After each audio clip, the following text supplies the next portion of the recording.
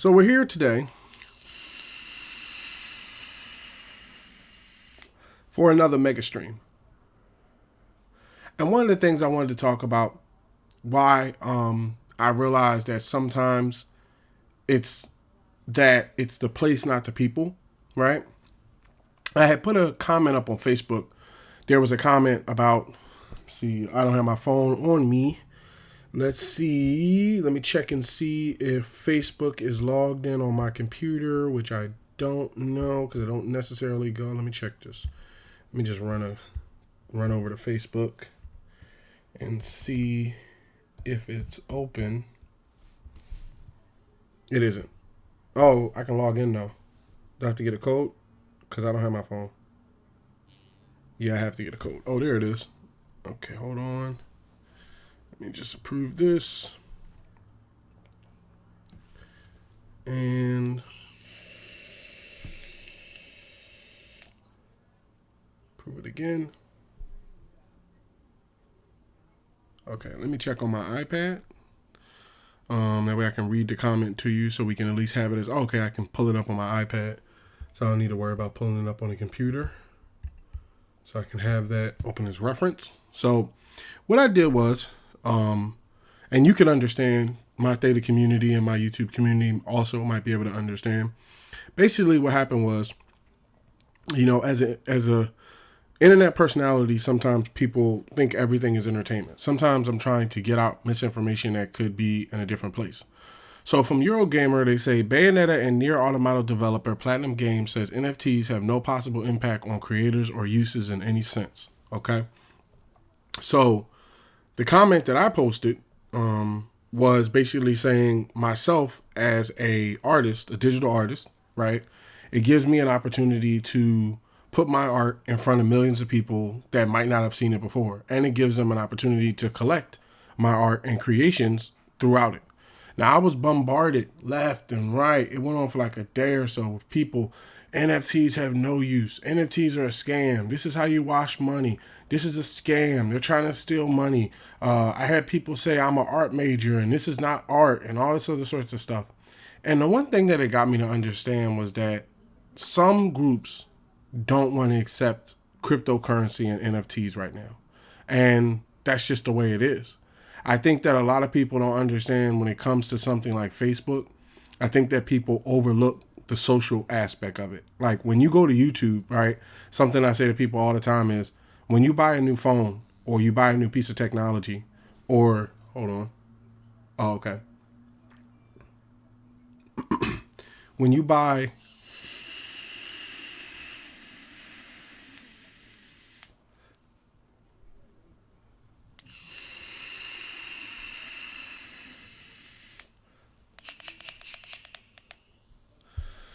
a phone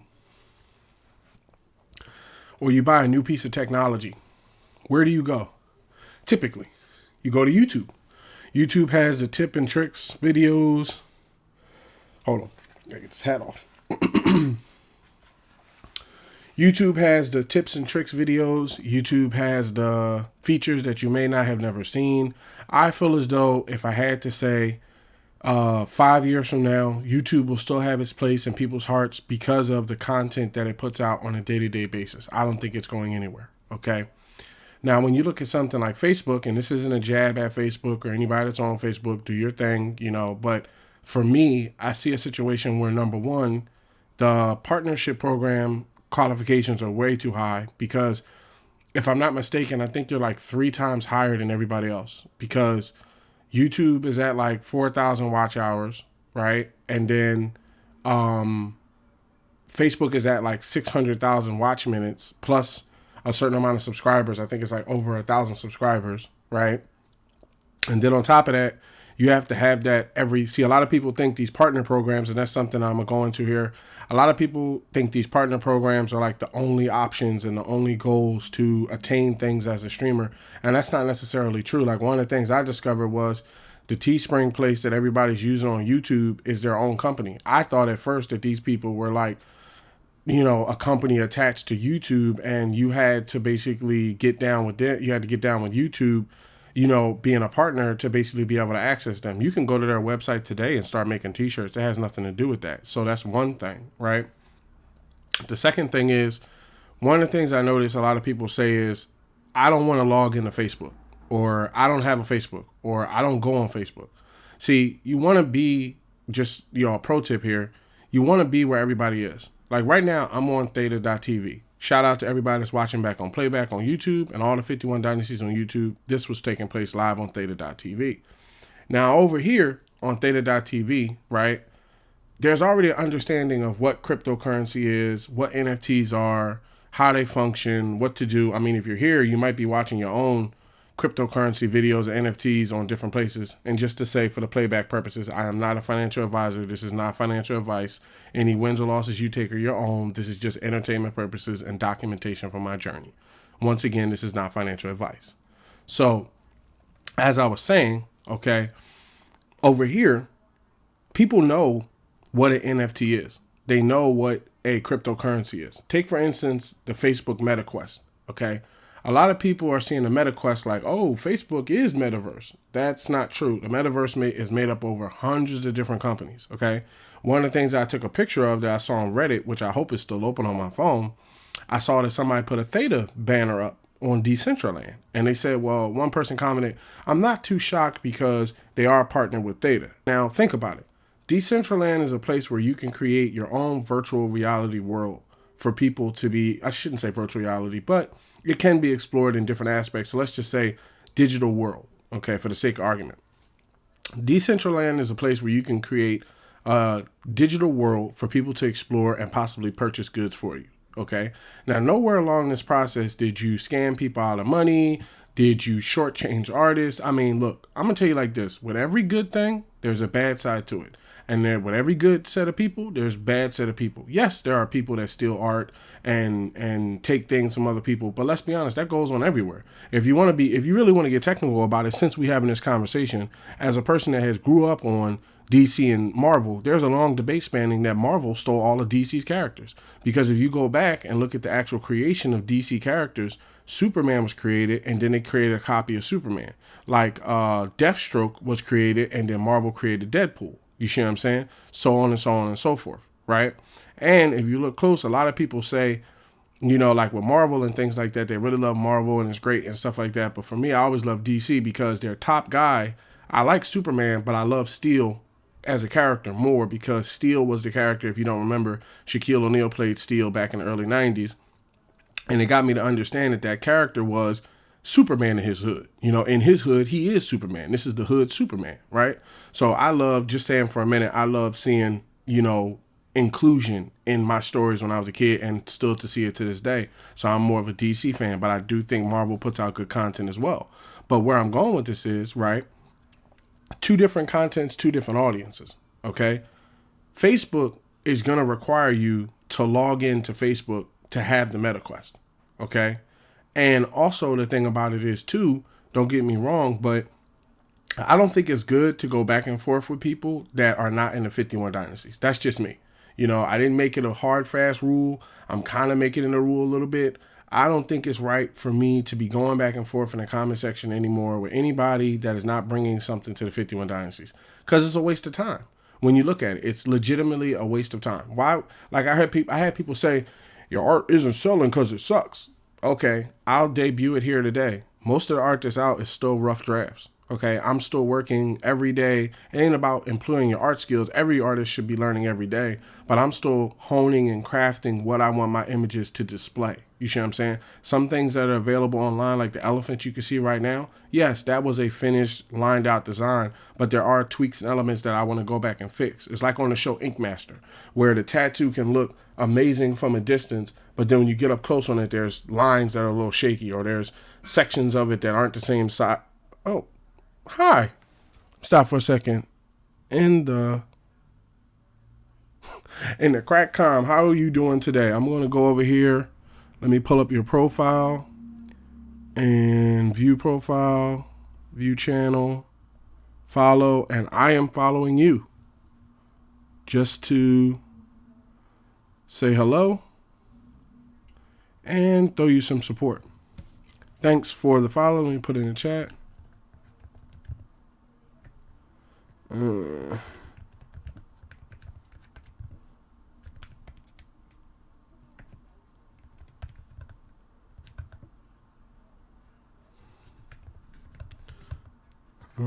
second.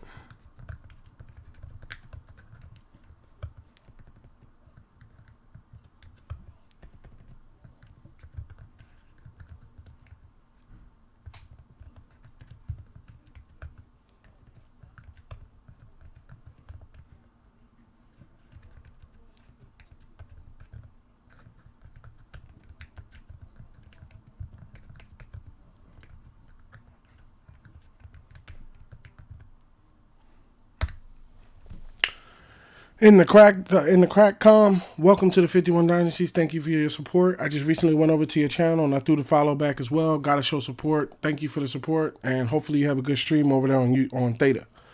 So what I was saying was, yeah, things can be stolen left and right, right? Like when you look at it, a lot of times, and these are things that most people overlook, right? Like prime example, which is understandable, like what I said about crypto and NFT content on Theta.tv. This is where it lives. I go into streams not just to get the daily reward, but I go there to get my daily rewards.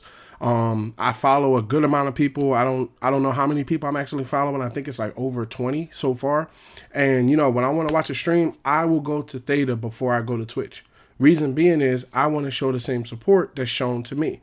Like how people come in and they wave, like, in the crack com just came in and waved, followed up. I went over to their channel, followed up, keep the support going and stuff like that. So the thing of it was the negative reactions that I got when I was up, 1 second.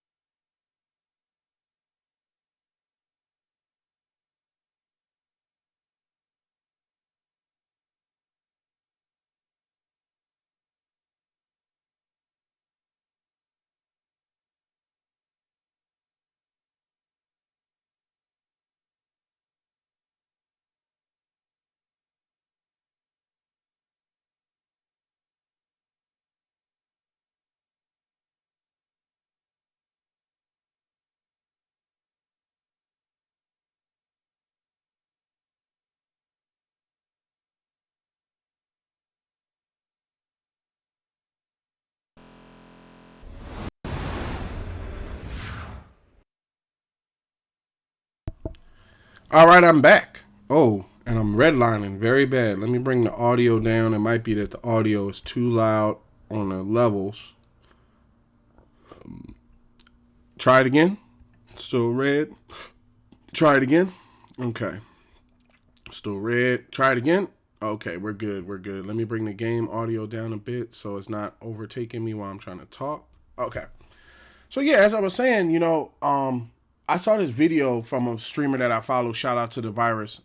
Basically, what happened was he was explaining why he likes streaming on Theta, and a lot of other people were kind of giving their opinions. And one of the reasons I like streaming on Theta is because I feel as though it's on the cutting edge of what's coming down the road. Like, a lot of people don't understand that people like Tom Brady, LeBron James, Tobias Harris, Kevin Durant, Katy Perry, so many people are involved in crypto right now that it's going to bring more people to the marketplace. And I think as it grows, especially a movie like Ready Player One, if you haven't seen Ready Player One, do yourself a favor, check that movie out, and just ask yourself, how hard is it for people to put a pair of glasses on and walk around? Or how hard is it for people to put a VR headset on and play games? Like, we're at a point already where last time I checked, there's a thing called the Oculus, the MetaQuest that people use to play video games. VR is very popular. I'm going to be looking into it a little bit later. But what I came to understand was when I'm hosting this sort of conversation on Theta, or I'm looking to put the conversation later on YouTube, the differences are that basically these two platforms allow that, whereas other platforms have a very negative base of people that just pump out the same information. You see what I'm saying? I feel as though that because, in a way, I feel like, if I had to call it fair, I feel like Twitter is more professional than Facebook. And that's why you see more of my stuff on Twitter, because a lot of times, don't get me wrong, people will say some outlandish, crazy stuff. I've gotten some outlandish, crazy stuff myself. But one thing that I notice is you can reach out to a dev, or you can reach out to an athlete, or, well, I'm keeping this out of gaming.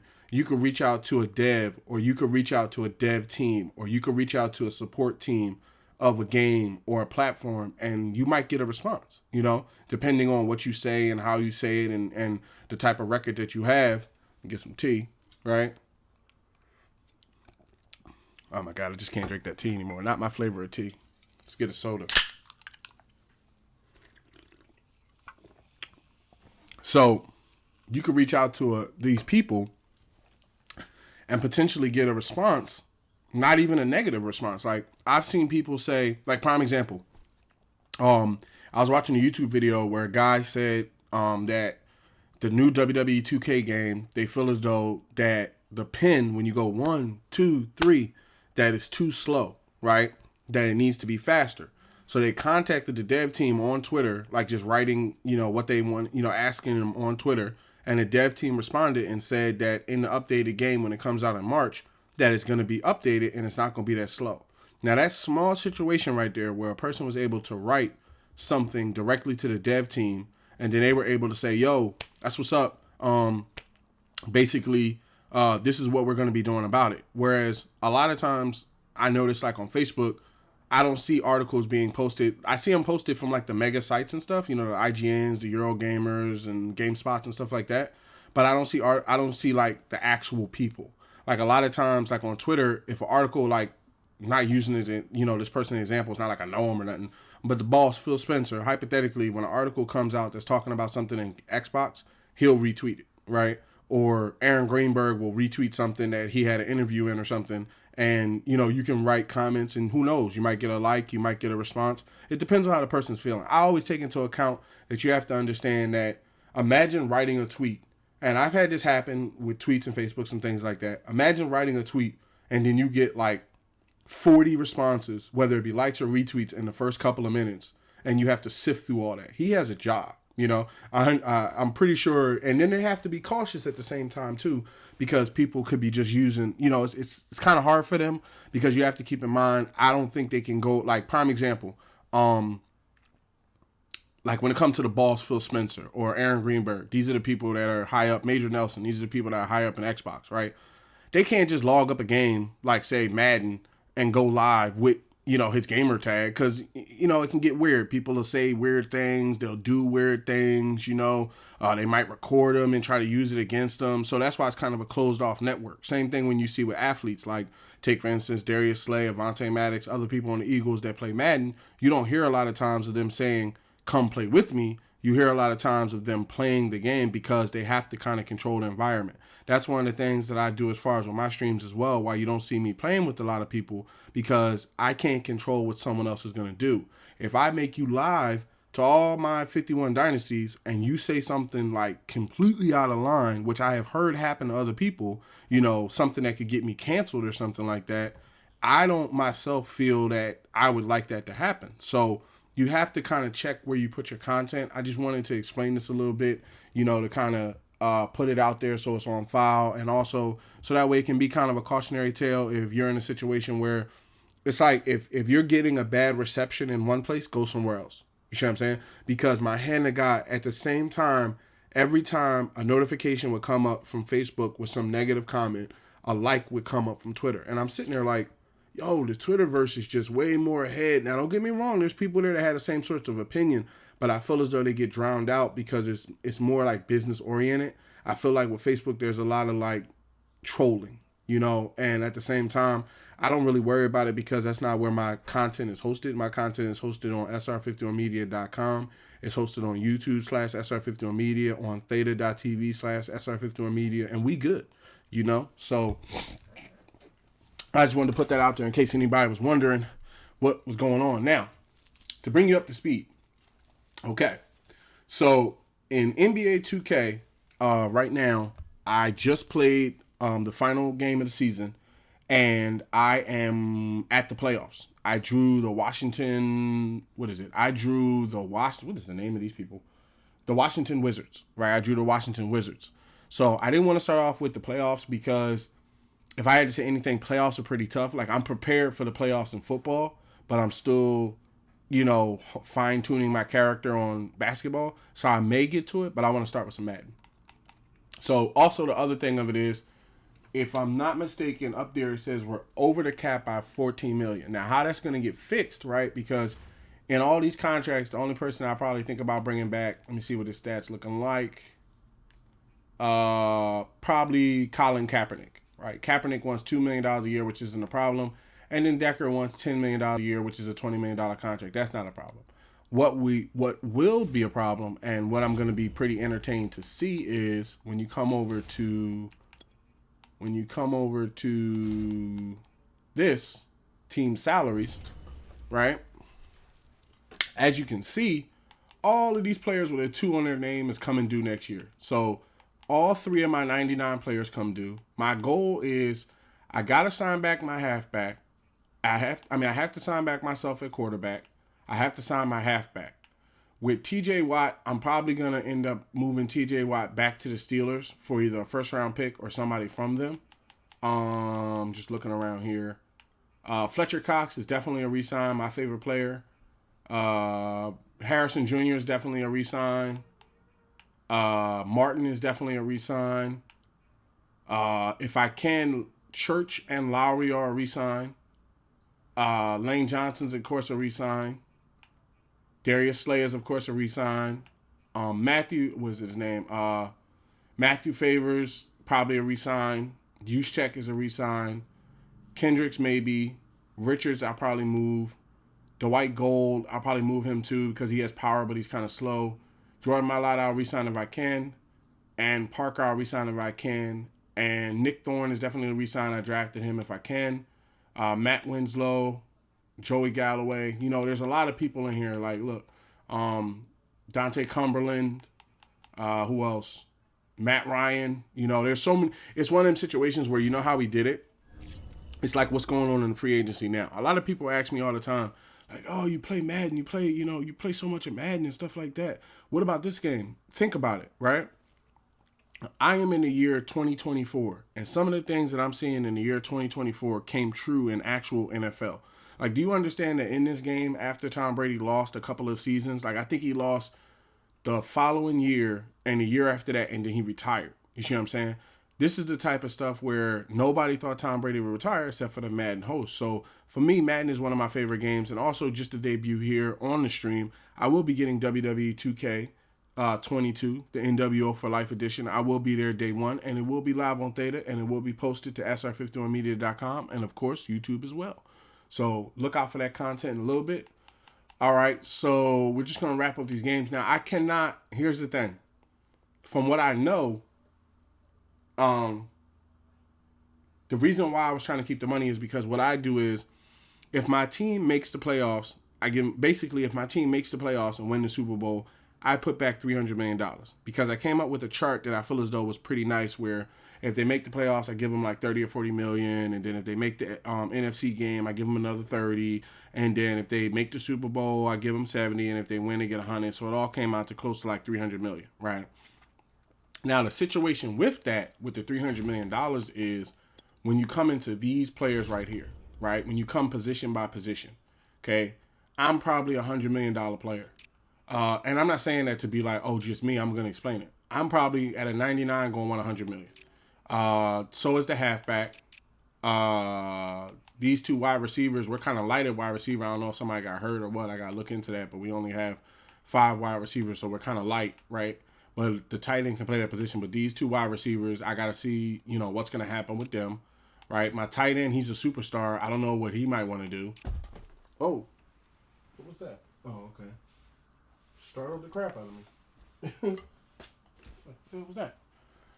Jordan Mailata, I want to sign him to a contract also, but at the same time, it depends on how much he wants to negotiate for. Like, if he wants, like, mega super money, I might move him back to the Eagles. Everybody else seems pretty cool. The right guards, both right guards are up for contracts. You got, and then my left end and my right end are up for contracts, but I have Josh Sweat and this new right end in case, these two can't work out a contract. But there's the bigger people is where you're not going to be able to probably work out a deal. Like with TJ Watt, I'm willing to go, this is what I'm willing to do. I'm willing to go over the cap to keep all my players, but I don't want to handicap the team. And how you handicap the team is basically if you get put in a situation where you go over the cap by too much money and then basically you can't get it back. Like, I'm not going to, like, when I sign, because I'm going to go in here right now and I'm going to see if I have the power while my amount is over. I'm going to go in here. He wants $5 million now, so it's an $11 million deal. See if I can sign him. Oh, so he didn't even want to take the deal for $11 million. Yeah, you know what? I might just let him walk and save the money for Jordan Mailata. He's a good player. Well, no, he's almost a 90. We're going to work that out. So, yeah, basically, there's some financial matters we got to look into. Matt Favors is back from injury, and Decker, both of them are playing at 85. Decker hasn't worked out a contract with me yet, so he's not taking that position right now. Everybody else is still in the same lineups. Everybody's cool. I think we had some injuries. Some people broke some. I remember somebody broke some ribs or something like that. I think it was Asante Samuel Jr. I know we have an injury report going into the playoffs. Okay, Nick Thorne has a broken finger. He'll be back next week. And our defensive tackle has broken ribs. He'll be back next week. Okay, that's good. So that means they'll be back before the playoffs. And we are 15-0. The next team below us is 11-4. So it looks like on our side, we would host all our playoff games at our stadium, which is great. We have a stadium with a dome on it, so that'll help with weather and stuff like that.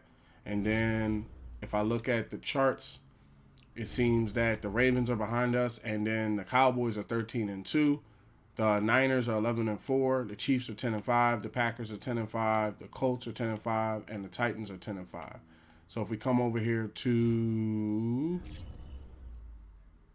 view playoff picture, you see that the Ravens have the bye and we have the bye. So we're going to play whoever wins from probably this game, and then these two are going to go over here.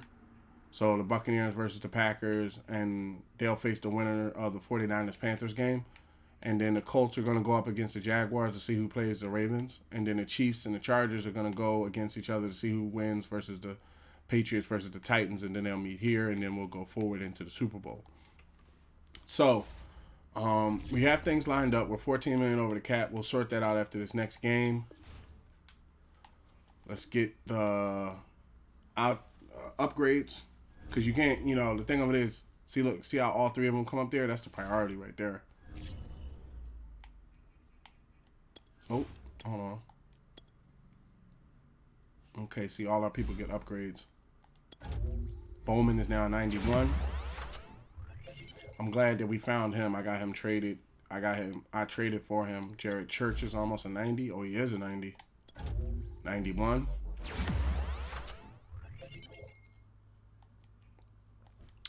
And then I'm going to have to watch myself in free agency, because that free agency money that I'm about to spend, see, everybody's getting pumped up for the playoffs.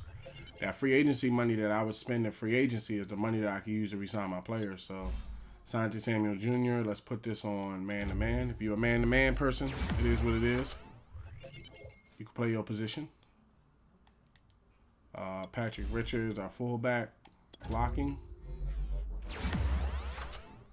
I know the contracts are going to be ridiculous. I can't wait to see what. I've never pushed a franchise to a point where I had to re-sign my draft pick.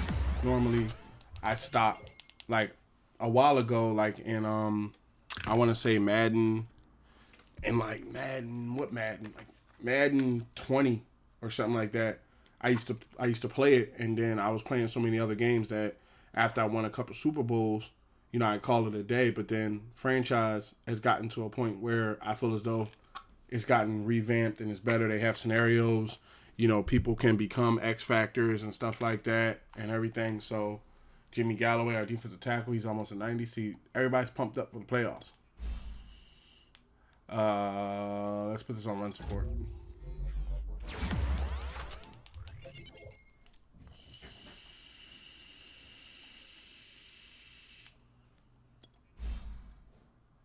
Austin Wayne, put this on power.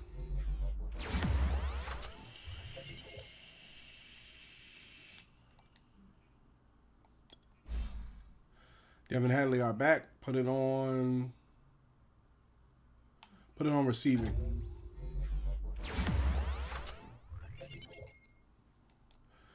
Just in case I gotta maybe throw a route to him or something that other people ain't expecting. I also wanted to see in the popularity. I'd be surprised if T.J. Watt ain't up there. That's a big name. He's not up there? Xavier Howard, Colin Kaepernick. Colin Kaepernick has a bigger personality than T.J. Watt. So if I traded T.J. Watt, it wouldn't really mess with my money. Matty Ice has a 95 player rating. Okay, so, yeah. I don't want to tell you the truth, I actually don't want to trade T.J. Watt. Because I feel as though he's a game changer on defense.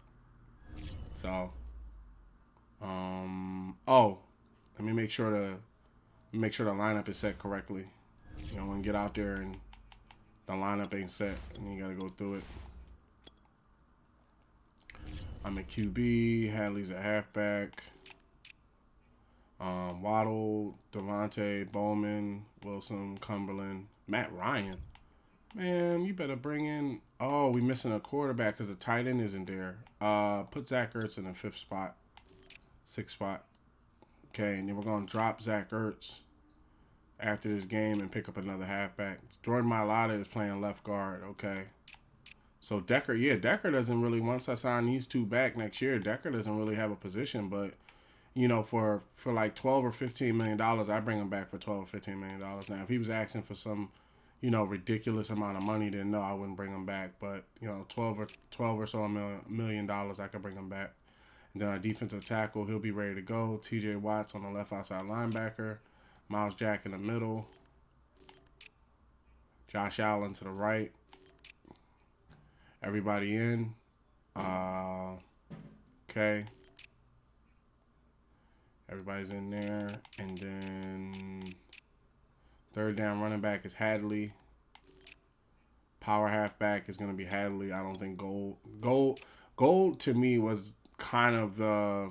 I mean, he's a good player, right? But to tell you the truth, I would rather get rid of him for like another pick right before the draft. Like he's going to be one of the players that 9 times out of 10 doesn't come back. Oh, rush left end. Why is it T.J. Watt? No. Josh Allen and Romeo Okwara. Or Josh Allen and then Romeo Okwara. Lowry got it, but Jared Church would get it on a 91. So they're getting up there. So either one of them can play the position. The reason why I have Lowry in is because of his block shedding is 82. So that means when somebody goes to block him, he can shed off of them better than Jared. Defensive tackle. If Lowry's on the right, then he can't play. Let's put Matthew Ioannidis in that situation. Sub linebacker, Brooks and Watt and Jack. Slot cornerback is Martin. He's holding it down. He's about to be a 90. He's a priority, but yeah, there's a lot of people on the team. We gotta make some tough decisions. You know, I'm 14 million over the cap. I'm gonna get that together before the season's out. But that 14 million, I wanted to carry the whole 300 million into the next year, but I'm already 14 over, so I'm gonna have to fix that up. I don't want to end the season, so I'll give us our playoff money. 1 second.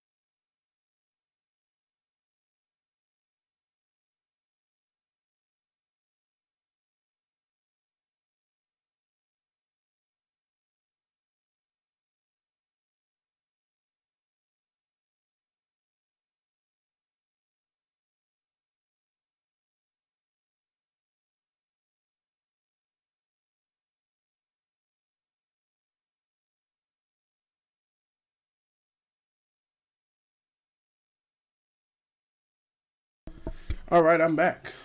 Okay, so change this to multiple defense, run balanced.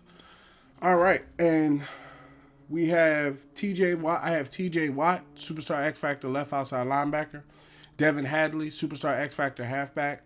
Myself, Salt Aries at quarterback, superstar X Factor quarterback. They have DeAndre Hopkins, superstar X Factor wide receiver. I have Stephon Gilmore, superstar X Factor cornerback. Miles Jack, superstar X Factor middle linebacker. Xavier Howard, superstar X Factor cornerback.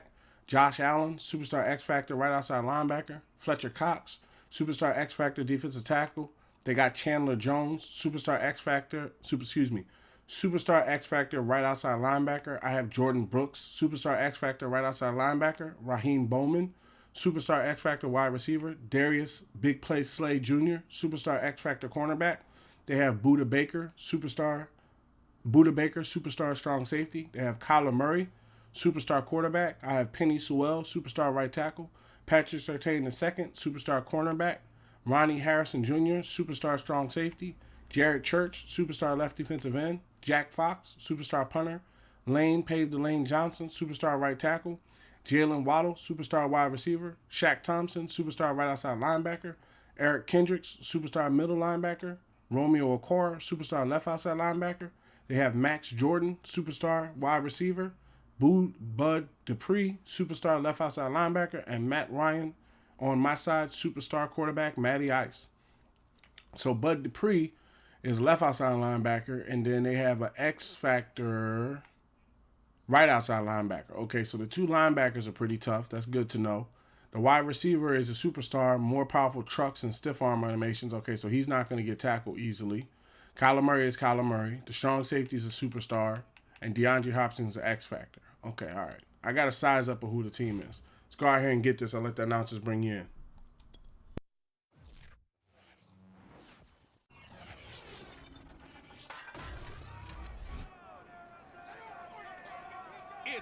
NFL 22 on EA Sports. And the question is, are you ready for some football? It's the reigning Super Bowl champs and the Cardinals on EA Sports.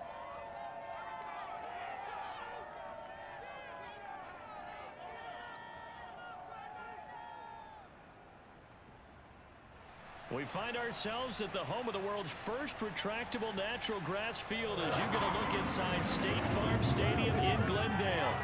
So this was the scene a moment ago. The Cardinals emerging from their tunnel, and we are ready for football as the Cards get set to match up with their opponents.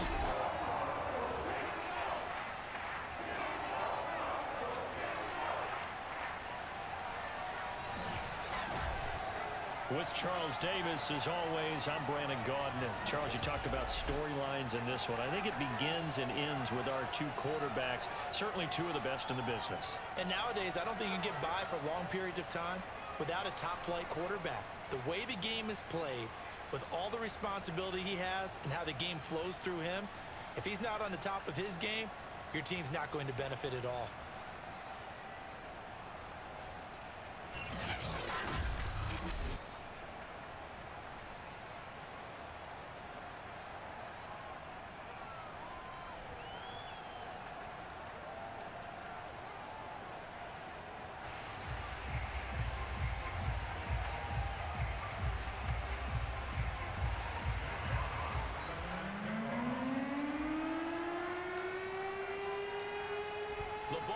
We're set for football, and we are underway here on EA Sports. Fielded just outside the goal line, and he will make it back to the 15, and that's it.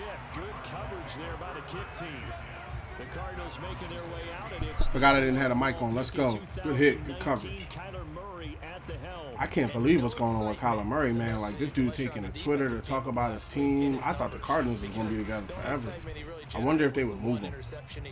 Yeah, no touchdown pass. Yeah, and his team wasn't real thrilled about that. And they lost the game. So let's go cover for a drop. Tough on him because he's been working hard. Fundamentals, footwork, finding the right targets, and bottom line, just in case they come in with a run. See? He'll run with a big back, A.J. Dillon. And he goes across the 20 to the 22. A look there at his numbers on the ground a week ago. Pretty good. As he all right, so they had a small little run. They caught me on the. And those are the most important numbers because no matter he juked me on the pass. Prior to the goal line, getting in is all I should have changed the play. Up on the board, and they love them when they're sixes. First carry for James Conner. No. Get about 3 as he takes this up near the 25. Well, this defense, Charles, really played well. Bring the strong safety. I have to admit, I was extremely impressed by what I saw. Squinch the line. Because they stayed in the face of the quarterback the entire game. Ended up getting 4 sacks. Get down. And down he goes. It'll be a loss of 8 on the sack, and it's going to lead him to 4th down. That's right. So the number one mission of any offensive line, that's right. You got to protect that quarterback, keep him safe back there. This time, the rush got to him in a hurry. And it appears that this was just a letdown from the offensive line. But that's another reason why I'm concerned about the T.J. Watt salary, because I want to keep people like him. He plays left end with Jared Church. And he got there and put his man on the ground. Blake Gillikin on to punt now on 4th down. He punted 4 times in the loss last week as he gets this one away. He's going to punt a lot in this one, too. Just outside the 30. Oh. A big kick. Tried to cut that corner. That time with a return of 4. And that will come the offense as they take over. Number 51, SR51 Media. Stand up, 51 Dynasties. And a glance here at the man calling the plays under center. Their 6'4" quarterback. And he just continues to throw touchdown pass after touchdown pass, leading the league here down the final stretch of the year. Guys will say that the numbers and the rankings, they don't matter to him very much. But I don't know how much I actually believe that. Sure, he's team first, but I think everyone would like to see him finish number 1, including himself. Call it a gain of 4 on 1st, and that'll make it 2nd down. And he'll give it here to his running back. And he'll be stopped right at midfield. I'd have cut that corner. That might have been a runaway. I didn't see him coming up. let's face it, it shouldn't be a surprise. He's one of the better backs in the league. Had to come into this game with the idea, slow him down. Otherwise, it's going to be a long afternoon. If I went right, that could have been a runaway.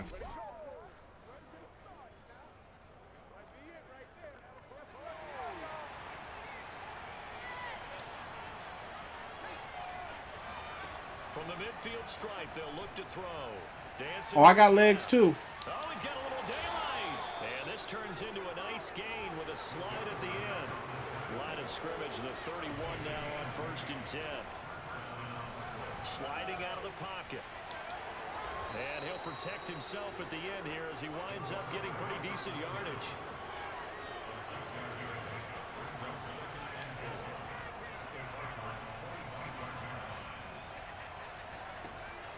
Now they'll switch it up here and look to throw. But it's caught on the right side at Smith. And he takes it down to the 10-yard line. From the 10, 1st and goal.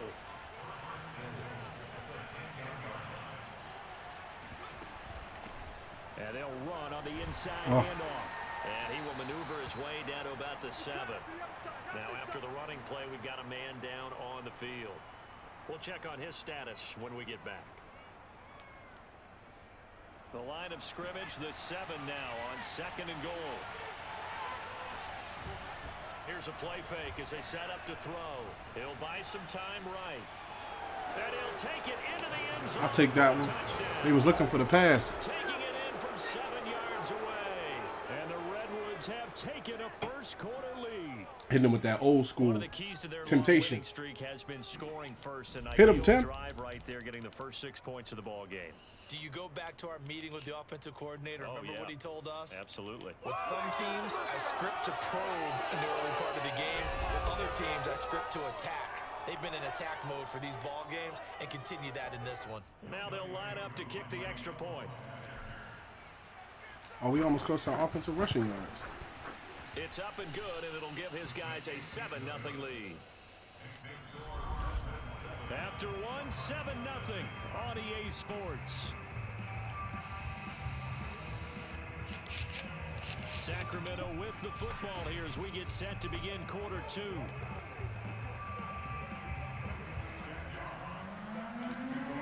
Down the middle. The Let's kickoff go. team on the field now as they will send this one away. How y'all doing out there today? Your day going well? Hopefully everybody's day This is will going not well. be returnable. They It's put out it the in the back chat. of the end zone for a touchback. So the Cardinals offense back onto the field here for their second drive of the game. You know, in our research packet this week, prepping for the game, so many articles from the local beat writer about the offensive struggles of this team and what will they do this offseason. What do you think they'll do? Well, number one, they'll turn to their self-scouting report. And every team that's any good does this. I think he's coming across the line. Check out their team. The linebackers will catch him if I can't get there. Who can't play and reasons Get why. him. Some of it. That's right. In trouble here, and TJ there he Watt, goes. brother. TJ Watt, the all-pro, in there to take him down. Well, he shot in, CD, like he was out of a cannon from that linebacker position. And even though they had a running back in the backfield, no one could stop him. Well, you certainly diagnosed that play perfectly because as fast as he got into the backfield, you're exactly right. The running back had no shot to get over and try and protect his quarterback, and a sack resulted. Cover 3 cloud. Well behind the sticks here with a 2nd and 18. On the handoff. Got him. And that play going absolutely nowhere as he's belted before he could get out of the backfield. It'll be a loss of a full 3 yards there, and it also brings up 3rd down. With his size, he's a tough man to bring down, but they do a nice job there stopping his progress and not allowing him That's to get Fletcher back Cox to the line meeting of up with him. scrimmage. Cover 4 drop. And some secondary help here for the defense in the nickel on 3rd and long. Out of the gun, here's Murray. He'll get this to Connor underneath. Oh, Connor. We'll take that. And the defense will get their hands on it, going the other way. And they'll be at the 18-yard line. Great field position here in the red zone. There are 2 words that we hear coaches say all of the time. One starts with a B, one starts with an S. Ball security. And they preach it, They have it up in meeting rooms, right? You see the signs. They talk about it all the time. But still, when you've got defenders out there who are preaching, hey, we're going to take the ball away from you, no matter what position you play, you've got to take care of the rock. So from inside the 20, here's 1st and 10 at the 18. Go with it, TJ. Off the play fake, he'll look to throw. And he can't find a receiver, and he's brought down. Chandler Jones racking up sack number 12 for him on the year. Oh, he got 12 sacks? That boy moving. Twice as difficult now. After the sack, it's 2nd and 20. They'll set up to throw. Flush to his right. And he's brought down just outside of the 10 at the 11. And a stoppage here, a timeout before this 3rd down play takes place. They'll have 2 remaining as we step aside here in this 2nd quarter.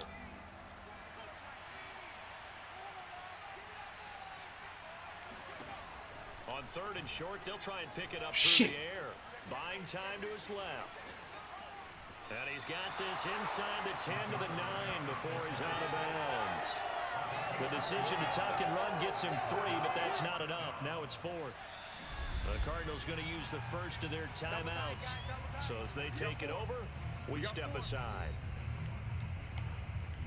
No, I got something for these dudes.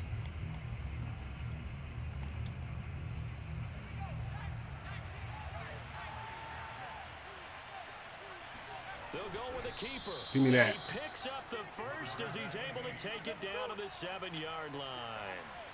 And they're going to hurry back to the line now. They go play action here on 1st down. They'll roll him out right. And he will take this Give me that. for a touchdown. A great play there with his 2nd touchdown here in this 1st half. And the Redwoods are able to extend their lead. Defensively by now, you know his ability. You know he has it in him to take off and run. Yeah, because they knew coming into this game, but we've already seen examples in this contest that he can run the football. I think they're going to examine different ways to rush him now. Are they going to do it with different lanes? Are they going to use a spy? But they have to come up with options because right now, he's hurting them. Yeah, because they got some good linebackers, and I don't want to throw anything in the air. I'm trying to get Waddle a touchdown, but... The drive summary that time, 5 plays. And in the end, it's capped off by a 7-yard run.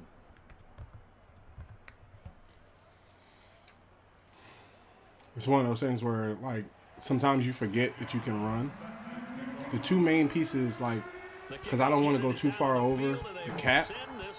You know, like, I don't want to, because if you go over the cap too many times, it can shut down your franchise. So we're going to get $300 million back, but I'm going to look at the re-signs. I might just lean more into the draft and let free agency go past, maybe get like 1 person or something like that. But I'm not going to remold the team through free agency. They got to make up for that here. We always hear about empty possessions. Some are worse tan others. You can have an empty possession, punt the ball away, get yourself set to play defense. Get down, boy. Get down, boy. Down he goes. Fletcher Cox in there for sack number 22 on the year. And, folks, that's just a half sack shy now of Michael Strahan's record of 22.5 set in 2001.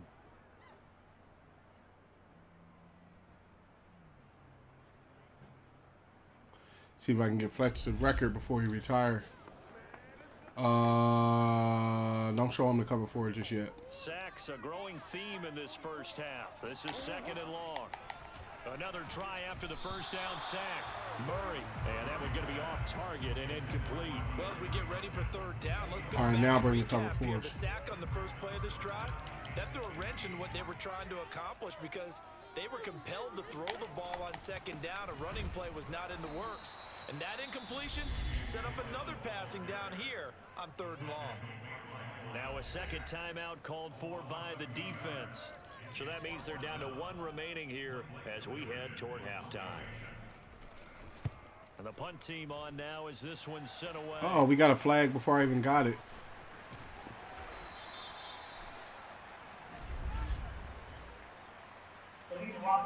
I thought it was going to be against them.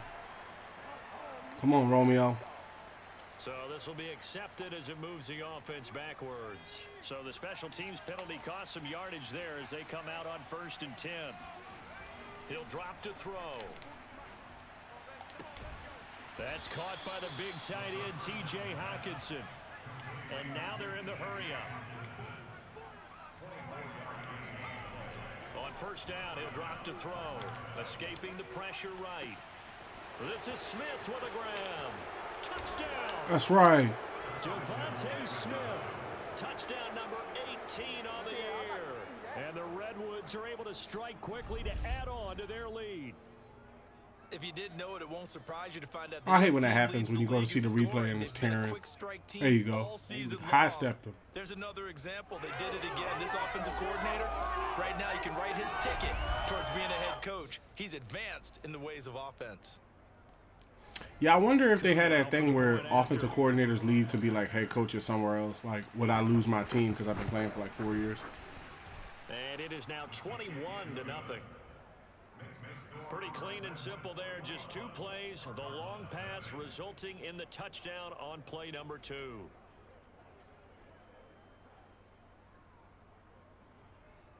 I am so shocked at that news with Kyler Murray. If you don't know Kyler Murray, something that happened where the GM basically said somebody. Oh no, an anonymous player said that Asante Samuels Jr., an anonymous player stated, excuse me,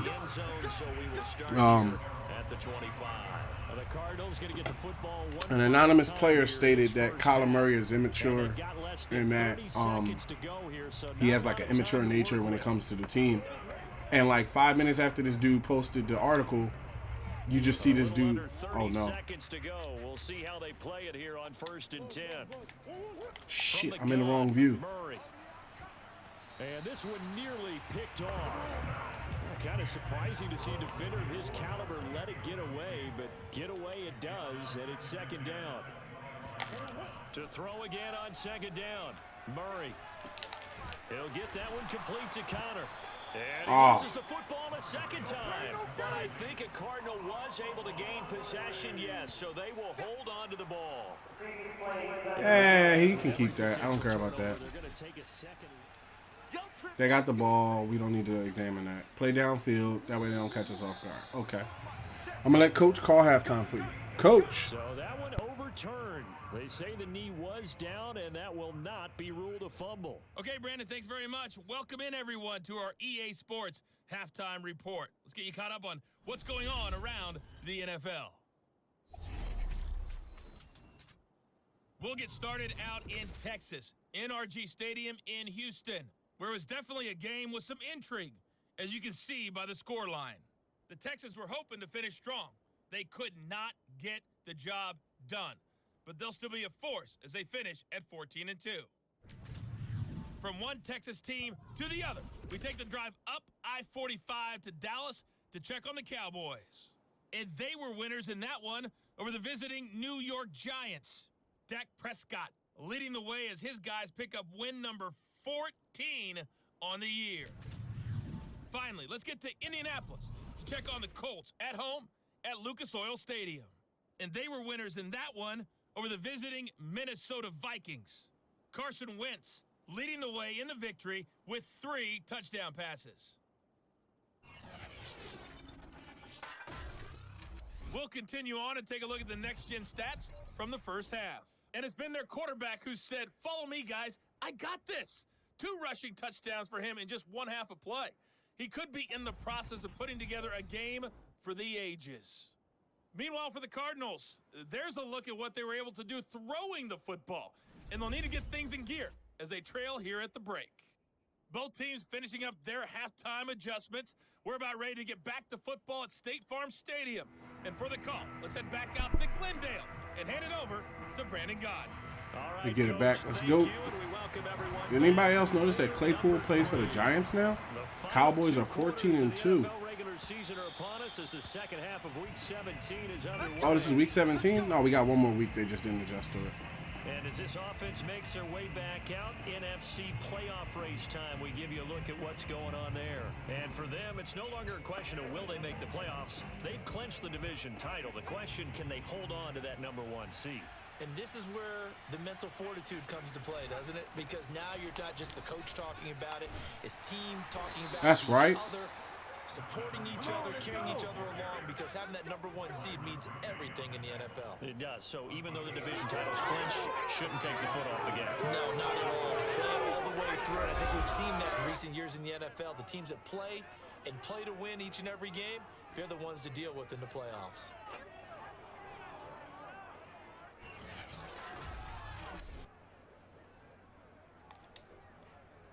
Line of scrimmage, the 37 on 1st and 10. Now a handoff here to his running back. And this will be stopped at the 44. That one good for 7 yards. So, Charles, you know, for this offense, we've been talking all year about how difficult it would be to run the table. And you gave me your chances early in the year. You thought maybe 25%. A few weeks ago, you thought closer to 50, but not quite 50. Now here they are, 15-0.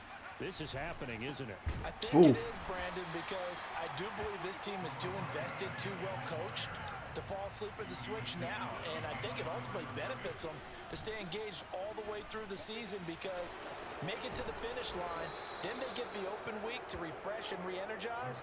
But if you get off the gas now, that can really hurt you come playoff time. Now that's a quarterback who's in charge out there right now. Wants to throw the ball on 3rd down, doesn't find anyone open, tucks it away, takes off, and picks up the 1st down. Not by a little, but by plenty.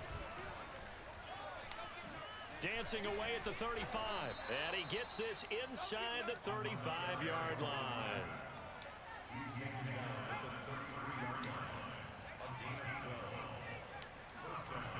Now on 1st down, he'll drop to throw it. Flushed out right. This will be caught. It's Waddle. Oh, Penny Sewell is down. Almost gets to the 10. Now after the completion, we're going to get a timeout, an injured player. While the training staff takes a peek, we'll take a break. So 1st and 10, and if they score on this drive, might have to start digging into our second half blowout material. And he's going to work this one down to about the 5. They're going to hurry back to the line now. And to give this time to the tailback. And he's able to get it down to the 2-yard line. This offense continues to be a hot knife through butter. 3 drive. And he'll take it into the Give me end that. zone for a touchdown. A great effort there. With touchdown number 23 here on the year. And the Redwoods take the opening kickoff of the 3rd quarter and drive right down the field to extend their lead. And he was excellent on that drive. He deserved to be the one to get across the chalk. Oh, I agree with you totally. A workhorse on the drive, and how about that last decisive run to punch it in? What's the verdict on Penny Sewell? Now Youngway coup for the extra point. It's good, and they stretch their lead to 28-0 now. That time, a 9-play drive. And it's culminated by a 2-yard touchdown run.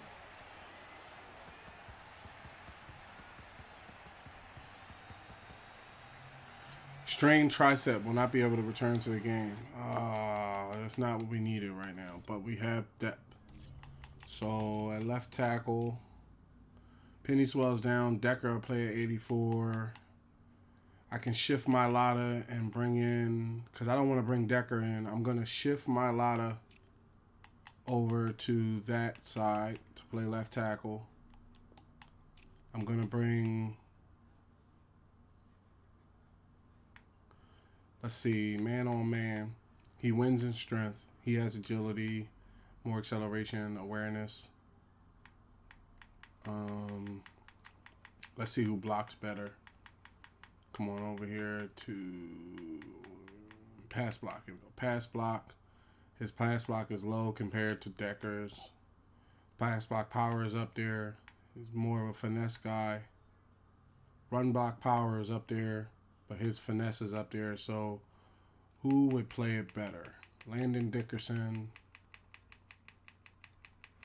is a 82. Decker will play it at 84. Okay, we need the best people out there possible. So put Parker in. And then, yeah, we'll run it that way. Dickerson ain't got to worry about his position. Actually, no. Let's get because he's power, and the other boy is finesse. So let's get Decker in here because we need to power back some of these dudes, and then Jordan Mailata can play left tackle, and we're good. Because I don't want Decker on the field right now until we work out a contract. Out is the kickoff unit as they run up and send this one away. Dang, that kicked majorly short. Fielded just outside the goal line. And he won't get this to the 20-yard line Got him. as he's down at the 19. The Cardinals offense now ready to get their first opportunity here in the second half. They are right now just ice cold. I mean, they have struggled big time in this game, and they're getting blown out. How do they adjust? So tough because we always talk about it being a team DeAndre game, might and you go need deep. all 11 working well together. Downfield. But every now and then, partner, you need that one guy No. who can make a play against all odds that maybe can ignite things. And I think that's what they're looking for right now. Yeah, you talk about going to your playmakers. They probably need to do it. Find someone that you're used to touching the football that makes big plays and give them that opportunity to maybe wake up everyone else. Fought off the double team and got to him. Trying to get that sack. Second and 10. That NFL record-breaking sack.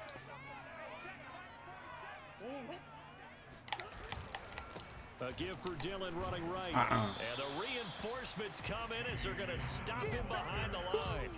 It's a loss of a yard, so it's back to 3rd and 10. This defense is just flat getting after it. They have not given up much of anything in the run game. Case in point right there.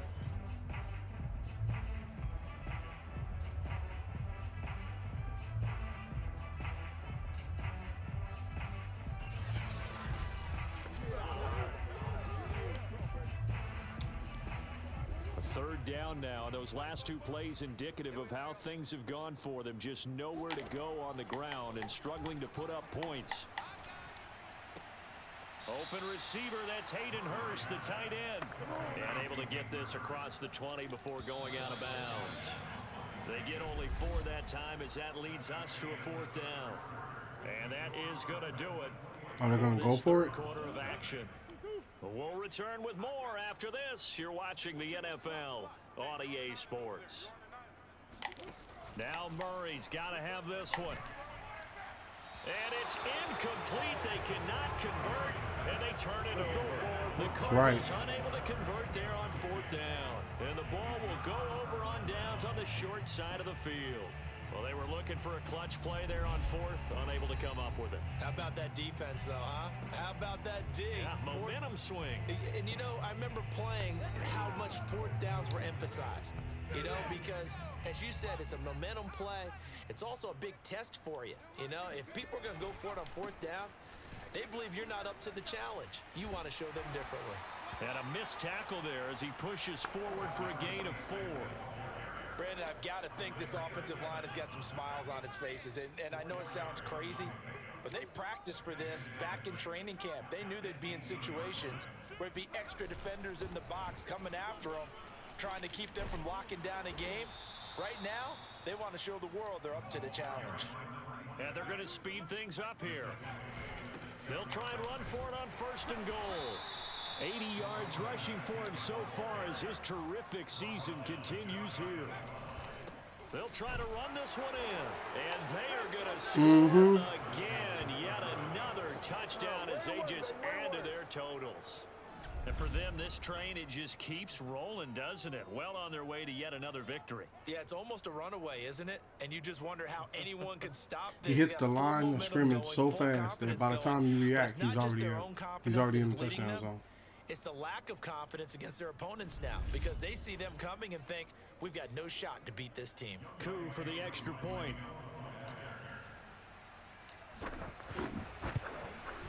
And he's been a busy man, 5 for 5 now as he knocks another one through to extend the lead. A drive there of just 4 plays.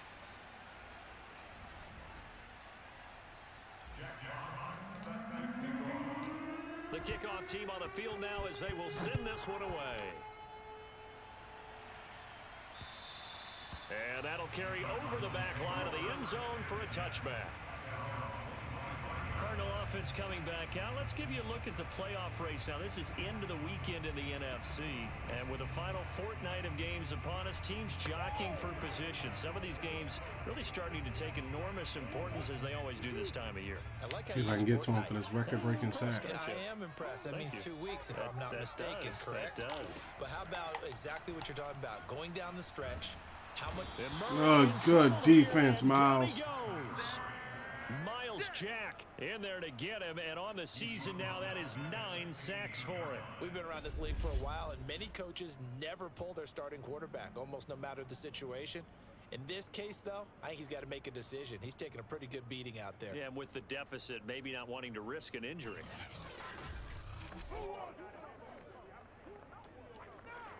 Back quite a ways here, facing 2nd and 19. Another try after the first down sack. Murray, he's going to look deep for more. And that will be incomplete. Trying to dial up the long way out there, but it'll be 3rd down. The Cardinals on 3rd down. Not good. 0 for 4 thus far. This will be 3rd and 19. Throwing there, but this pass is going to wind up incomplete. Here comes the Cardinals punter now. Pitching a shutout so far. Backwards, so he's on to punt it away.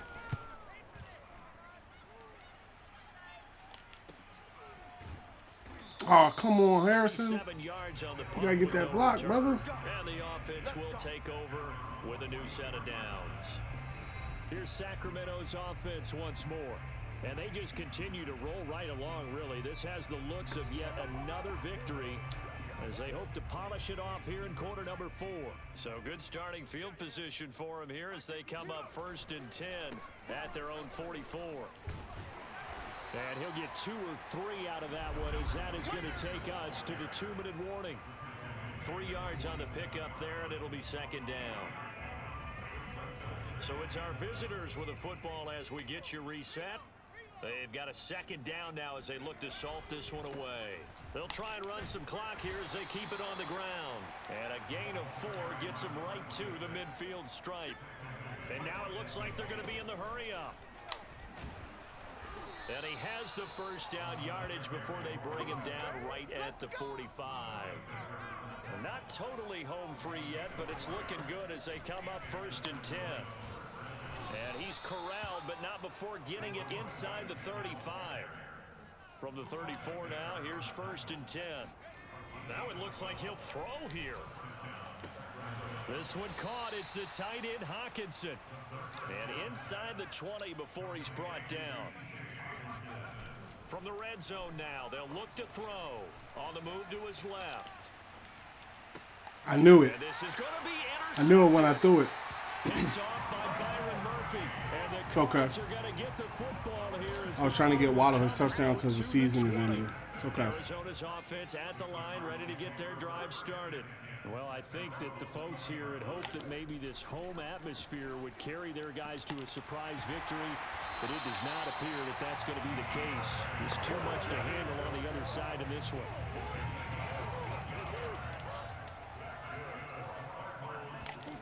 Murray now on 1st down.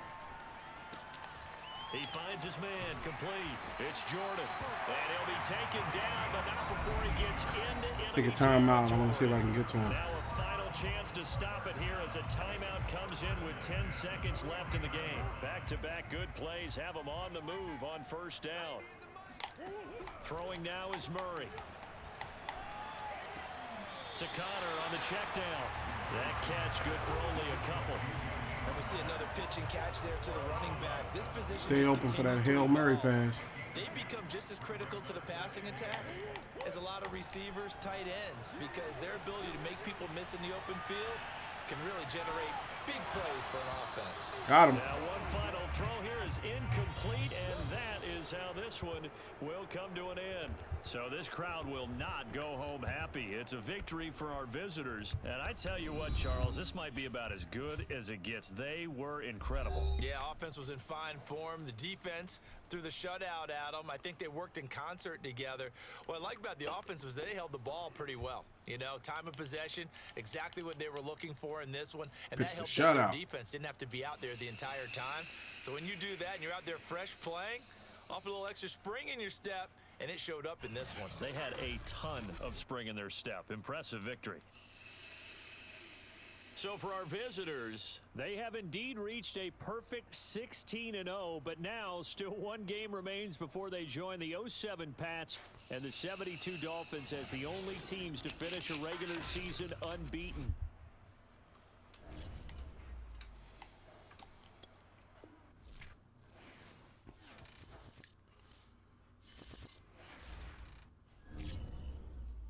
All right. Answer media question. Perfect regular season is quite the accomplishment, but it's all a waste to some degree if you don't win it all. But I know everyone's expecting the team to get to the Super Bowl with Super Bowl appearance for missing Super Bowl. Okay. Yeah, I'm not saying we're going to win the Super Bowl, but I think we're gonna put up enough points to probably try to get there. Okay, so let's go to the next week and see how far we are behind in finances. Okay, so we are now at $22 million from finances. Nick Thorne is back, so we can go ahead and let go of Zach Ertz and get us another wide receiver. Our defensive tackle is back right before the playoffs, which is great.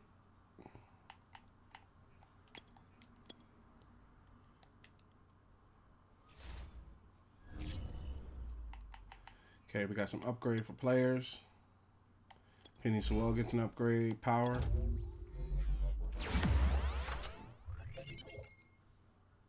Let me bring the computer cord over here. 1 second. It's a little tangled up here.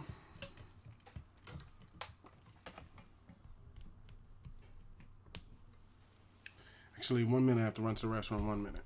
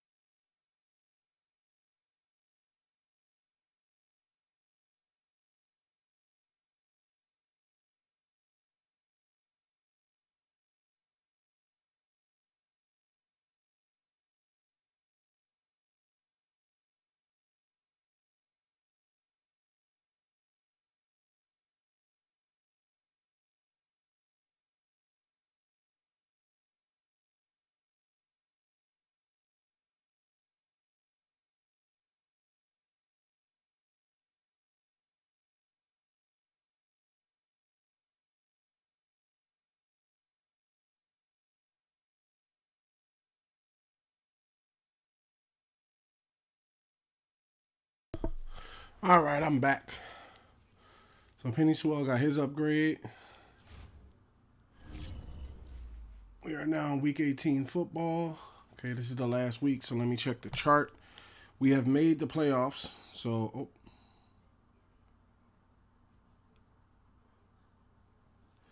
we have made the playoffs. So let's see what the reward is. I know it's part of the 300 million. Hold on. Gotta find it in the notes.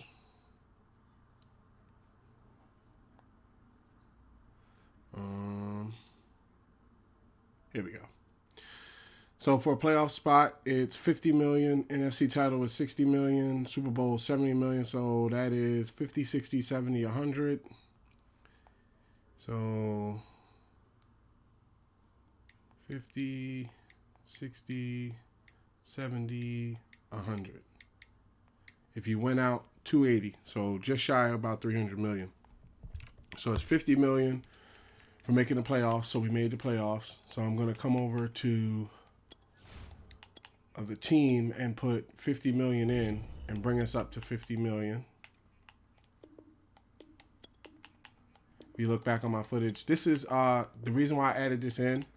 I look at it like when a player, a lot of people don't recognize, but when teams make it to the Super Bowl and the playoffs, they get roster bonuses. So for making the Super Bowl, where are we at now? 27. For like making the Super Bowl and stuff like that, they get roster incentives, and I think it's pretty hard to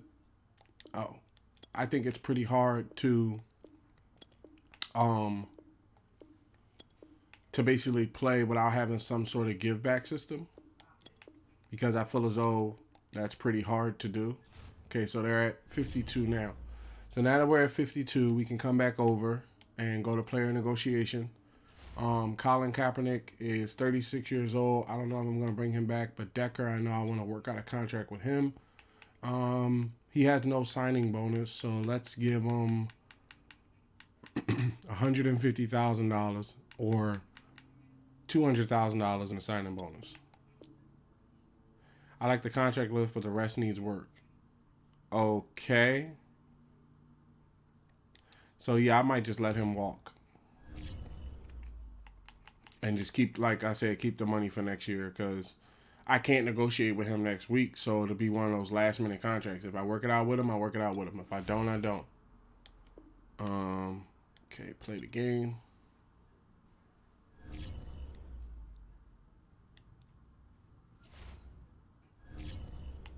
Upgrade players. Devin Parker, our left guard. The new hidden left guard. Let's put this on Agile. He's turning out pretty well. 77. The white gold, the halfback. He's moving pretty well. His speed. He's not as fast as Hadley. I don't know. I might not get rid of him because he has some pretty good stats and he's a leader. So I don't know. It depends on what I'm feeling in the off season. Okay, so let's jump into the final game of the season. All right, advanced settings. They are at 87, so they're going to be playing pretty tough today. Multiple defense. Let's put this on run balanced.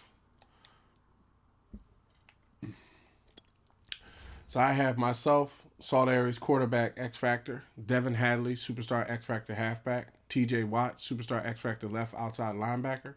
They have Alvin Kamara, superstar X Factor halfback. Michael Thomas, superstar X Factor wide receiver.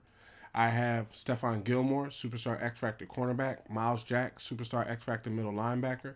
Xavier Howard, superstar X Factor cornerback. Josh Allen, superstar X Factor right outside linebacker. Kenny Macklin, superstar X Factor defensive tackle.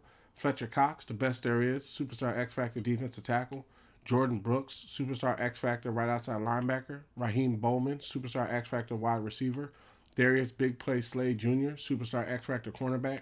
They have Pete Warner, superstar X Factor right outside linebacker. They have Ryan, we're going to go with Ryan, superstar right tackle. They have Marshawn Lattimore, superstar cornerback. I have Penny Sewell, superstar right tackle. Patrick Surtain II, superstar cornerback. Jack Fox, superstar punter. They have Marcus Davenport, superstar right defensive end. I have Jared Church, superstar left defensive end. Ronnie Harrison Jr. Excuse me, I thought I heard something. Ronnie Harrison Jr., superstar strong safety. Lane Pave the Lane Johnson, superstar right tackle. Jalen Waddle, superstar wide receiver. Shaq Thompson, superstar right outside linebacker. Eric Kendricks, superstar middle linebacker. Romeo Okwara, superstar left outside linebacker. Nick Thorne, superstar tight end. They have Jameis Winston, superstar quarterback. And I have Matty Ice Ryan, superstar quarterback on the bench. So I'm a 94, they're 87. They're going to be playing pretty tough today. Let's get out there. I'm going to let the announcers bring you in.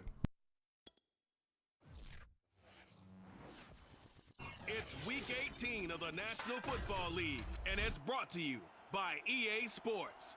It's the Saints and the reigning Super Bowl champs. Next on Madden Football. Oh, you got to do better than that.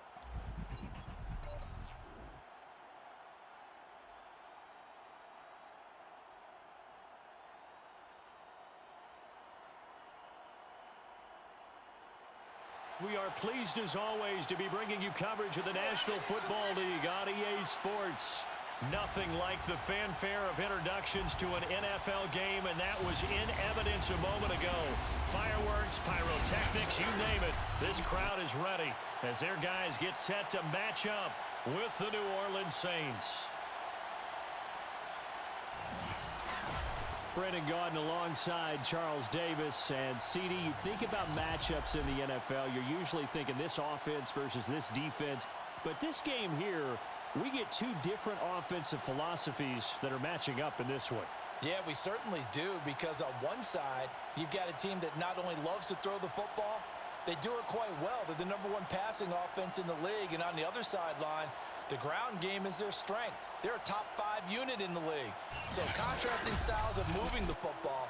To me, this is going to make for a very interesting ball game. Yes, it is. Oh, we get it to start it off.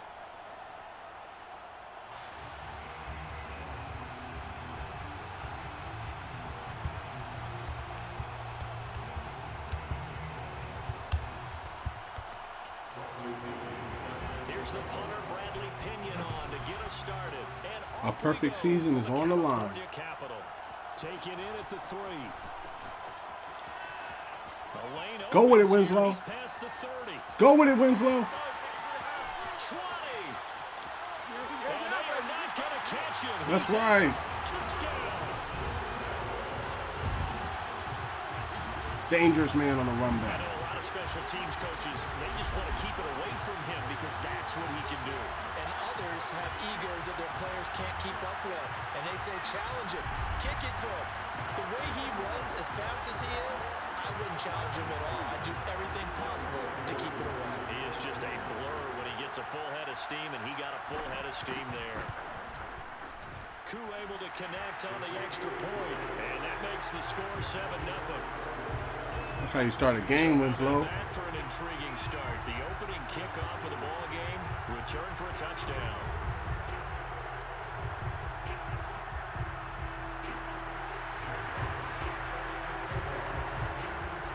So now the other return teams out there as they'll try to duplicate what they just saw. And we will not see an attempt to match that return touchdown, as this will be a touchdown. Jameis Winston running things in New Orleans. Here come the Saints for their opening drive. Got some pretty good stats this year. They'll be under the command of the former Florida State Seminole, the #1 overall pick in 2015, Jameis Winston. And he comes to the end of the season leading the NFL in passing yards. And that's not necessarily something you set out to do at the beginning of the year, but it's a good illustration of how remarkable and consistent he's been all season.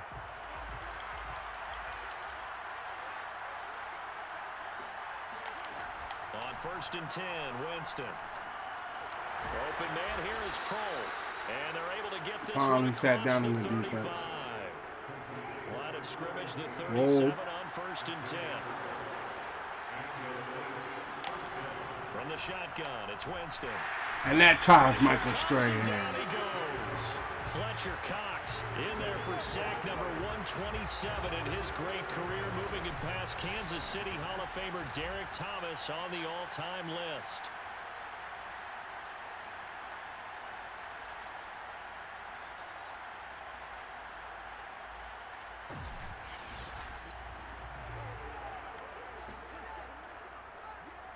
Gotta hope that's not a sign of things to come as they face an early second and long. The first carry now. This is Alvin Kamara. Only 2 Go and play that yards stuff, on the brother. carry. That's going to set up a 3rd and long. 3rd and 15 to be exact. From the gun, Winston. He finds his man complete. No. That's Hudson. And he can only get Ronnie Harrison with the hit. And that is not near enough. They pick up 10, but it'll still lead to a 4th down. That's certainly playing down and distance very well by the defense, isn't it? Take whatever you want underneath, by all means.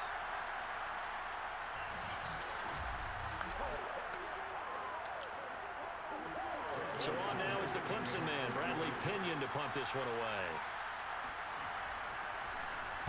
Only 2 punts for him last week in the loss as he gets this one away. This is taken at about the 14. A very nice punt that time, but they get 11 back on the return. And possession will switch hands, 1st and 10.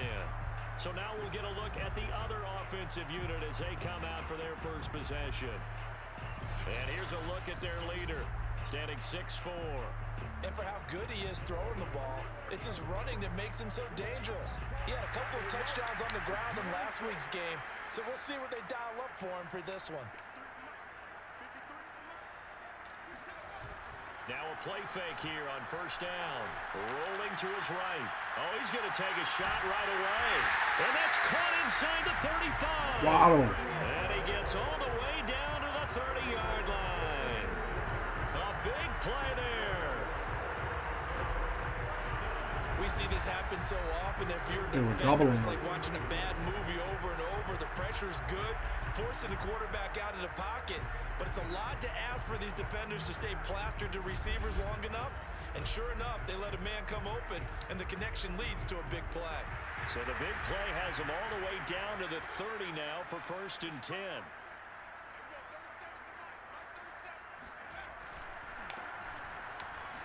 Gets past one man. And now they're going to get him down right at the line of scrimmage.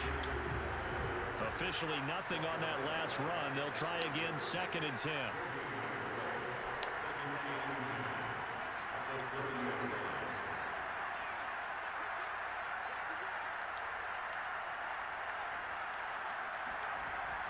They'll look to throw here. Steps away to his left. Oh! Oh, that's into a sea of bodies, and it's intercepted. Picked out by Marcus Williams. And the Saints are going to have it here as they'll start at their own 7. All right. The Saints offense on the field ready to get their drive started. They're going to have to go at least 50, 60 yards here if they want to ensure that they don't have to punt the ball like they did last time. Yeah, so what you're saying is we're not playing to just get out of the shadow of your own goal line, right? You're playing to make sure the punter doesn't see the field again. So it's not picking up a couple of 1st downs. You want to pick up 5 or 6 1st downs and make sure you move the ball into their territory. After one, 7-0 on EA Sports. The Saints with the football here to begin quarter number 2 as they are looking at a 2nd down and 6 coming up.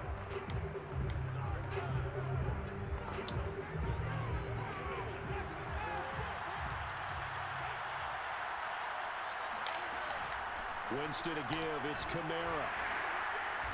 And he'll get this one up to about his 14.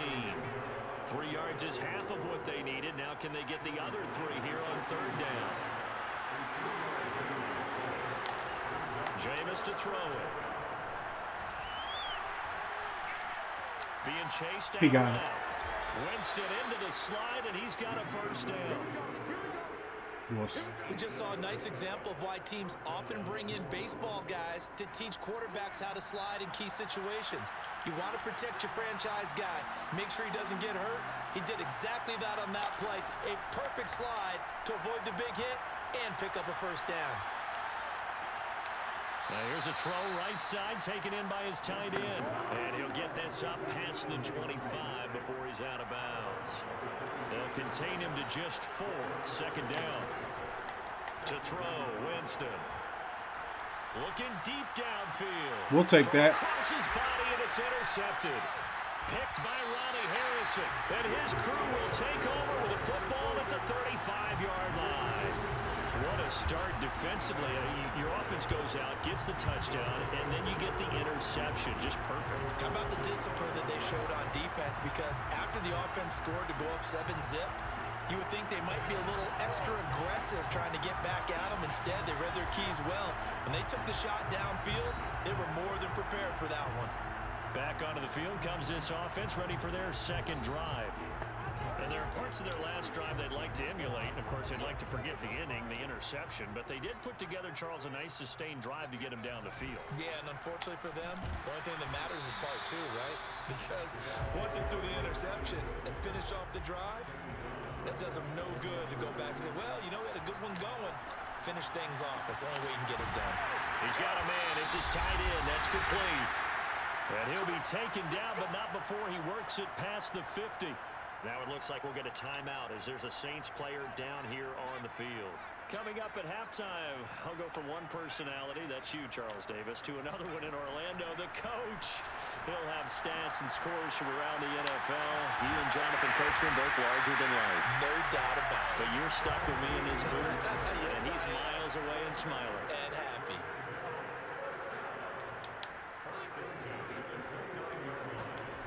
They'll look to throw now on first down. And inside the 20 before he's brought down. Looking to speed things up here, going with some tempo.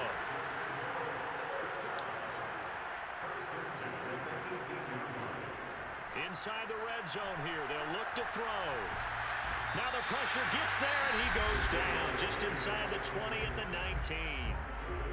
Now the offense going to use the first of their timeouts as the stoppage will come with a little under a minute to go in this first half. 2nd and 11. Sliding out of the pocket. That's going to be caught. And all the way to the 2-yard line there before crossing over out of bounds. That's a big league job there of getting out of the pocket, not panicking, and just buying himself some time. Then he made a good, accurate throw to set up 1st and goal.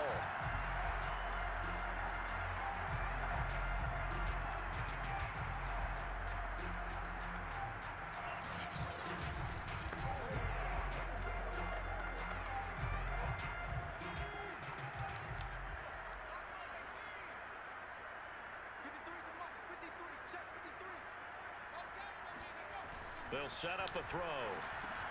And it's caught. Touchdown. Jalen Waddle, his 6th touchdown of the season.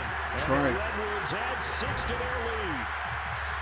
Good bounce-back drive right there through the pick on drive number 1. Drive number 2 leads them right down the field into the end zone. Agree totally. Excellent bounce back. Tremendous poise. Confidence never lost. And obviously he transmitted that to his teammates as well. What a really nice drive. Coup now for the point after. And it's good to make it 14-0. 14-0. So this drive spans 7 plays.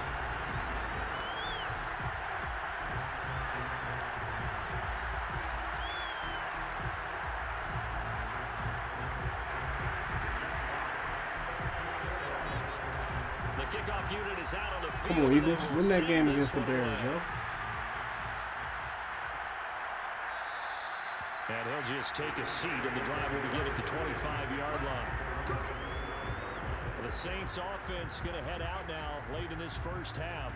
And with him down 2 scores, you wonder if they might try and put something together, even if it's just to get into field goal range.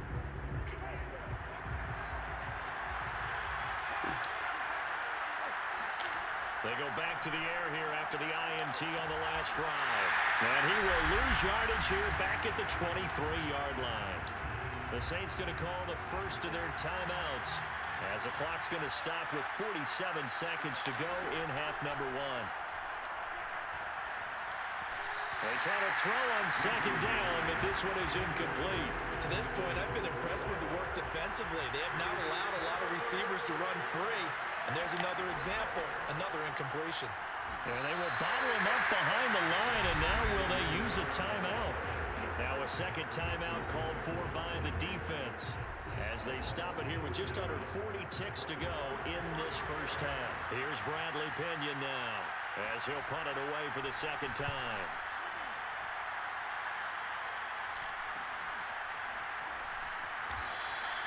We'll call that a punt of 38 yards officially. Back out comes this offense now late in this first half. And with great starting field position and one timeout in their pocket, they could still come away with points here in the late going.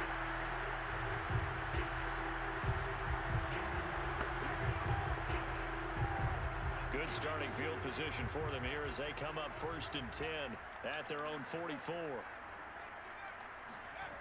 They'll try and start this drive in the air. And the Saints pressure gets him. Brought down for a sack. And you see the clock almost empty, so this is likely the last play in the second quarter. He'll rifle this one deep right side. This throw incomplete, nearly picked off. And with his pedigree, he doesn't drop many of those. But third down coming up. An incomplete pass on that last play, and that means they'll need to come up with something here on third down. Eluding the pressure right.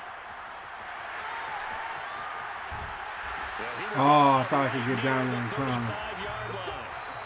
So we have come to halftime and final season. Tell me what it's hitting for, coach. As we send you cross country to Not final season, final game. Let's hear from the coach. Sports halftime report. All right, Brandon, thanks very much. We'll get back to you and Charles in a minute. But first, time to give the folks at home a look at what's going on around the NFL.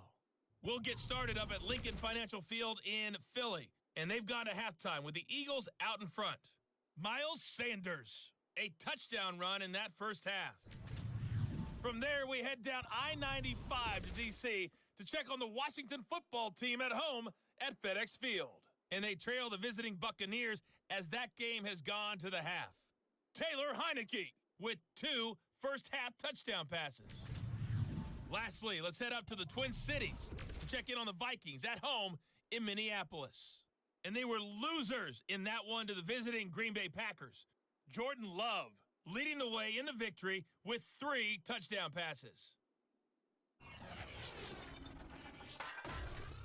On now to a look at the next-gen stats in that first half for the Saints. And they will need to get this passing game in gear because they did not do much of anything in that first half. And it's why the scoreline is what it is. Meanwhile, on the other side, they had a little more success than their counterparts did in the passing game, as evidenced by the numbers there. Both these teams, no doubt, making their final halftime adjustments as we speak.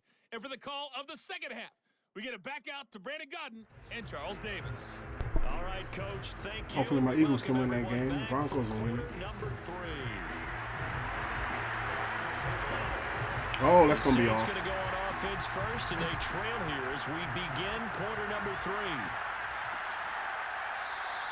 No run back here to begin the half, and we will start at the 25-yard line.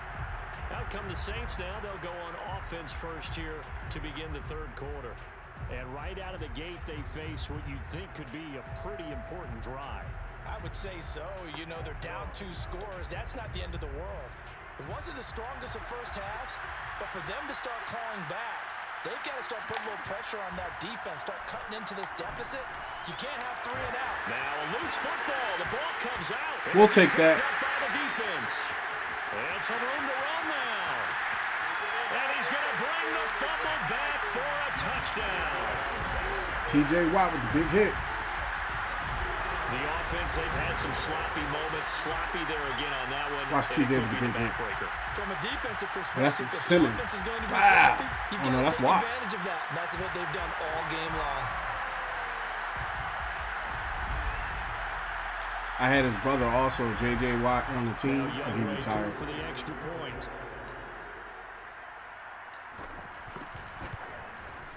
And it is now 21-0. So not only the cough up, but then the pickup on the other side, the scoop, and the score the other way. The fumble return for a touchdown.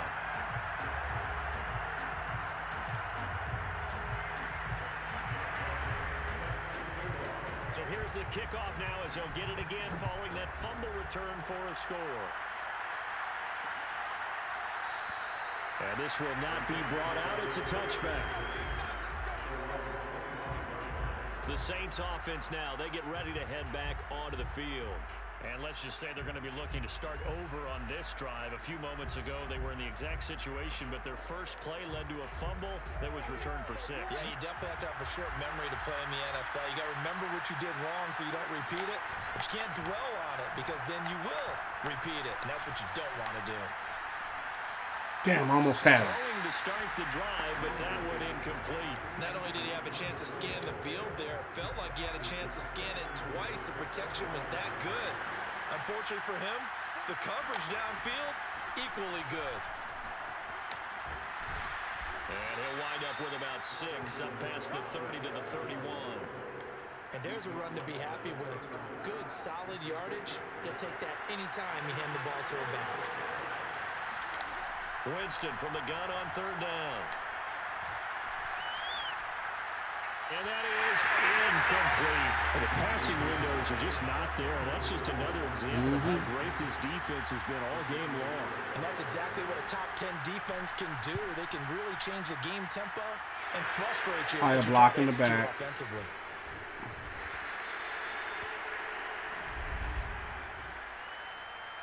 It better not be Romeo again. Yo, what's going on, bro? You starting to have a problem with that. So the special teams penalty cost some yardage there as they come out on 1st and 10. And he'll give it here to his running back. And he'll work this forward for about 3 at 2nd down.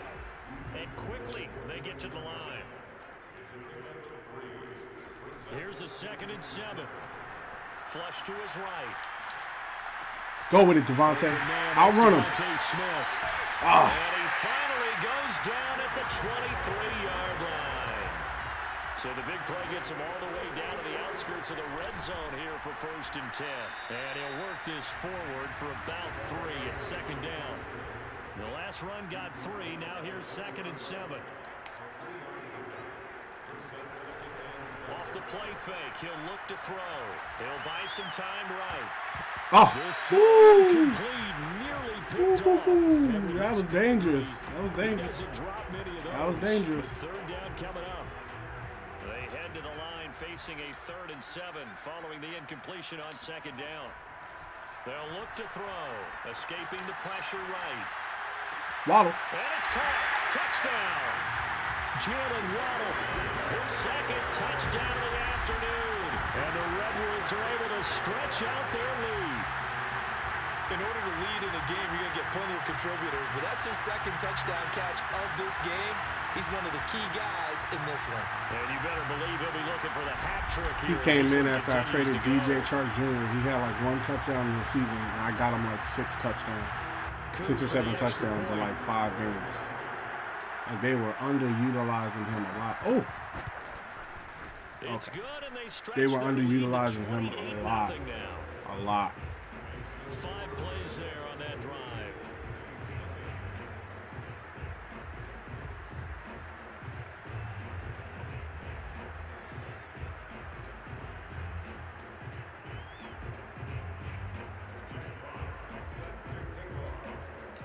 Set now to kick this one away, and off it goes.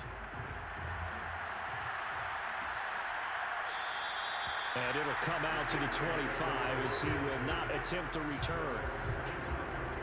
Out onto the field comes New Orleans.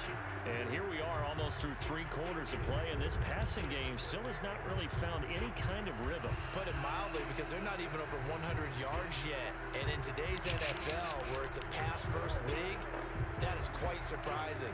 Not many teams patient enough to stick with the run. Everybody wants to advance the ball through the air. They've got to get their timing back. Winston and the Saints now with a 1st and 10 at their 25-yard line. And he'll start with a give to Kamara. And he's upended after a gain of 2 out to the 27. Well, they certainly have been able to get him going and establish the run, so I think it's time to abandon that plan and start chucking it all over the park. And you know who's excited about that? The defensive front. They got just pin their ears back and get after him now. And they'll get it up just damn, I almost got the Winston. at the 44. Almost got my sack. An acceptable read right there because it's zone coverage, so timing is everything. This time he waits for his man to come open, puts it right on him, and they pick up a first down. My sack. Oh. And the pressure gets there, and Winston goes down. Eric Kendricks. It'll go as a loss of about 8 as he gets in there to drop him. Well, remember, they had the nice gain on the previous play, but they just gave a lot of it back right there on that sack. Yeah, they get the sack, get back some real estate. Eric Kendricks is a good linebacker. That can spark a defense and swing some momentum.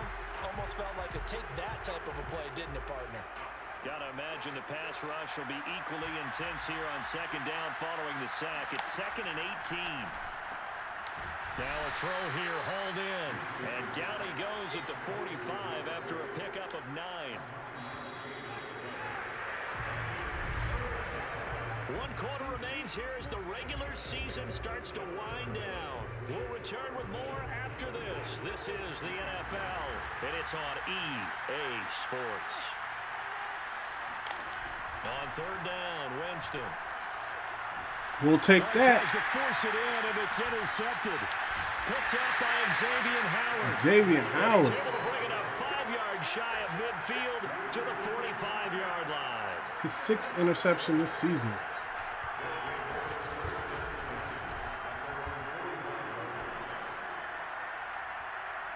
Oh no, Miles Jack is down.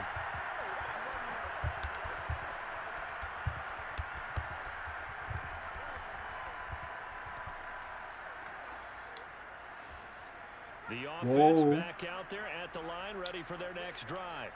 And after the interception, they are sitting in an even better spot with the ball and a comfortable 4th quarter lead. You're going to give me the whole field. And he is tackled inside the 40, not quite to the 35. And the offense moving quickly to the line. They'll try and run some clock here as they keep it on the ground. Dances by him.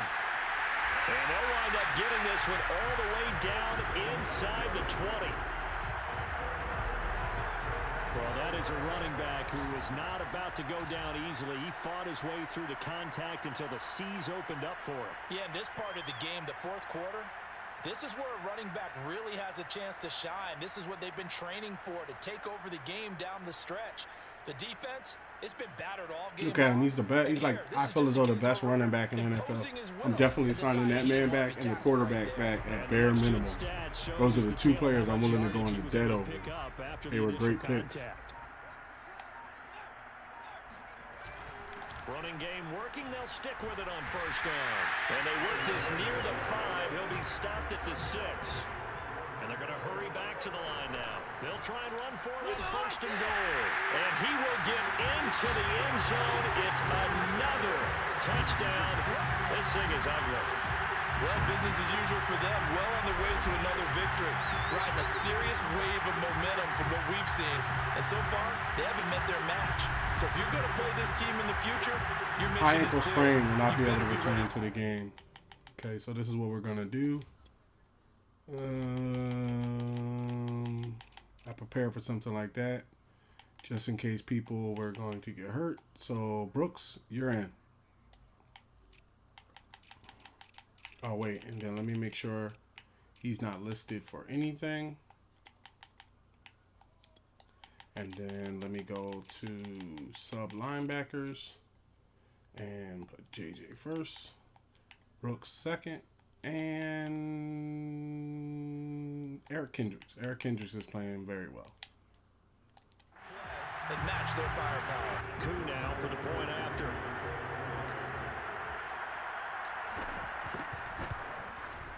And he's been a busy man, 5 for 5 now as he. I want to get 1 more sack and 50 more rushing yards if I can before the game is over. So that drive, 4 plays, and it's capped off by a touchdown run of 6 yards.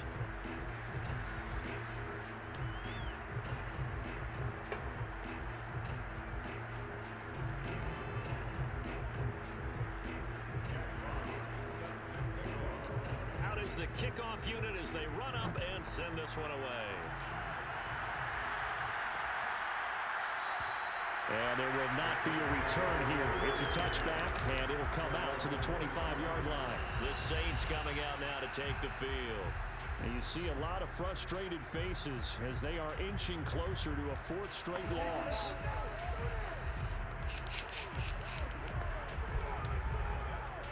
Winston and the Saints now with a 1st and 10 at their own 25-yard line. Try to shake off the interception. He'll look to throw. Drops this off to Kamara out of the backfield. And he's able to get this one up to his 30 before he's out of bounds.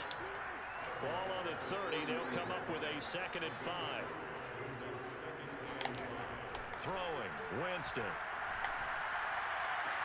Open man is the tight end Troutman. And he gets this up across the 35 before he's out of bounds. Line of scrimmage, the 37 on 1st and 10. Working out of the gun, Winston. That's complete to Troutman, right side. And that'll be good for 8 yards. Oh, if he didn't give him the sack, if he didn't hit him with the power punch, I would have probably got that. Just 2 minutes remaining here in the 4th quarter of what has been a one-sided affair. So it's Saints football as we get you reset. They're looking at 2nd down now as they search for a consolation score. Meanwhile, Winston's throw complete there to Smith. And they'll get him down as he's inside the 40. Now you've got to hustle your guys to the line and get them set. Winston's throw there taken in by Smith. And I think the ball's out, but this will fortunately wind up out of bounds. Can almost see inside his face mask there the look of relief. He coughed it up, but it goes out of bounds. They keep it. Someone came around the lucky horseshoe, aren't they? If I were him, I'd go out. And Winston lost the football. But fortunately, the Saints were able to hold on to it, so they will indeed keep possession. Throwing on 2nd and long. Winston. Much like a running back going through the line, quarterbacks have to be aware of protecting the football as well. He left it exposed that time, wound up having it knocked free, but fortunately, had an alert teammate who was able to get it. 7th play of this drive coming up, but a long way to go on 3rd down. Here's Winston. Ball had his hands on it, couldn't bring it in. Good defense, boys. Symptomatic of how this game's been going. This defense was definitely alert to the possibility of the deep ball, and they were more than ready for it. Oh, we're not going to get a shutout if he gets this. Maybe can expect more passes like that downfield. Simon able to knock this one through. And they'll get back 3, but this remains a large deficit. Well, he was a spectator for much of this game. This is his first field goal opportunity of the entire contest, but he's able to connect. Yeah, he had a pretty good seat to this one, didn't he? But let's face it, all kickers that you and I know, they want to contribute. They want their opportunity, and he seized his. And it's a pretty good return here as he'll get this up to the 29. Here's Sacramento's offense once more. And right about now, heck, they might be wishing they did not have a bye week coming up next week. It appears they're going to go into that week off in high spirits as they've got this one well in hand. And he'll work this forward for about 3 at 2nd down. Now the offense going to use the first of their timeouts. That'll leave them with 2 remaining. We'll be back after this. 3 yards on that last carry. Here's 2nd and 7. Now a handoff here to his running back. And he's able to break out of 1 tackle, but then quickly brought down. And now they're in the hurry-up. Going to give this time to the tailback. I should have went up instead of sideways. First down here at about the 40. And he'll give it here to his running back. Face mask. And flags come in as he gets forward for about 3 yards. Well, let's check on the call. What? So that time they get the tight end on the hold. Normally he's a pretty good run blocker, but this time he just didn't get his arms extended and let go quickly enough. The flag came out as a result. A nice burst there as they'll get about 7 that time on the first down run. Now another timeout called for by the offense. That'll leave them with just 1 remaining in this 4th quarter of play.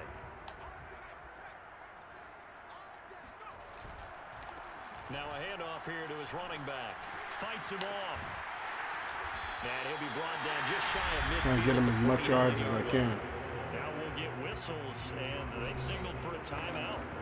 Not sure I see the logic in this, but we'll get a stoppage anyway with 5 seconds remaining. And to give this time to the tailback. Able to slither by. And they'll work this down to the 40-yard line. 84 yards. That might have got us to plenty of 1,500. smiles for the folks here as they head for the exits. It's a victory for their hometown guys. And they were buoyed, Charles, by a big second half that put this one on ice. So you get the sense that whatever was said at halftime obviously hit home. I think it's a little bit more than that, though. Obviously, there are words that are said, and, hey, come on, guys, we have to play better. But sometimes it's just sharpening your execution, sharpening your focus, and maybe doing the things you practiced all week without major adjustments, just doing them better, and that got it done in this one. So for the home team here, they finish off a perfect regular season, 17-0. And now they'll have the week off as they get set to go after a Super Bowl title. Meanwhile, for New Orleans, this loss will mean they finish the season on the wrong side of 500 at 8-9. And they can take solace in the fact that this team never quit all the way to the end. All right, we did it. A perfect season is in the books. Matt Winslow put it on deep threat. Damn, he's at 84 now. He's more than just a punt returner. Like, he can really run. Has some good stats. Okay, so I can't negotiate. Let me see. I can't negotiate again with Decker because he doesn't want to negotiate anymore. Well, he doesn't want to negotiate till next week, and next week we'll be off the season. Let me check free agency because I no longer need what's his name? I no longer need Zach Ertz because my halfback is back. I could use a wide receiver. Who's on wide? I'm kind of light at wide receiver. Sammy Watkins, Nelson Aguilar, no way in hell. Josh Reynolds. Any ex-Eagles?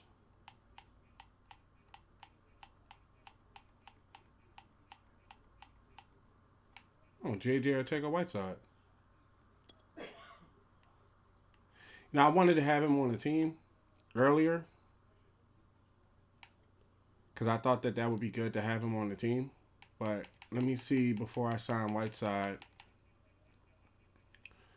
Let me see who is the top people out. Okay, so Chase Edmonds, Phillip Lindsay, this cornerback. I have enough cornerbacks. Brian Poole. Brian Poole's a good player. I know Brian Poole's a good player.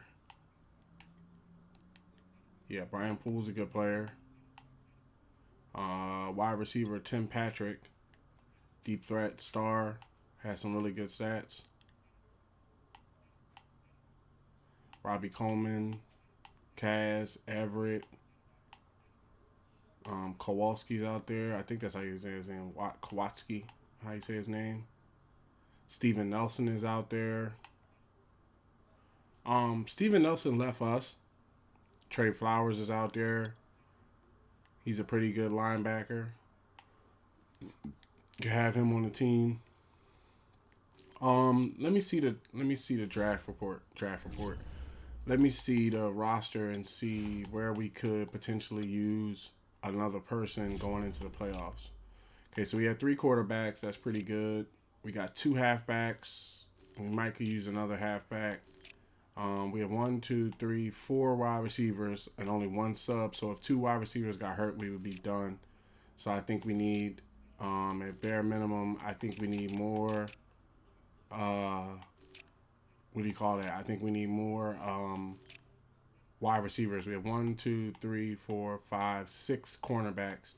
And we have we have a free safety and a strong safety that can play cornerback, so we're good there. So if I release Zach Ertz, that frees up a position, and then that will take us to 1 position open. So, yeah, we're going to go for a wide receiver.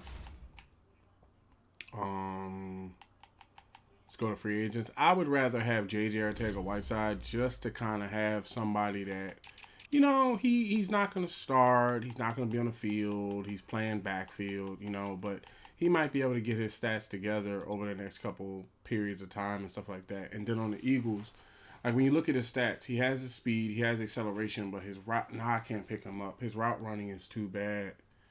That means that basically if I, like say I call a up and right turn, he could go up and go left. And then because I deliver the ball, he'll go the other way. I've seen that happen before. So that's not pretty good to bring him in. Sammy Watkins, the boy that played with the Chiefs before, he's nice, but he's been around for about 10 years. I kind of want to pick somebody up that maybe who's practice squad eligible, what they looking like. Oh, okay, BJ Macklin, deep threat, normal, pretty good stats, doesn't drop the ball. What's he on? He's on a 2-year contract. I can sign him to my active roster. His speed is very well. He runs the short route, the medium route pretty well. He has a 76 release, 84 jumping. Yeah, let's go with BJ Macklin. The reason why I went with BJ Macklin is because he's the highest rated wide receiver in that class. And then if you go back to all, these guys right here are going to require like millions of dollars. Like they're not going to take the field, but to have them come back next year, I would have to sign some sort of deal to bring them back. And I don't believe in none of them. So let's go in here and release Zach Ertz.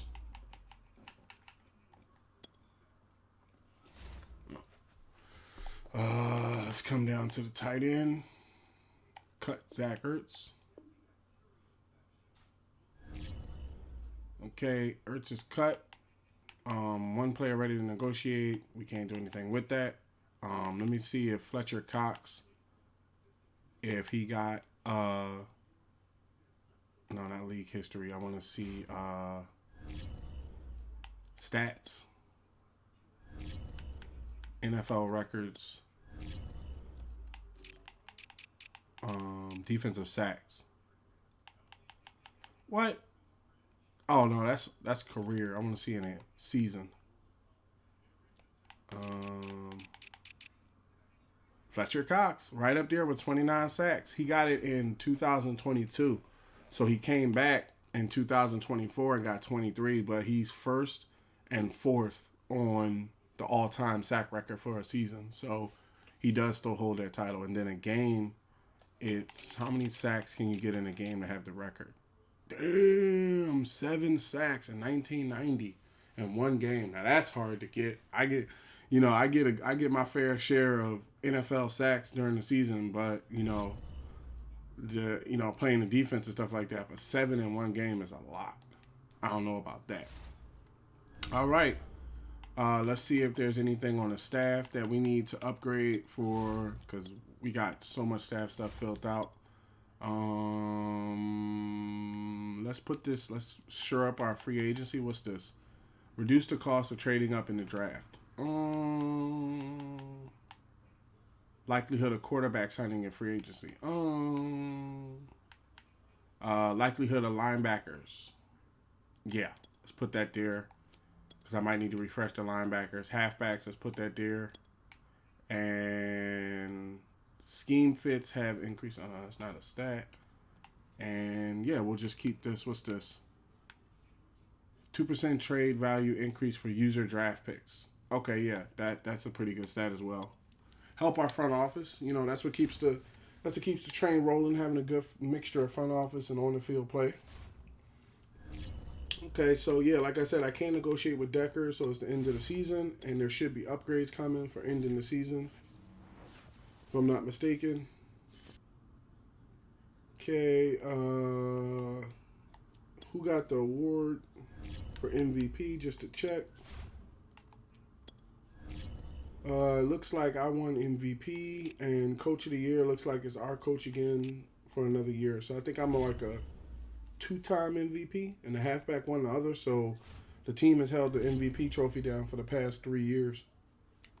Okay, so view the playoff bracket. Okay, we got the first round bye. Who got the first round bye over there in the West?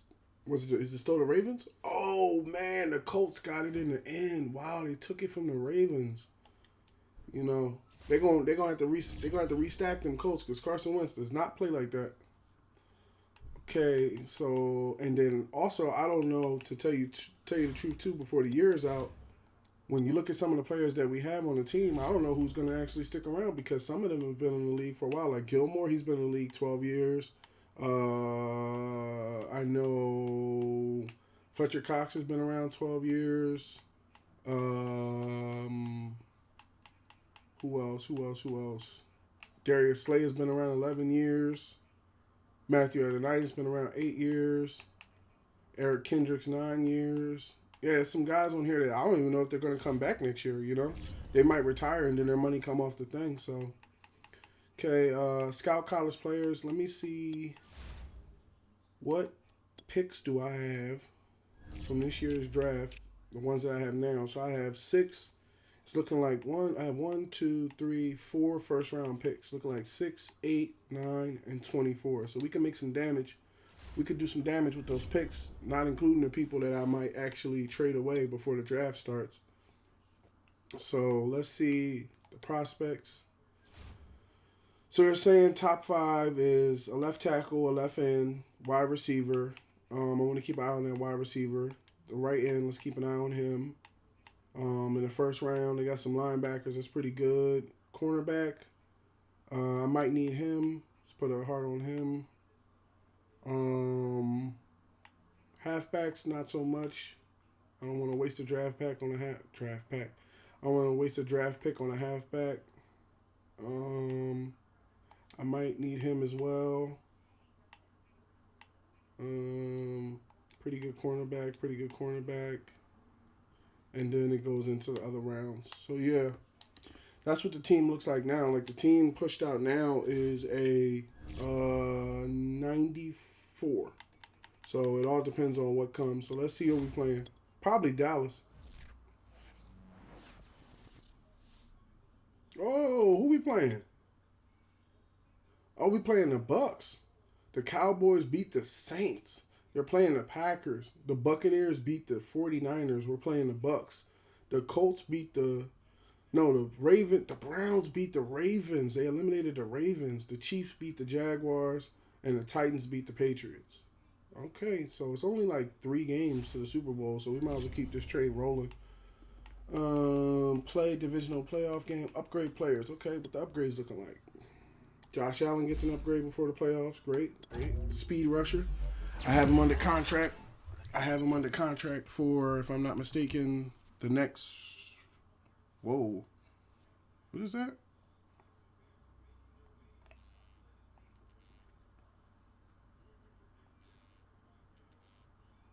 Oh, that's just tweets. Okay. So yeah, I have him signed up for the next 5 years. You know, he developed into an X Factor. Kenny Macklin, he's under deal. Put him on run stopper. He's the person that's going to be taking Fletcher Cox's position when he leaves. Patrick Surtain, man to man. He been developed into a 90. Michael Carter Dickerson, the middle linebacker that came over. He's a star. Let's put this on pass coverage. He's an 81. So he's more than willing to play the linebacker position. I might lighten the load on the linebacker. TJ Hawkinson, vertical threat. He's almost a 99. If he gets up to 99, I'm going to hit him with the boots. The gold boots. Okay, so now this is the playoff lineup. The regular lineup is something different. This is the playoff lineup. Okay, so we got Gold, got Richard backing him up. Okay, everybody's playing well there. Wide receiver. Macklin's going to be on the field instead of Nick Thornton. So he's our 6th wide receiver. Devontae Smith, Bowman, Waddle. No, let's put Waddle there. Or actually... yeah, let's put Waddle 2nd and Bowman 3rd, Winslow, and then Cumberland. Tight ends are the tight ends. Left tackle. No, left tackle is going to be Penny Sewell. What happened? Why is he at right tackle?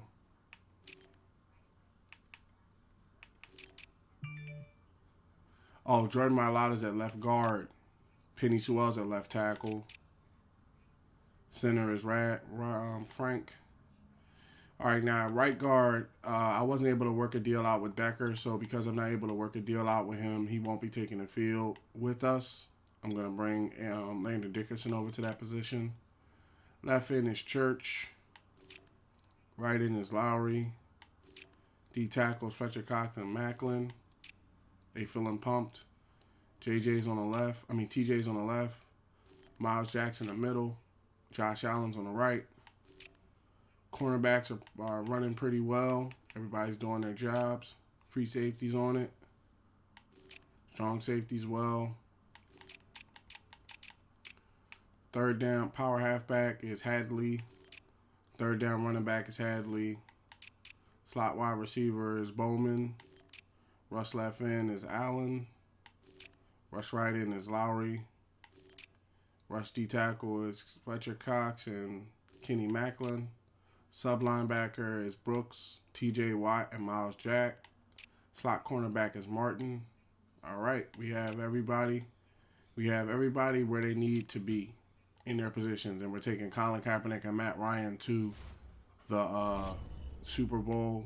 And I should have negotiated with Colin Kaepernick before the Super Bowl, but I didn't think I was going to bring him back, but I do want to bring him back. So when I get that because you get another opportunity before the season ends to re-sign the players. It's like your last chance. So, I wanted to check the results too of some of the players we had that were hidden to see, what are their ratings and stuff. Okay, we got more upgrades.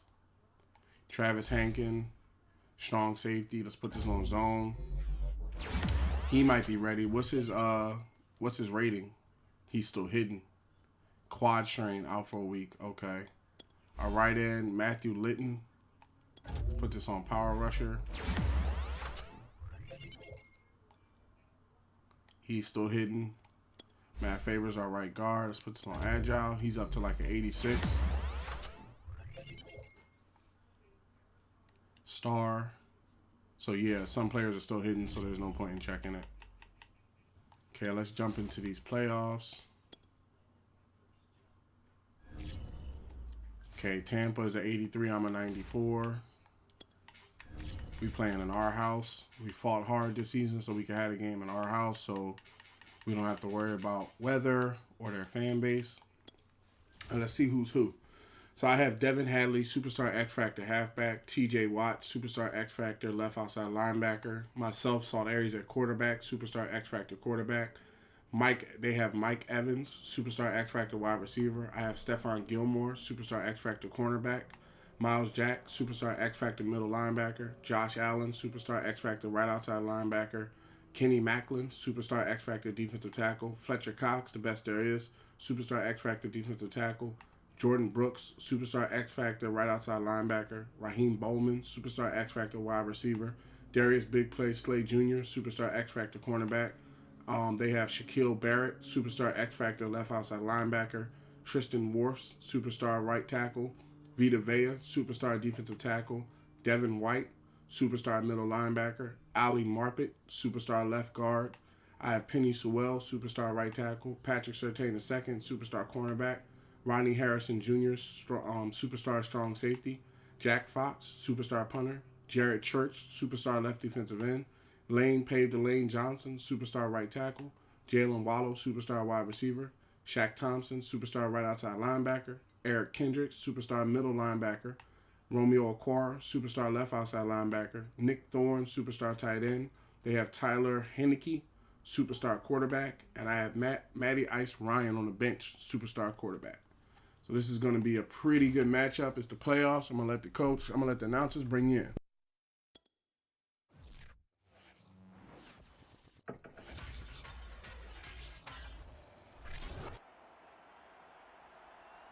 Madden football brings you the divisional round of the NFL playoffs, and it's brought to you by EA Sports. It's the Buccaneers and the reigning Super Bowl champs. Coming up next.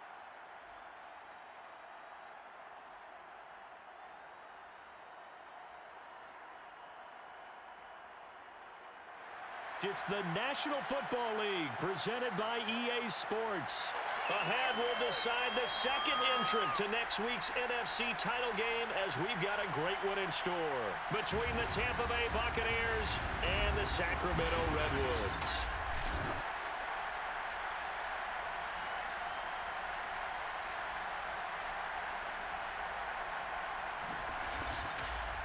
Hello, everyone. As the postseason continues here on EA Sports, we're pleased to bring it to you. Alongside Charles Davis, I'm Brandon Gaudin. And who has the edge here? You got one side that had some extra rest, but another comes in off a win last week in the wild card round. And it's funny, depending on which team you are, you say that that's an advantage. You'll take the rest. You'll take the week off.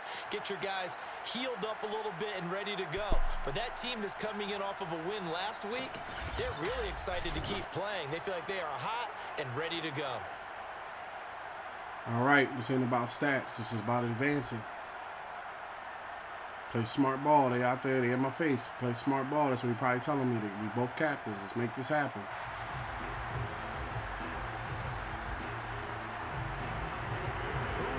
The fourth and final ticket to the conference championship round. We'll know soon enough as we are underway here on a January afternoon.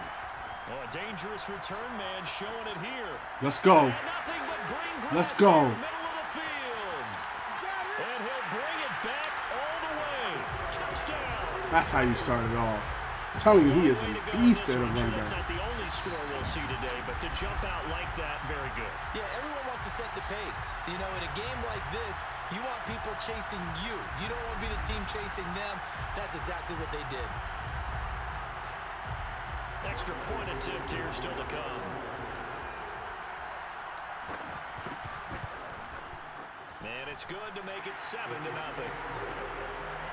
So how about that for an intriguing start? The opening kickoff of the ball game, return for a touchdown. Don't worry, Winslow. I'm paying attention. Bro.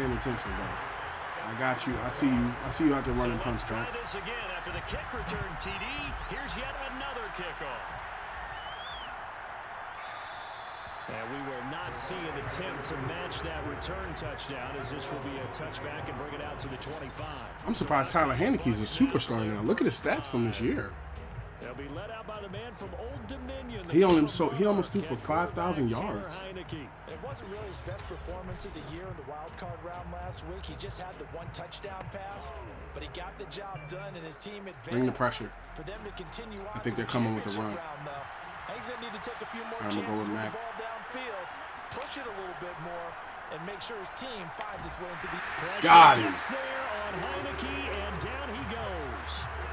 Fletcher Cox gets him for a loss of 8. What great push up front. How about the defense there trying to set the tone on the very first play of the game? Yeah, there's a little bit of a glow here tonight because they brought the heat right out of the gate. What a good job establishing a tone for this one. Cover 6. So that complicates things a bit here. 18 yards to go now on second down. Another try after the first down sack. Heineke caught on the right side by Jones. And able to get this across the 20 before going out of bounds. So give him 5 yards. Cover 3 Cloud. Let's keep bringing the pressure on. It'll be a third and about 13. Now Heineke. Got him. In trouble, and he's taking You're going to double me. Straight lane for T.J. Watt. Or as his mother Connie calls him, Trent Jordan Watt. Trent Jordan Watt. CD, you know, so often we talk about quarterbacks holding on to the ball too long. We can't say that there. He had no time to do much of anything. And this came from the edge, and those pass rushers, they have so many tricks of the trade to get around blockers. They have a lot of tools in their kit. This was pure speed and athleticism on this play, though, and they could barely get a glove on him before he got the quarterback on the ground. Playoffs, by the way, I'm playing. The Buccaneers punter now. I'm not going to straight rush because then there's nobody there to block him. Out on the opening drive of the game.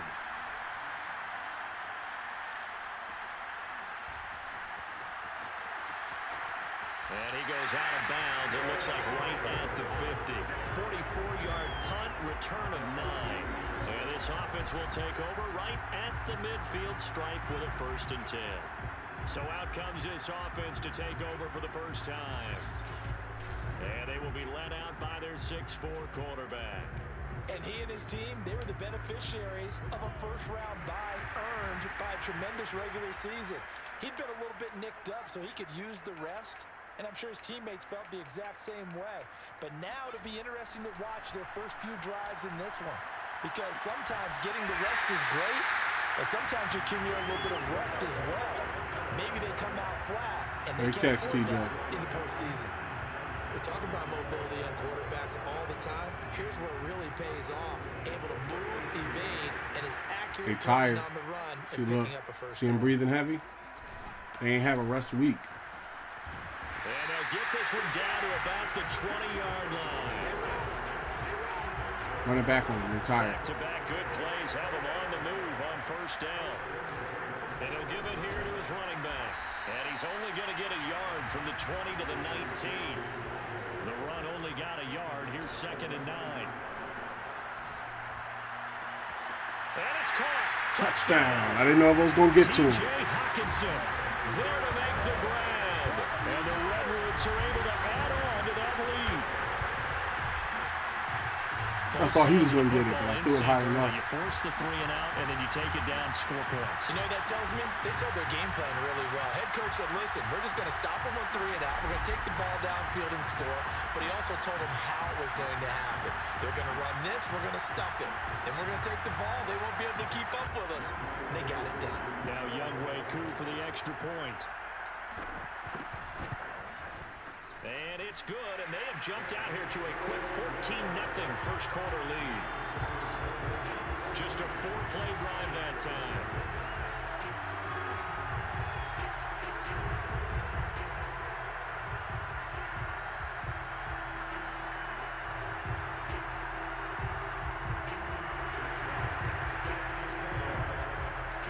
The kickoff team on the field now as they will send this one away.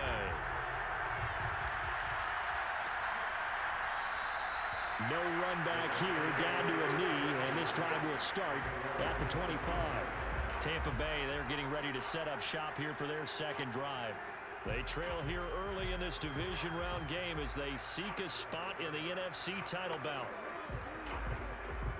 1st and 10, and kind of tipping their hand at running the ball. 3 tight ends are out there.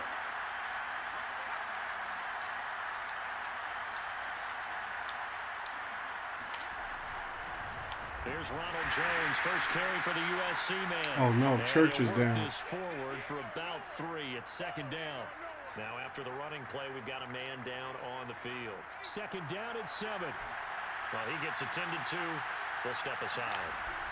On 2nd and 7, Heineke. This one complete to Scott Miller. Now after the completion, we're going to get a timeout, an injured player. While the trainers Broken ribs. Oh, man, we've been out here for 5 minutes, and our Church has broken ribs. He's probably gone for the rest of the playoffs. We suffer our first injury. Okay. So Josh Sweat will play it as an 85, and Jordan Brooks will play it as an 88. But he probably can't come off the line the way Josh Sweat can, and I brought Josh Sweat here for just this sort of purpose. That if something happens to the line, that basically he can step in and be ready to go. So we're gonna bring Josh Sweat, and we're also gonna update the rush. Church doesn't rush, so let's take Church out, put Romeo Okwara there, and then bring in Josh Sweat, and put Josh Sweat below him. Okay. Damn, we just lost Church. Don't worry, Church. I saw all the stuff you did, brother, before the season ended. The 37 on 1st and 10. The give is to Jones. I was about to slide left. I should have slid left. A yard here to the 38. Yeah, things were pretty stacked up there in the middle of the line. A lot of bodies, not much space. I think ultimately he was fortunate to get anything out of that run.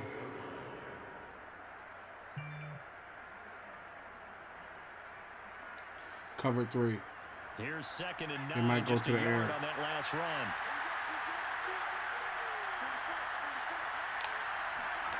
To throw is Heineke. He sets up the screen to Lowry is Jones. amazing. Did you see the way he broke that tackle? Maybe get back To the line block? of scrimmage, but no more Cover than 3. that. Nothing on the screen that time. Now it's 3rd down. 14-0 the score. This is the NFL on EA Sports. Second quarter now, and it's Buccaneer football as they've got it with a 3rd down coming up.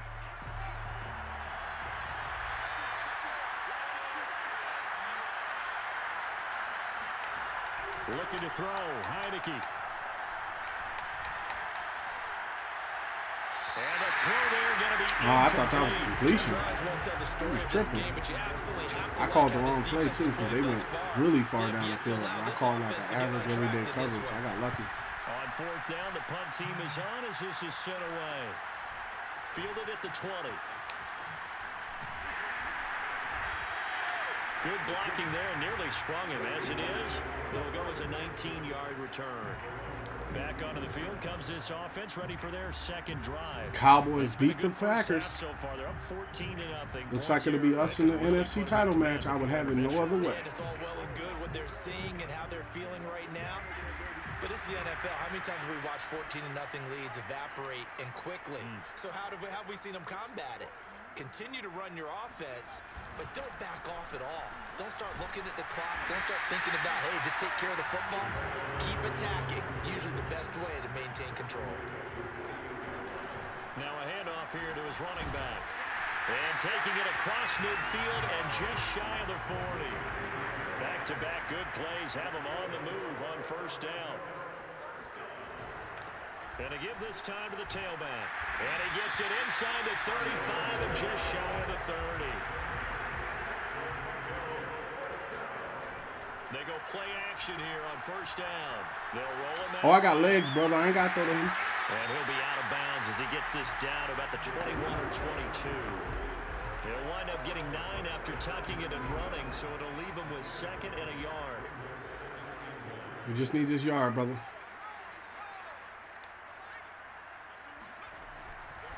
And he'll give it here to his running back. And running. Oh, man. Lane Johnson is down. Oh. Now Lane is down. Johnson dinged up a bit. Still down. Hopefully nothing serious. All right, While the training staff works on him, we'll step aside and be right back. Now a handoff here to his running back. And he gets this down to the 18. Good enough for a 1st down. From the red zone now, they'll look to throw. Ooh. Ball hit as he throws there, incomplete. Muscle cramps will return soon. No. I don't need you getting hurt for the rest of the playoffs, so you are done for the day. So we're going to bring in, like I said, I have a problem. Me and Decker haven't worked out a contract, so he's not coming in. Parker. He plays it with finesse. He'll be able to hold down that line over there. Take Decker out and put in Lander Dickerson behind him.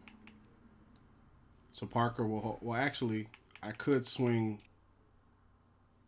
Yeah, that's cool. Let Penny Swell be on the right, and I'll let Decker be on the right tackle position.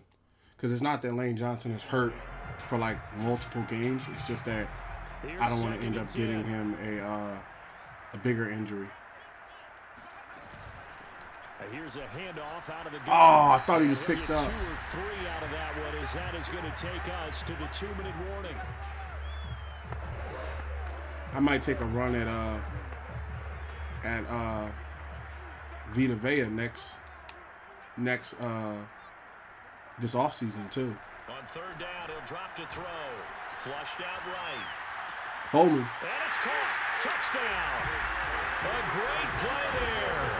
There to make the grab. And the Redwoods continue to show why it pays to play at home in the postseason as they add on to their lead. Well, I don't think that we're ready yet to say the route is on, but they have certainly looked near flawless here in this first half, and now an extra point away from making it 21-0. Yeah, and your experience led you to say that because we have both seen those 21-0 leads come and go in this league, but this one feels pretty darn secure. And here's the other part. Even when people chip away at it, it forces you into being almost perfect on the other side, doesn't it, in order to try and mount a comeback. Extra point by Koo, up and good. And it's now 21-0. The kickoff unit is out on the field, and they will send this one away. And he'll decide to not bring this one out as their drive will begin at the 25. And Tampa Bay trots out there now. And some dangerous territory. You're already down 3 scores. A 3-and-out here, or an inability to put any points up. This one might be over by half. Yeah, and what you also have to guard against is calling every play for a big shot downfield. You know, thinking you're going to get all these points back on one drive. You're not. And last time I looked, it's still the first half. I'm not saying you have ultimate patience here, but you also don't have to go ahead and force everything either. Now they got to get to the line quickly. Heineke now looking to throw on first. We'll take that. Looking for Evans, and it's intercepted. Picked off by Pat Surtain. Patrick Surtain in second. Let's go. And he will take this one home. Dance on him. Touchdown. That's right. And we'll see if that pick six looms large as this game continues, because we've seen plays like that alter a lot of playoff contests over the years. I would agree with that totally. And you often think to yourself, why do they alter it so much? Because after games, don't we hear coaches and players say, well, one play doesn't usually determine the outcome? But I don't think that's really true, do you? Because there's times when we see plays like that, and all of a sudden the momentum jumps to that team's side. It deflates the other side, and they never pick it back up. And then things really go from there, don't they? That's why I'm not like putting the ball in the air as much. I'm watching who actually gets passes and stuff like that. I'm trying to get points up. My method, just as a pro tip, when you're playing in the playoffs, whether it be 2K or Madden, put up as much points as you can as fast as you can. Like if you can score every time, score. Because like when they come back, I highly doubt that the Buccaneers are just done. They're gonna get like some long pass or some ridiculous crap that puts them in a touchdown. But by the time they actually get on the board, I'm up by 2-4 touchdowns. You know, so just gotta hold on to the lead. So he got an interception. He got 42 yards. He has to go downfield. That's the only way he gets back. See? He's struggling as well. They've got to find something here. He's got to find something on this drive. And sometimes you take on all that extra pressure on yourself, and maybe you have to disperse it a little bit. Lean on some other people. Lean on almost got that one. Oh, no. And someone who can take the pressure off and get the ball in their hands. Fletcher Cox is down. If he doesn't, this is getting out of hand, or it could get worse. To throw on second. Get him, Macklin. TJ got there. Jack got there with the speed. Down he goes. Miles Jack. He's the one that got home and takes him down for a loss of 9. Bruised shoulder will return soon. Nope. And we got Fletcher Cox down for this day. He's been in the league about 12 years now, so that starts to happen when they've been around a little bit longer. Matthew Ioannidis will play at 85. But Lowry will play at an 89. So if I slide, or Church is hurt. So if I slide Lowry over to the defensive tackle position, he plays right in. So I would have to bring somebody in to play that position. And I think I'm going to go with Brooks. We're going to bring Brooks in at the right end. Well, no. Because Brooks isn't a lineman like that. But I do kind of want to get him on. Let me see what's his block shedding like. If his block shedding is high, then he'll have success on the line. Let me see.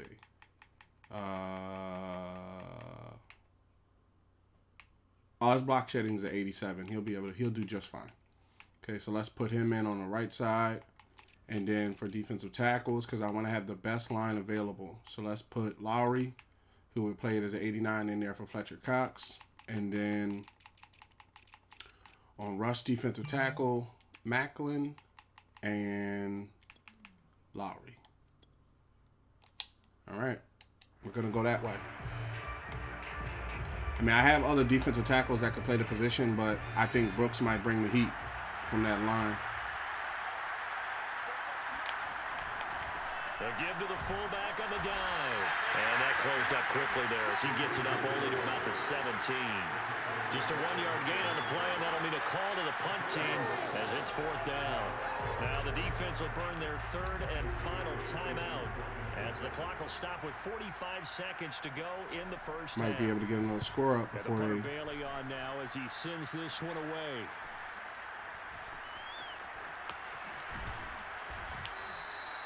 So a change of possession here on the punt. And this offense, they're going to have excellent field position. They take over with a 1st and 10 on the short side of the field. There again is the running back as he trots onto the field. He's been effective so far over the 40-yard mark here in the 2nd quarter. Don't forget about those guys up front, though. They've been effective, too. The leverage game has been in their favor. They've been the ones who've been able to bend their knees, drop their hips, and get a little bit lower than the guys on the other side of the football, and they've moved them out of the way for the runner. Sometimes that's tough for those big fellas. Not an easy thing for them to do. And he'll go down, but not before getting this inside the 30. They're going to hurry back to the line now. Now on 1st down, he'll drop to throw it. Rolling to his right. And that is caught. It's Winslow. And he gets it all the way I couldn't get the spike. Couldn't get the spike in time. So we've come upon all right, we're going to halftime. NFC divisional round matchup. As we'll send you back over to Orlando with our EA Sports halftime report. Here's Jonathan Coachman. Okay, Brandon, thanks very much. Welcome in, everyone, to our EA Sports halftime report. Let's get you caught up on what's going on around the NFL. But first, let's take a look back to Saturday's NFC divisional round game. And it was the Dallas Cowboys who are moving on to the next round as they knock off the Green Bay Packers.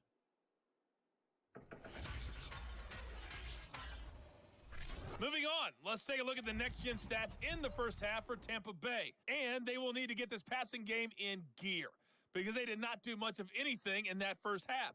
And it's why the scoreline is what it is. Meanwhile, for our home team, we check out their numbers on the ground as they'll try to keep the momentum going into the second half. Both these teams, no doubt, making their final adjustments as we speak. Yep. Which of these two teams is going to advance to the NFC title game next Sunday? To find out, let's get you back to Brandon God. All right, Coach, thank you. Damn, the Titans beat the Chiefs, so the Ravens and the Chiefs are eliminated. And I think the Cowboys won their game. It's going to be different. Let's go, boys. And no fireworks to start the half. This will be a touchback. Out come the Buccaneers. They'll have it first to start the 3rd quarter. And Charles, that had to be an interesting locker room at halftime. This is a team that's had so much success this year. Haven't really had to deal with a lot of adversity at halftime, to be honest. But now here they are with their playoff lives on the line. Why is he on the field? Oh, because we probably need 2 defensive tackles. Shouldn't that be Lowry? Oh, number 3 is him. Okay. And I think when you're alluding to that interesting locker room, you're just wondering, how are they handling that bit of adversity that they're seeing right now? Nowhere to go here. He lost the We'll take that. It's going the other way. And he's going to bring the fumble back for a touchdown. Kenny stepping up. Play there by the defense. If these guys are going to advance, and it looks like they will, this defense a big reason why. And they love carrying the mantle for this team, don't they? You see the way that they move around out there? They want to lead this team deeper into the playoffs and hopefully onto the Super Bowl. And that return for a touchdown certainly helps that cause.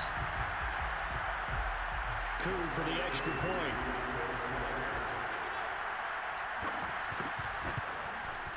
And he's been a busy man, 5 for 5 now as he knocks another one through to extend the lead. Big hits out there. We're putting big hits up. Always an exciting play in football, and we witnessed it there. Grabbing it off the ground and then rumbling it into the end zone for 6. And you can bet they're preaching 2 hands on the ball here as the kick's away following that fumble return. The return man down to a knee, and this will come out to the 25-yard line. Here again comes the captain of this offense leading his crew back out there now. And he has not really been able to have a lot of comfort back there in the pocket. Pressure's been coming at him a lot, hasn't it? And they've got to figure out how to tamp down that pressure. How do they decrease it? Is it getting rid of the football quicker? You know, shorter drops? Maybe they do something different with their pass blocking and their protection schemes. Maybe you meet them on the line of scrimmage instead of retreating to try and protect your quarterback. They've got to figure something out, though, because you cannot let your guy get hit that much, not if you intend to win. I know they'd like to erase that video and those 4 sacks that they've seen so far. On 2nd and 9. Heineke. Get him. Good sack. On Heineke, and down he goes. Josh Allen, give him the credit for the sack and a loss of 14 yards. So if we recount real quick, he had the touchdown earlier, and now he comes up with the sack here. No doubt about it, he's having himself a game.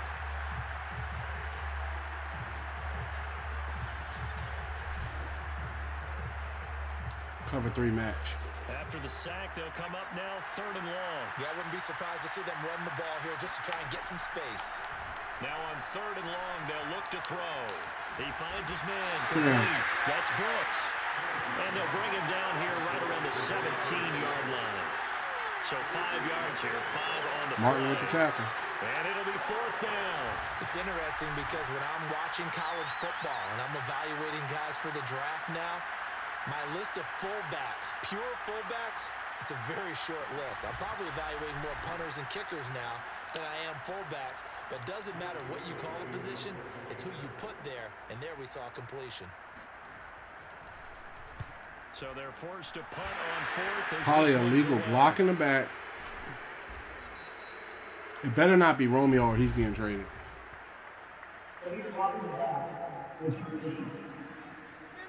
Oh, I was about to say, because Romeo had like 2 of them Johns to end the season, and I'm like, it's not going to be this thing where you just keep, okay.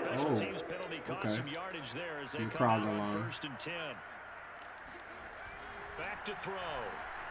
Dancing to his left. Go with it, Waddle. This will be caught. It's Waddle.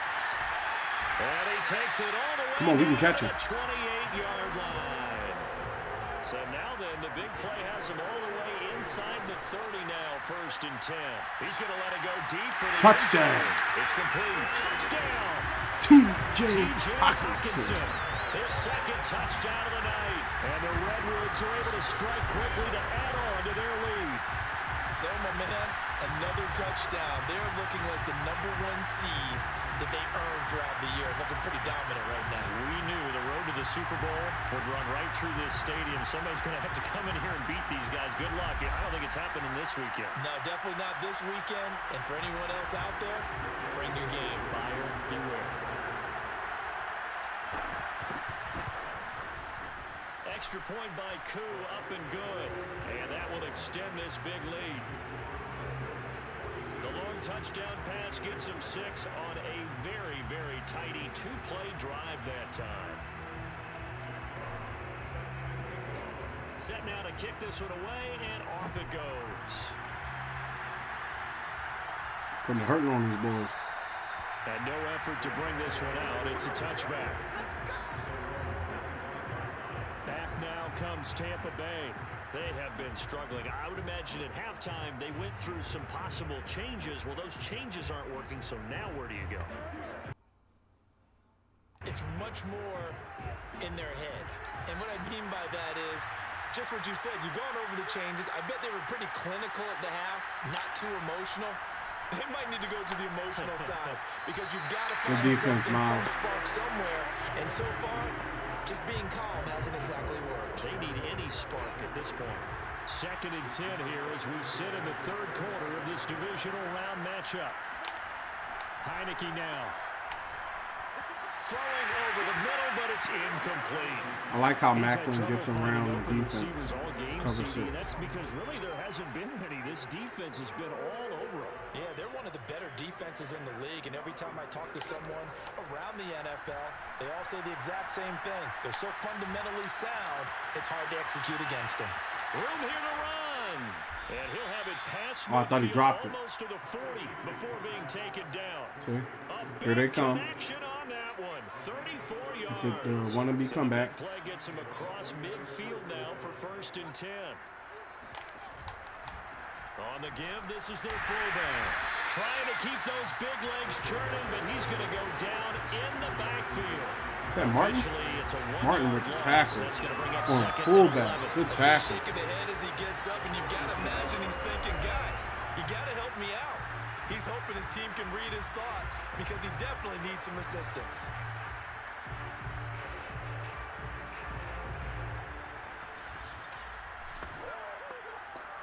Cover 6. 2nd and 11.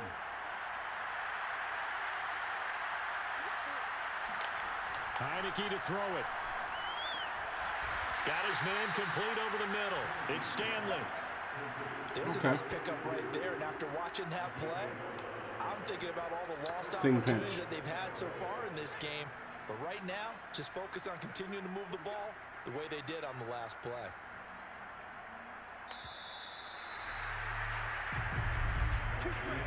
One quarter remains for a trip to the NFC title game. This is the National Football League on EA Sports. A 1st down throw for Heineke.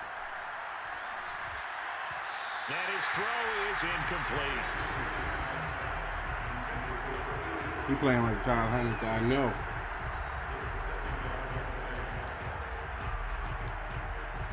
Under 4 to go now as they come up on 2nd down. Now Heineke. He's able to find Miller. And down inside the 15, shy of the 10. And notice it's 3 minutes left in the game, and they're just now getting to the red zone. That's what you want. You don't want it where it's like they're going touchdown for touchdown with you. I'm sure that probably will happen. Probably his agent as he thinks about angling for a new contract. Now a throw Cover in 6. the end zone on 1st down, but it winds up incomplete. So after the incompletion on 1st, now 2nd and 10. Again, it's Heineke. Damn. Brought down at the 20-yard line. They push him back 8 yards that time on 2nd down. Well, collectively as a defense, Charles, I think if you get 4 sacks a game, you're feeling really good. Now they have 6 as a unit. And that type of a number is just staggering because there's so many ways to try and counteract it. But in this case, they've got no answers for this unrelenting pressure coming at their quarterback. The Bucs on 3rd down. Just 1 for 5 to this point. This will be a tough 3rd and 18. Here's Heineke. And this is going to be incomplete. Well, the trials and tribulations of being a quarterback in this league, it's tough. It's got to be wearing on him out there. Well, he has been sacked a number of times. He had an interception, so I'm going to give him a skosh of credit for hanging in there and trying to make something happen, despite the amount of pressure he's been under this entire game. The kick by Carlson. So we're not pitching a shutout And anymore. they'll get back 3, but this remains a large deficit. Well, it's a Pyrrhic victory at best, but Charles, no team wants to get shut out, so it's hard to blame them for taking the 3 there. You can't blame him one bit. It hasn't been the best performance, that's for darn sure. But there is something to be said for fighting to avoid the goose egg, and they're at least trying to finish out strong. Oh, should have went right. The 20, but not much further as he's dropped it to 23-yard line. The offense now at the line, ready for their next drive.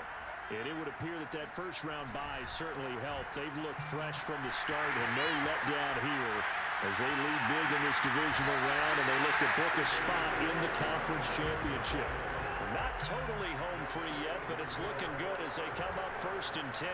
Oh, I got caught behind my linebacker. Across midfield and down into Buccaneer territory.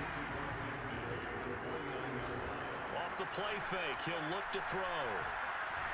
Eluding the pressure right. You ain't catching me, Vita. Downfield. Block him. Oh, that was an end zone run. He crosses over out of bounds. And we are inside of 2 minutes left in this lopsided affair. So it's our home team here in possession of the football as we come back. And they have just about put this one on ice as they've got it here 1st and 10. Nifty move. And stopped a few yards shy of the goal. Vita Vea is down. Ooh. Now after the running play, we've got a He looked like he really on hurt. the field. We'll check on his status when we get back.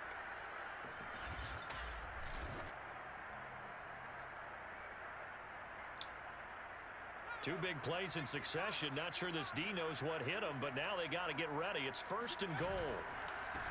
They'll try to run this one in. And they'll get him down just shy of the goal line at about the 1. He'll get 2 out of that run, and it's going to bring up a 2nd and goal. 2nd and goal from the 1. They'll try to run this one in. Ooh. And they will stop him after a fairly minimal pickup. Calling a gain of a yard as they get a little bit closer here. It's 3rd and goal. 2 straight shots on the ground. Now on 3rd, do you go to the air? I think the possibility exists, and if you're doing it, you're probably going play action since you ran it twice. But I often think that 2nd down is a time you Ain't nobody catching him. throw the ball. I say commit to Ooh, the run. they saw it. About it being 4-down territory. And the penetration too strong. He won't make it back to the line of scrimmage. That'll make it 4th down after a loss of 1. That's a really alert defense there because they saw the heavy look come in from the offense, countered it with extra line. And they're going to score Uh-huh. again. Yet another touchdown as they just add to their totals. Apparently the week off hasn't hurt him one bit. 1,000-yard rush in the regular season, get his first touchdown here in the playoffs. Perhaps the week off energized him. A great article in the paper this morning basically saying that they would not have won the division without him, and he's not their only piece, but I think that's a fair statement. It's easy to say it this way. He's their main cog. Coup now for the point after.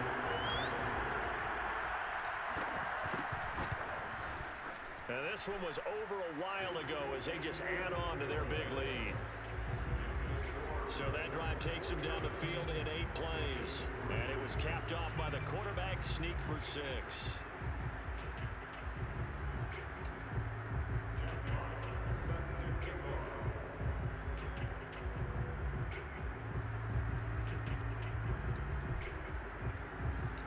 Out is the kickoff unit as they run up and send this one away. And this will be a touchback, so they'll bring it out to the 25. Now the Buccaneer offense gets set to take over. And they knew this would be tough on the road divisional round, and that has certainly been the case with the deficit they face in this 4th quarter. I think they're going for the air.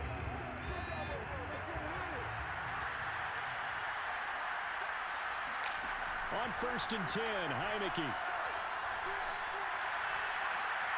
He'll find Paris Campbell. That's complete. And he goes out of bounds just shy of the 45. Well, this game is certainly pretty well over. They go ahead and mark it in the win column. But as a defense, they don't want to get so soft now that everybody just throws the ball all over the place against them, gets big yardage, and puts points on the board. Get him. Pressure gets there on Heineke, and down he goes. The defense rising to the challenge and setting them back on the sand. That right now, that's a defeated team out there. I think you can see it totally in their body language. Hands on hips, heads low. It's just been a struggle from the start. Yeah, this team has been thoroughly beaten right from the word go. Look like Lowry. Now defensively here, we're going to get a timeout. It's just their first. They've got 2 more to use here in the final stages. To try again after the sack. Heineke. He's going to let it fly. And that's caught inside the 35. Yeah, he's got this to the 30 before being That's like the taken first down. catch to Mike Evans.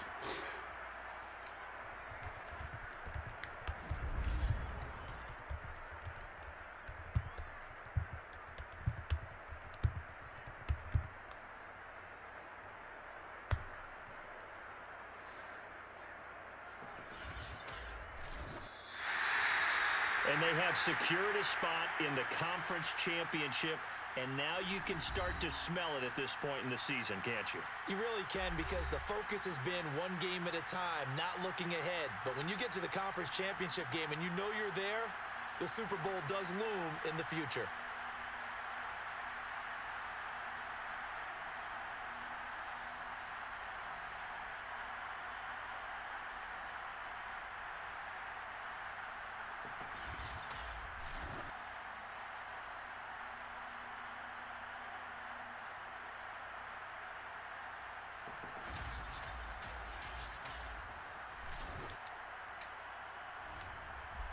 Got that first victory. 2 more, and we repeat Super Bowl champions. Miles Jack gets an upgrade. Put this on field general. Like I hit him with them shoes eventually if he get up to that 99. Okay, let's forward. One new injury. Who's the new injury? Xavier Howard has back strain. He'll be out. Jared Church has broken ribs. He's out 5 weeks, and we get Haneke and Howard back before the next game. But we just lost Jared Church for the season, basically. Okay, we beat the Buccaneers. On to next week.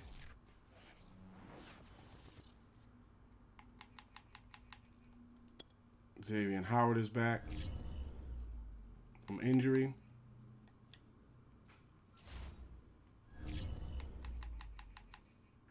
Travis Hannock is back from injury.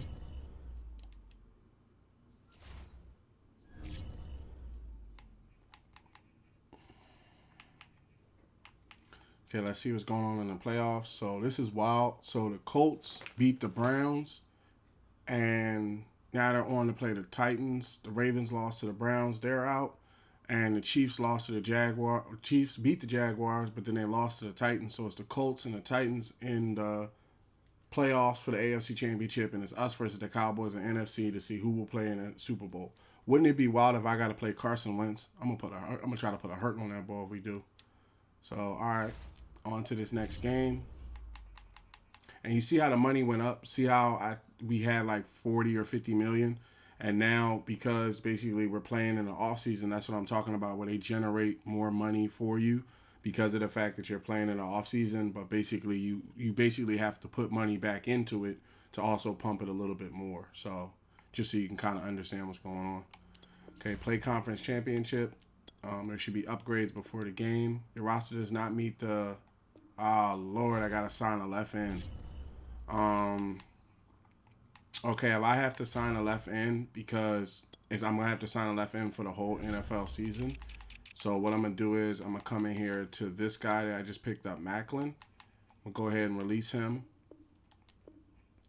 and then we're gonna go get a left end. But he's not gonna. He's probably not gonna like touch the field. So probably try to grab somebody that maybe I recognize that I like, having on the team. D Ford has always played pretty good.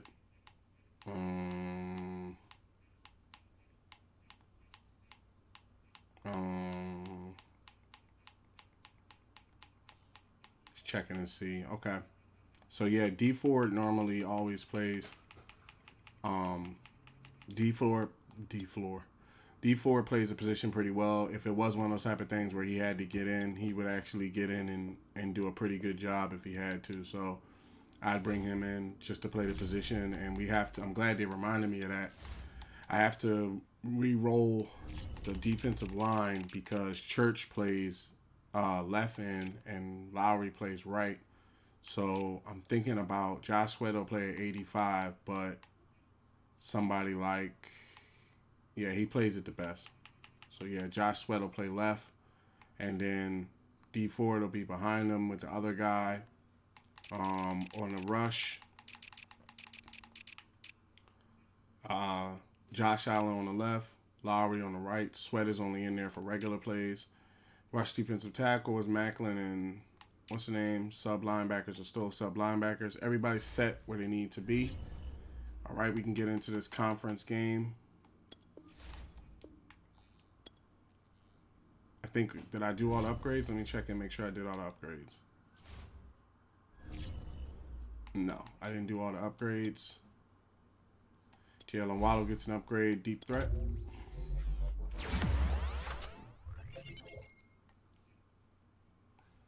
He's now a superstar. I think he always was.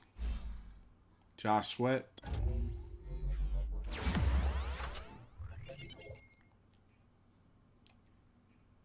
And Devontae Smith. Deep threat.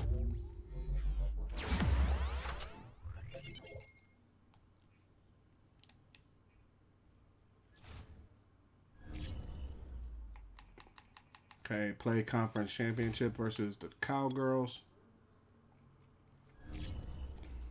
So let's check out the playbooks, and let's see who they have on the field.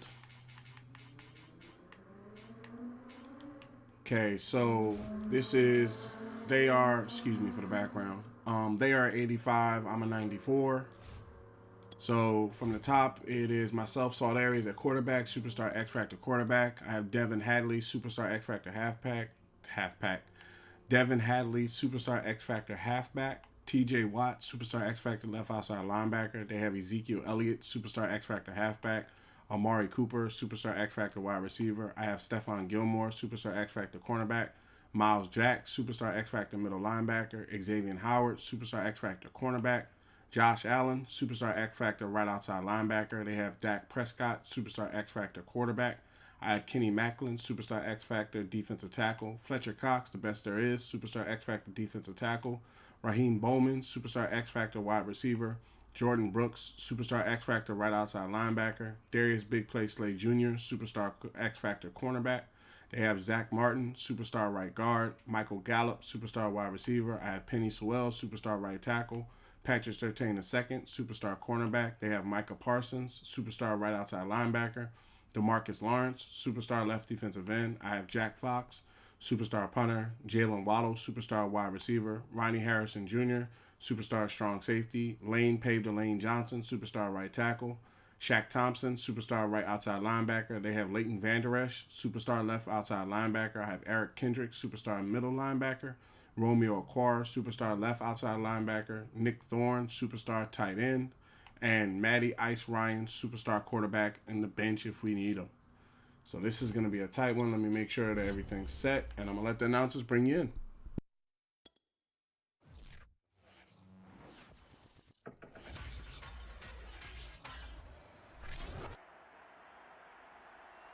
It's time for the NFC Championship, and the road to a Super Bowl goes through Sacramento. It's the Cowboys and the reigning Super Bowl champs, and it comes your way next on Madden Football.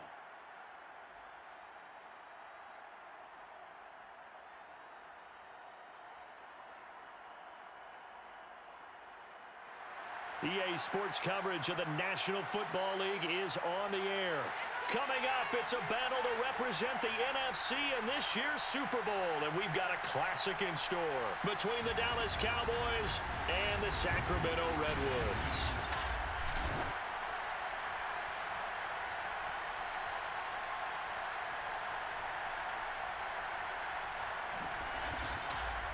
Hello, everyone. Alongside Charles Davis, I'm Brandon Gaudin. The postseason continuing here on EA Sports, and man, it is electric in here, and it should be conference championship time.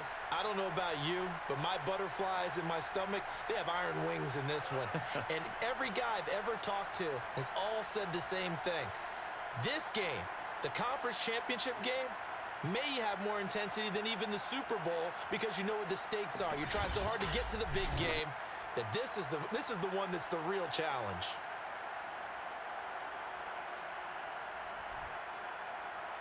All right.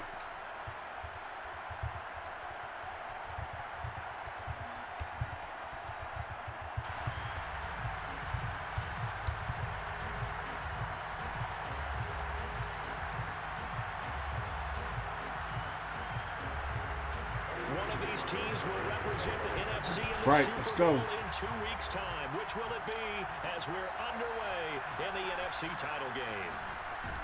Oh. And ultimately, he stopped right where he would have been if All right, I he thought he might be able to break that one. 25. So out comes this offense to take over for the first time. And a glance here at the man calling the plays under center, their 6'4" quarterback. And we talked about it last week, the pressure of not just playing in the playoffs and now in the championship game as they try to close out a perfect 19-0 season. Of all the games they've played, though, this year, this is far and away the toughest one. If they find a way to win it, guess what? I see you over there, Micah. The toughest one they've played. That's what happens when you have a perfect record on the line. Oh. And down he goes, but Good he opening takes it run. up to the 40. 16 yards. Unit I know you want to watch is that offensive line. If they keep clearing The holes Colts like beat that, the Titans. it'll be a long night It'll be defensively. us versus Carson Wentz in the Super Bowl. When they're in sync, as we're seeing so far, where that continuity is there. We make it past the Cowboys. I'm trying to play it smart. Okay, let's go with Wallace play. Now Micah is on that side, so he may come after me, but now a play fake here on first down. Out to his left. Now he'll let it go on the run. Deep left side. had to throw it a little bit early. Van Der Esch was chasing me. A big play that time through the air. 33 yards. Brandon, we've both been around the game long enough that we know that in pregame, defenses are pretty amped up, aren't they? I mean, they're pounding lockers, and they can't wait to get out there. But when you hit them with some big pass plays early... Fuck! Oh, you saw that one coming. It's intercepted. Thrown back across his body. That was so stupid to throw that play. I got greedy. Shit. I got greedy. Man, I want to see his stats. Damn, I got greedy. That was so stupid. Like, we are out here fighting for a Super Bowl contendership, and I literally got stuck. Go get him. And this throw a bit late as he couldn't reach back for it. Damn, I can't believe I threw an interception. We should have been on the board already. Bring the clamps. It always comes back to blocking and tackling. That's the essence of football. But I think it's hard for people to understand just how difficult it is to tackle, especially open field. Very few missed tackles on tape that I saw last game. This team does a nice job of getting their opponents on the ground. So after a good run by Zeke, another 1st and 10.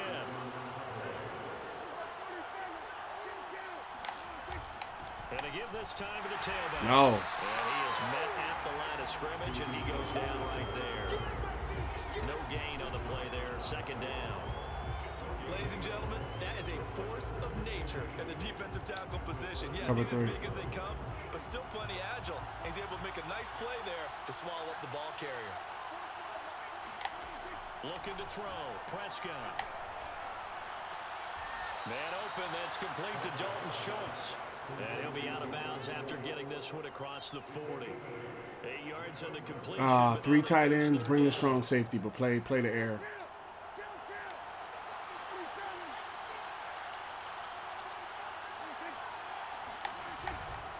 They'll try and run for it with Elliott. Damn, he got it. He's going to have a first down as he's brought down. On 3rd down, that's a good job of situational football and understanding where the first down marker was and getting there. They keep on the ground with Elliott. And he'll be They bringing the run game to us today. That's a really nice, tough run inside, and they gained 5 yards on it. And to be frank about it, most offenses don't expect to get 5 yards on a play call like that. So when they do, they go back to their huddle with a little pep in their step. He might come back with the run. Switch the line. The line of scrimmage. Prescott now from the 50. Damn. There is Amari Cooper, his first catch.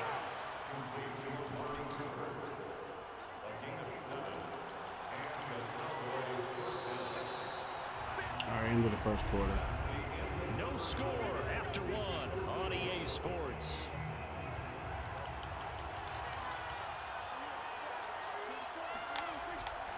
A first down carry by Elliott. That's right. He's going to be met at the line of scrimmage and taken down.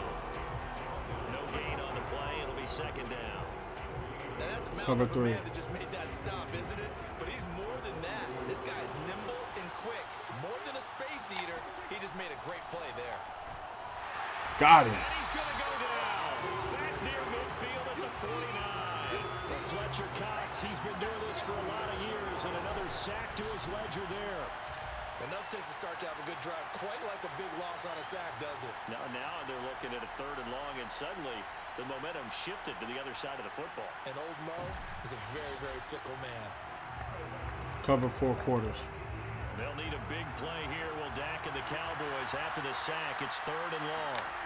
To throw is Prescott. A dump off to Elliott. No.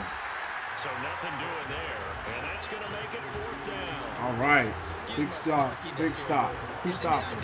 Completing a pass. You're not even showing me. You get downfield and gain yards.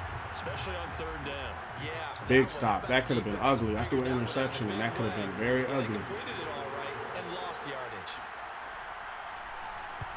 That was my fault. I'm talking about playing smart, and I'm out here playing. What the hell? as that'll get out of Look at bounds. the pending at the 10. Their 10-yard line. Let's go old school there. That's absolutely a great coffin corner punt. Someone's put some time in. All right, we can go this way. It Go. seems like every year these guys get better and better. It's amazing how they can command that football through the air. Yeah, they used to actually 32 seconds. hula hoops where they place them and try and put them there. Now a lot of guys use barrels on the sidelines to try and put the football in one. Buying time to his left. He'll end up getting 5 out of that, but now they're looking at 3rd down. 2 minutes remain in the first half of this NFC Championship.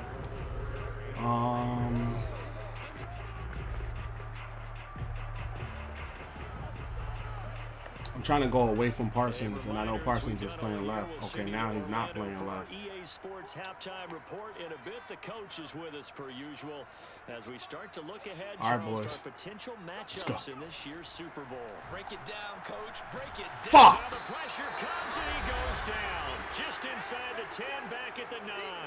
Damn. Now the Cowboys going to burn the first of their timeouts. So as they take it Do I over, punt it away? we I gotta step punt it aside. away. That's not smart On to. now is the punter, That's not smart as to his first try to punt do will something come from down here. inside his own end zone.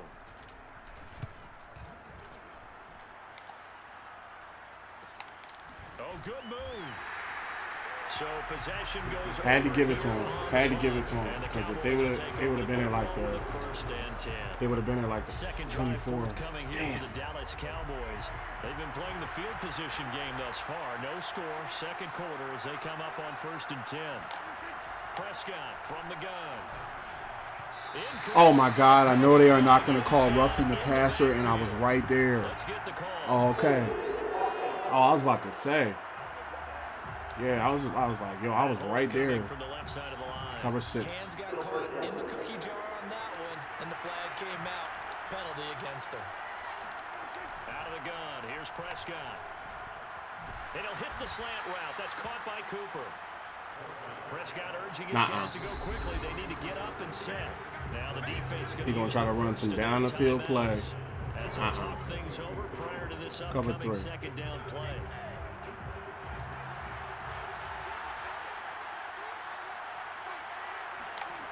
Here's Prescott. He'll get this out wide here. Nope. Elliott. And he's able to take it across midfield before going out of bounds. That's Cover 4 quarters. See how they come to the line. Squinch the line, just in case he tries to come across. Now Prescott. Get him.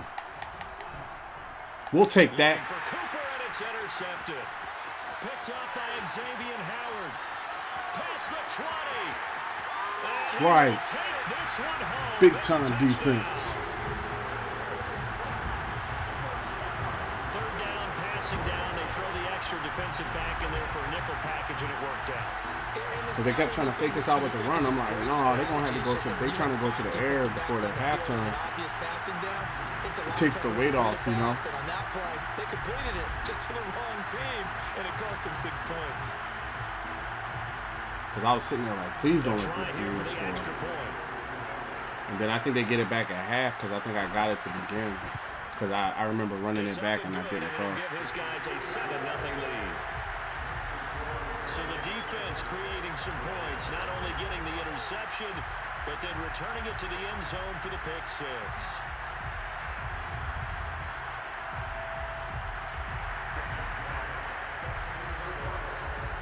So they throw the pick 6. They'll get another shot at it now. Now they're going to play it a little different because they're down 7-0 now. It's almost a second quarter. So 9 times out of 10, they might just try to bring it downfield and get a field goal because they get the ball back at halftime. So I'm going to have to hold these dudes out. But they can't afford to just bunker in now. Let's go cover 3 blitz. Even if that's a run, I'm okay with that. He won't get far. So the last one didn't bother you too much. See? No, because it's Like, exactly he's not what gonna you're get far supposed with to do. that. You can't have good field position, not try to take advantage of it. Sometimes the defense makes a good play too. Defensively, Charles, they continue. We got to get up some other scores. Let's put cover 6. Yeah, you're exactly right. They've been assignment sound, staying in their lanes, keeping proper leverage, and communicating well too. To throw once more on 2nd and 10. Prescott. We'll take that. For Cooper, and it's intercepted. picked up by Xavier. Xavier Howard. And they will set up shop at their own 46-yard line. And now it looks like we're going to get a timeout here.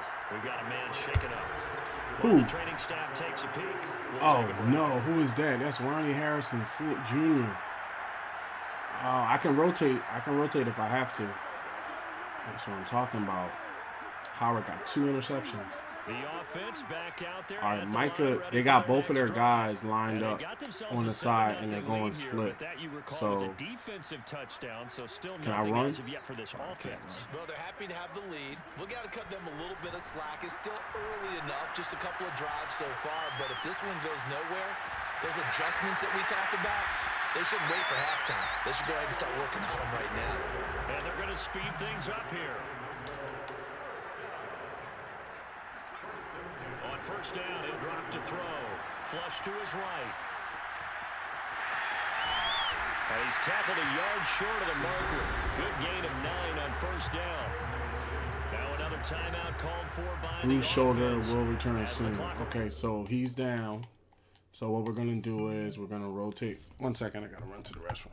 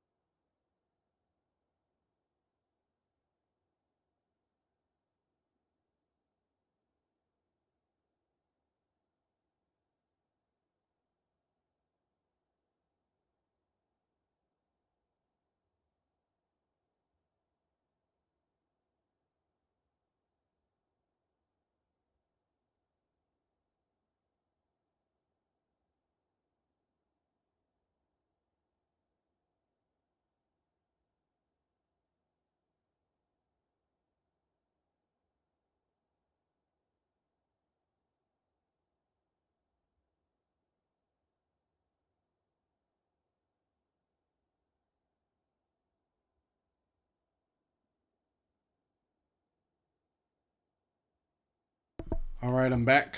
So, Harrison, our strong safety, he's down. So what we're going to do is we're going to come over to cornerback.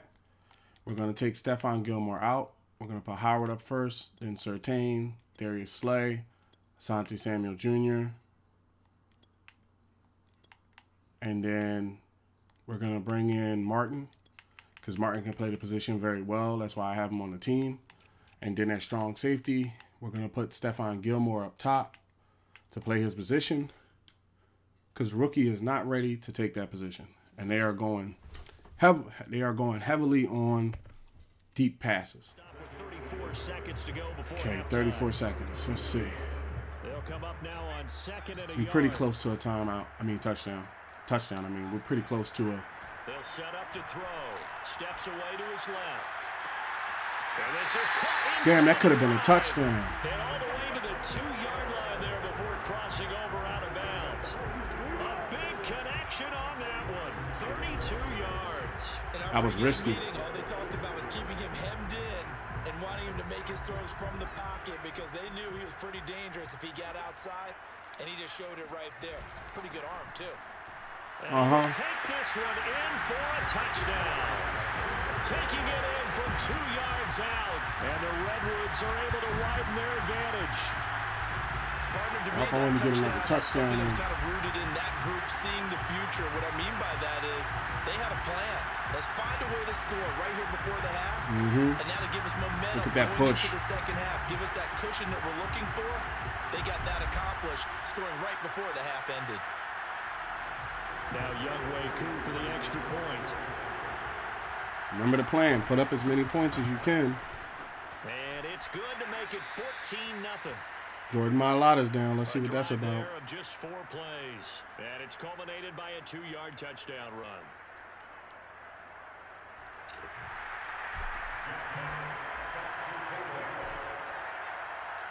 The kickoff team on the field now as they will send this one away. And not wanting to risk anything here late in the half, he'll just take a knee and they'll bring the football out to the 25. And the Cowboys going to go on offense one final time in this first half. And we'll see how aggressive they want to be in these final stages before the half.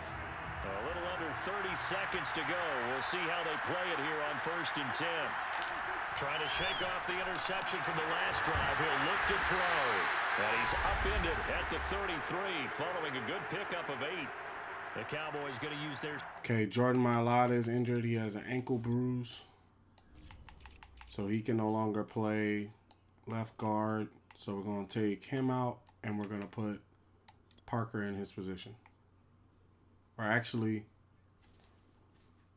yeah, let's put Parker in a position because the only other place is Favors in it, right guard. Oh, he's in the right guard. So yeah, Parker's the person up there before Decker, and he can play the position pretty well. Landon Dickerson is strength, if I'm not mistaken. That's where his stuff comes from. And just to make sure that we don't have any problems here, pass block. Okay, so his pass, that's why I don't want him on the field, because his pass block is very low. His pass block power is very high, so he can hold somebody off with power, but he does it finesse-wise. So I'm going to see if he can hold down that position. If he can't, then I'm going to bring in Landon. I think the difference between them is how many points? Let me see. Difference is only 2 points. So let's go with Landon. And then if Landon can't hold it down, I'll bring in Parker. Timeout now. As it comes with 22 seconds to go here in half number 1. Looking to throw again on 2nd down. Prescott over the middle, complete. It's Elliott. And they'll get this well past midfield. They might get a field goal. Stopped just before the 35. A big play that time through the air. 30 yards. And offensively, they'll take the timeout with 6 seconds left in the second quarter.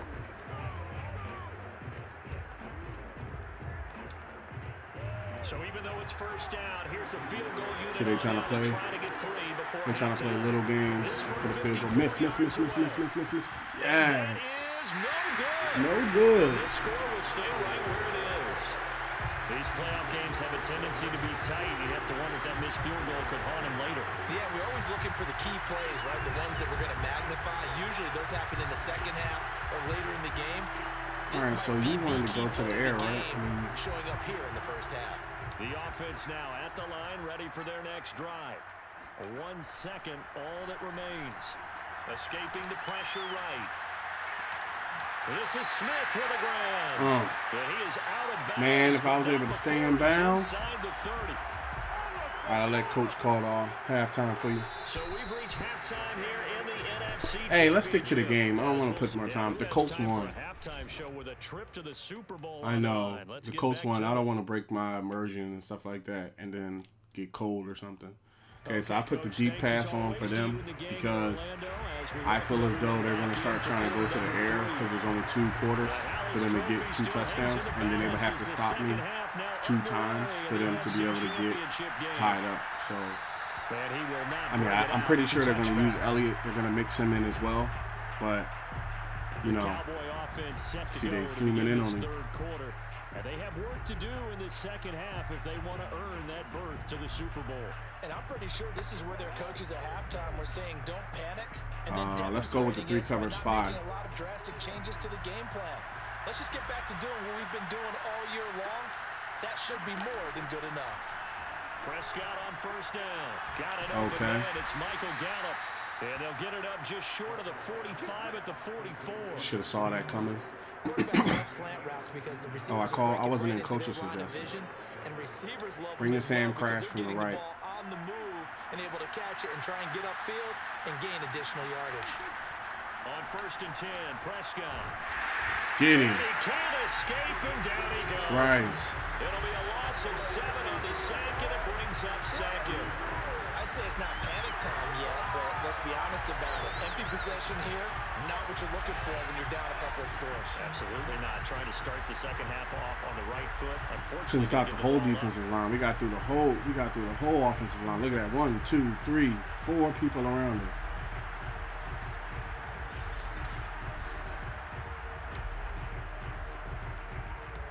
2nd and 17.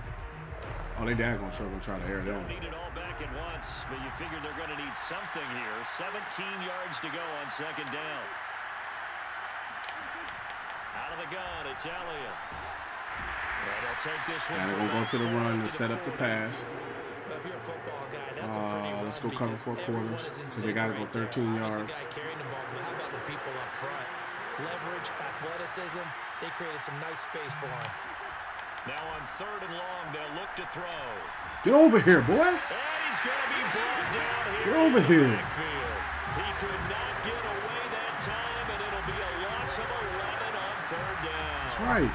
Well, here's where having mobility sometimes can work against you as a quarterback. He thinks he can retreat and outrun the pressure. But that time, they zeroed in on him and took him down for a big loss, partner. A really big loss.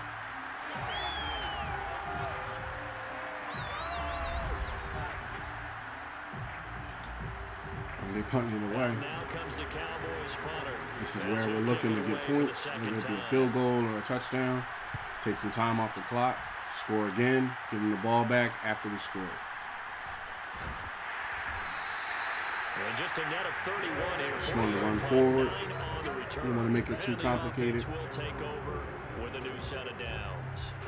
They've got good starting. Okay, so they're crowding the line. I'm not going to run with that crowding at line. their own 37.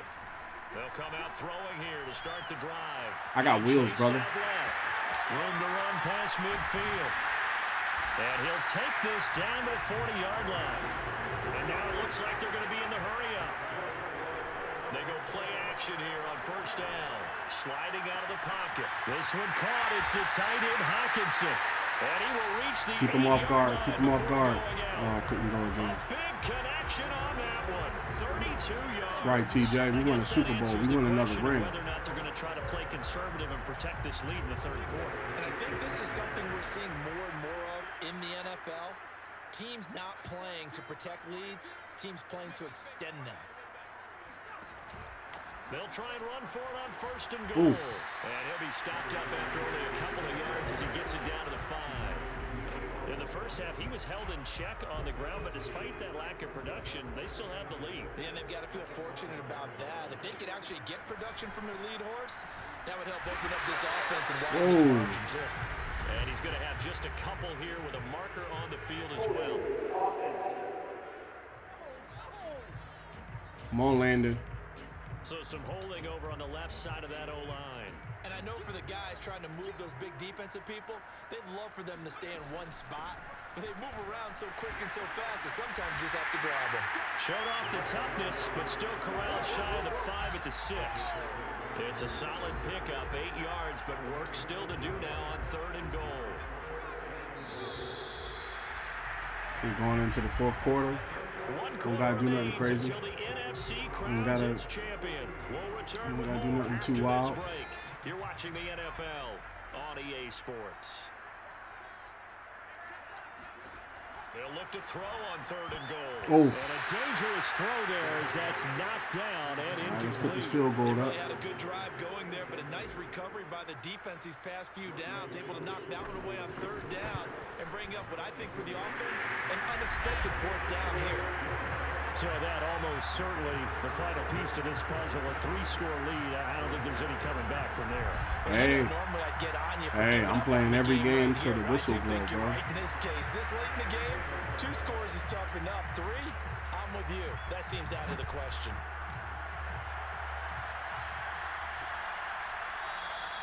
And this will not be returned. It's a touchback.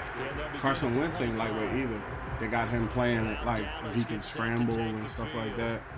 So I have to really be on point there. 3 quarters ago, but obviously starting to slip away if it hasn't already. They need points here and in a hurry. Cover 4 quarters, they're going to the air. Prescott of the Cowboys now with a 1st and 10 at their 25-yard line. They play fake to Elliott. Now Prescott. We'll take that. Prescott, his 3rd interception. Picked off by Stephon Gilmore. And his guys will set up shop at midfield at the 50-yard line. That interception, maybe the exclamation mark on what really all around has been a good performance. A fantastic. That's why I put him out there. They will enjoy film session. Their grade should be very good on this one. And I think the next time the offense gets the ball, I just think about running it and getting the clock done and getting the heck out of here. And by the way, semantics here, but before the grammar police come after me, I think it's exclamation points, not mark, right?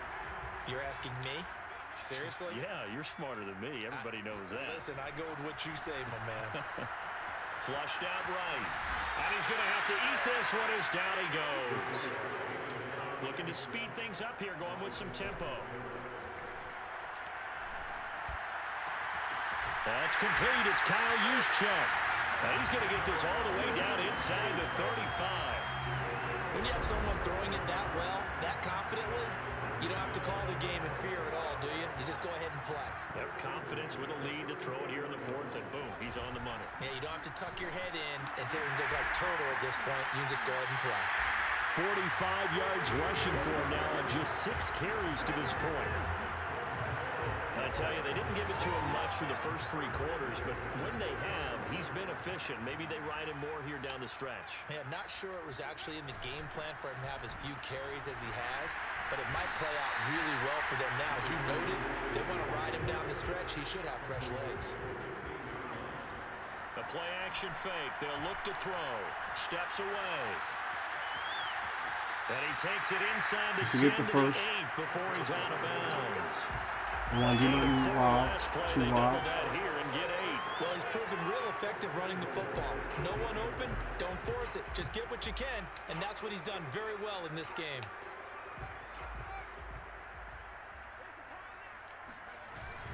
They'll try and run for it on first and goal. And he'll be taken down after a pickup of about 7 as the clock will stop here for the 2-minute warning.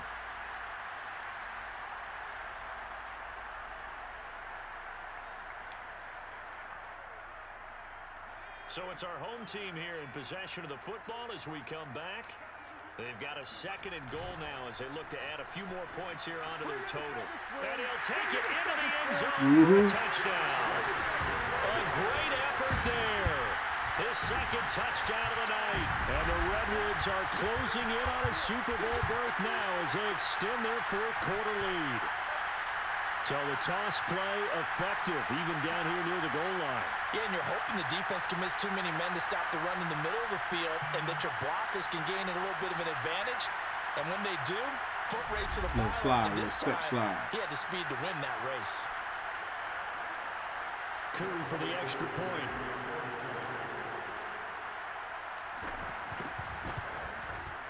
And the lead is now 24. Great smart. And we got 1:57 left. We've been shutting them out all the way up to this point. We're defending the deep pass. One more game and we are 3-time Super Bowl champions. And he'll just take a seat, and the drive will begin at the 25-yard line. Here's the Dallas offense now, heading back out onto the field.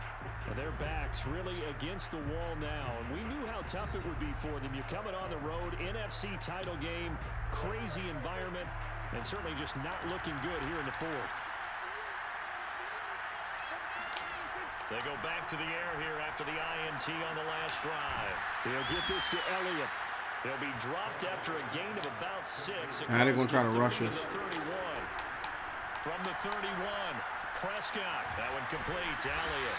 And he'll get it out near the 40 to the 39. They're going to need to get Called up the wrong and set play. in a hurry. Now the I'm going to bring my guys out here. They're trying to run us downfield. They're doing the short throw to set up the long throw. See, look at that. Now they'll come up on a 1st and 10. From the shotgun, it's Prescott. And his throw is going to be incomplete. At this point in the game, they've got to continue to try anything they can. They're still working at it, even though this one feels like a lost cause. On 2nd and 10, Prescott. Get him. And it's incomplete. That incompletion is not a surprise with the way that this one has gone, and the frustration of body language is evident everywhere. This team, they've really been put through the ringer in this one. Throw right side, taken in by Gallup. And he goes out of bounds. It looks like a minute right left. at the 50. Well, I can put my defensive cap on right now, and I know they're saying don't give up any big plays now. They've controlled this game throughout, and all they want to do is see it through to the end. I think they let their guard down a little bit with that last completion. Sometimes when you're trying not to give up bigger plays, you don't react as fast as you should. Because at this point, they would need like 4 touchdowns in the span of 30 seconds. Stripe, they'll look to throw. See, I want to make sure to attack him. A gain of 6 there on first. You can go again. You can get to And quickly, they get to the line. And that's Elliott, complete. And they'll get this to the 30-yard line before crossing over out of bounds. See, they fighting right now to not get shut out. Brandon, and it looks like they're going to utilize him out of the backfield any way they can. And that time they pick up Everybody the first tired down. of So him. now on defense, you assign a man to him and try and cover him before he gets going. Meanwhile, Prescott's throw complete into the hands of Schultz here. And he'll be out of bounds as he gets this down about the 21 or 22. Even if they get the first down, we're still playing deep. There on the 8th play of the drive.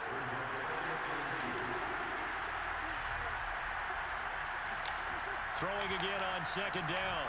Prescott. He finds his target. It's Schultz. And he gets it inside the 10 to the 9. Now the Cowboys going to burn the first of their timeouts as they'll stop it with a little over 30 ticks to go in the football game. Oh, let's go cover 4 quarters. Play back, boys.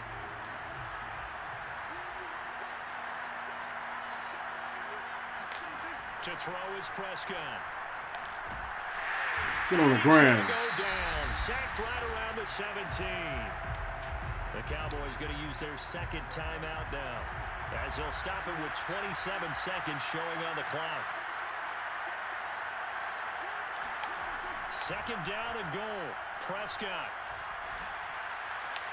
It's caught. Cooper. That throw good for only a couple. It brings up third down. It's a game of matchups, and that's why you take your receivers and move them around the ball. And now it appears that the referee's Not going to get caught up on that. Let's just give him the catch. I'm not worried about that.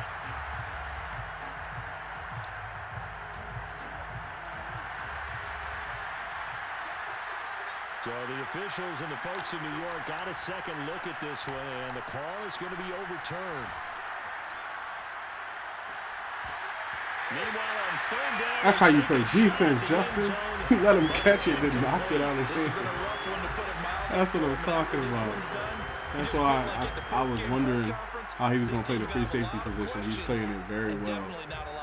4 quarters, let's go. Field goal doesn't help. They're going to go for the 6 here on 4th and goal. Desperation time. Prescott on 4th. We'll take that. This is intercepted, but they'll say out of bounds. So very close to a turnover there in the end zone. They can't hook up here on the 4th. Take a knee on these dudes. I ain't trying to get nobody hurt. I'm on my way to the Super Bowl. They're going to call a timeout. Victory very much in That's right. now as That's they'll right. take a knee. 5, 4, 3, 2, 1. Let's go. And for all these guys, whether you're a rookie, a 10-year veteran, there's no feeling like this NFC champs. And you feel like family. Never at any time do you feel more like family than when you're sharing the joy of being the NFC champs. And now everyone gets to say they're going to the Super Bowl. Going to the Super Bowl, y'all.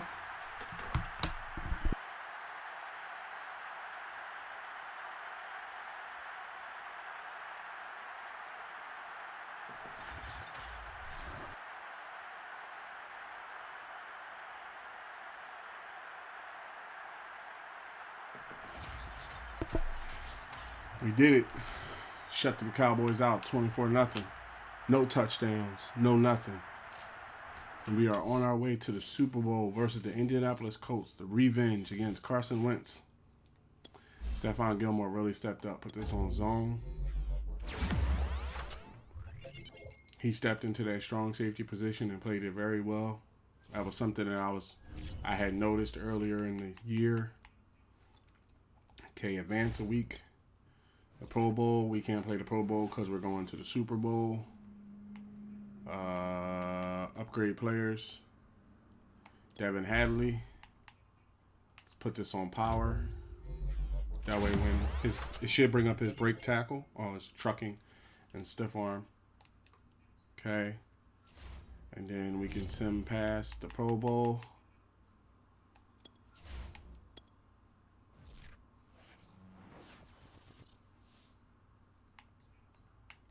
View the playoff bracket one last time to be able to see what happened this year and who won and who didn't. I swear they didn't put the Cowboys in the playoffs in the Super Bowl or close to the Super Bowl for like 3 years now. Like, come on now. Play Super Bowl. Get the upgrades before the game. Colts are at 85. I wonder if they still have Carson Wentz or did they get somebody else. Okay, upgrade players.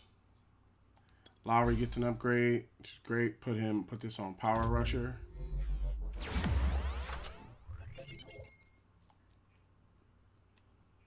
Darius Slay, big play Slay Jr. Put this on Zone.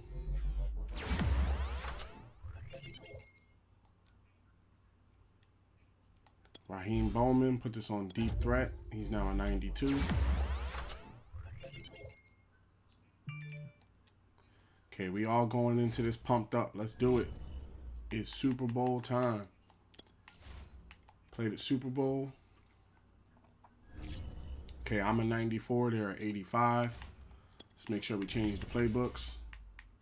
Oh, let me check the lineup to make sure that everybody is everybody's in a. Let me check the lineups and make sure that everybody's in the right position. I'm at quarter. Hadley's halfback. Fullback is Juszczyk. Everybody's in the wide receiver position. Tight end. Left tackle. Left guard, Jordan Mailata. Center. Oh, wait. I need to check everybody. Right guard. Right tackle.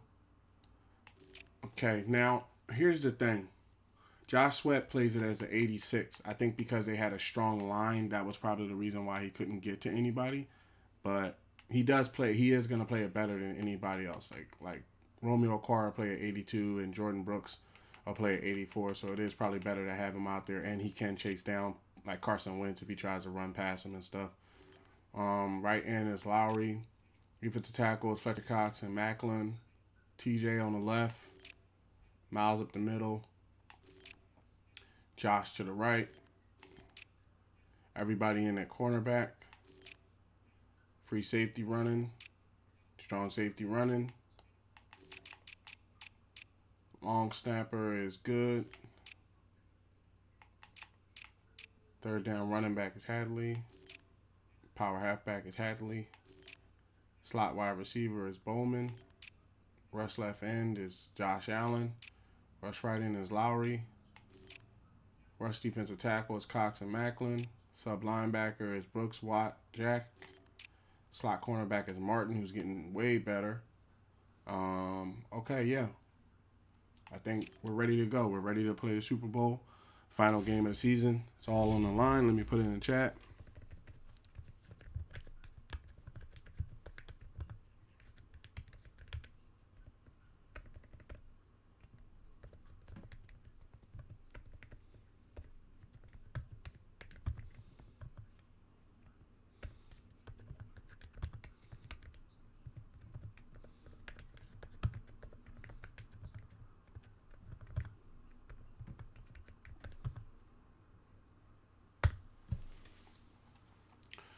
Okay, we're ready. A perfect season is on the line, and a possible 3-time championship is on the line. So advanced settings, change this up to multiple defense. Put this on run balanced, view X factors.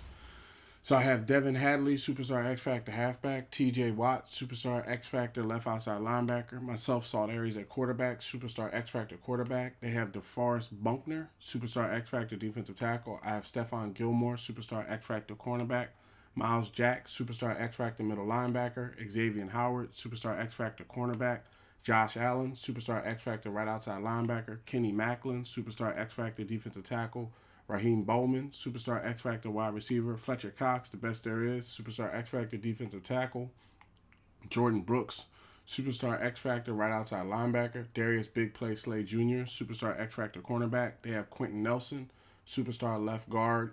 Jonathan Taylor, superstar halfback. Chris Godwin, don't know they had him, superstar wide receiver. I see why they're playing at their level.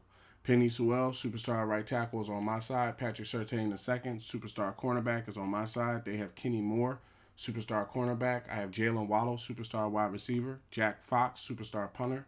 Ronnie Harrison Jr., superstar strong safety. Lane Pave the Lane Johnson, superstar right tackle. Shaq Thompson, superstar right outside linebacker. Eric Kendricks, superstar middle linebacker. Romeo Okora, superstar left outside linebacker. Nick Thorne, superstar tight end. They have Isaiah, superstar right outside linebacker, and Cliff Tarp, superstar strong safety. And I have Matty Ice Ryan on the bench, superstar quarterback, just in case. So they have a strong safety that's a superstar, a right outside linebacker that's a superstar, a cornerback that's a superstar wide receiver, superstar halfback. Yeah, I can see why they made it to the playoffs and got to the Super Bowl. So I'm going to let the announcers bring you in, but let's get it.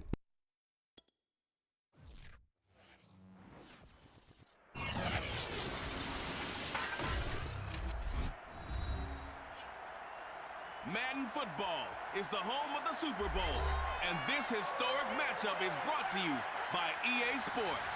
It's the Colts and the reigning Super Bowl champs, and it's coming up next. EA Sports coverage of the National Football League is on the air.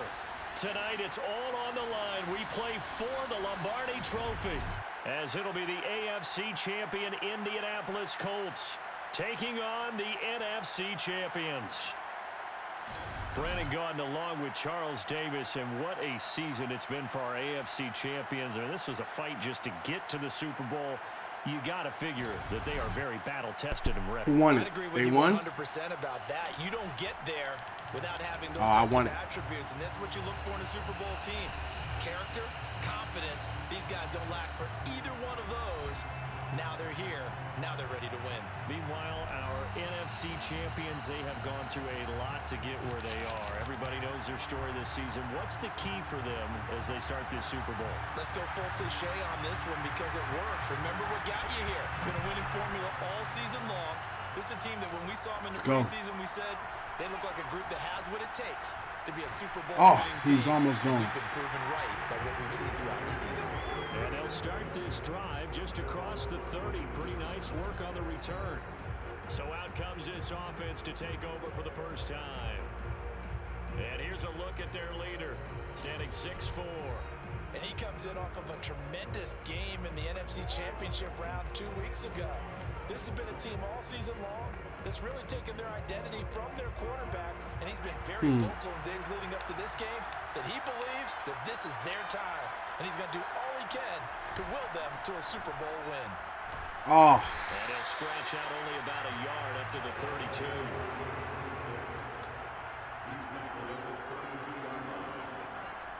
On play action, they'll throw. Rolling to his left.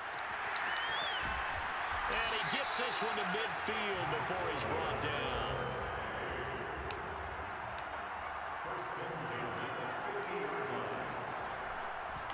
And he'll give it here to his running back. And this will be stopped at the 40. Gotta establish that running game. 7 yards.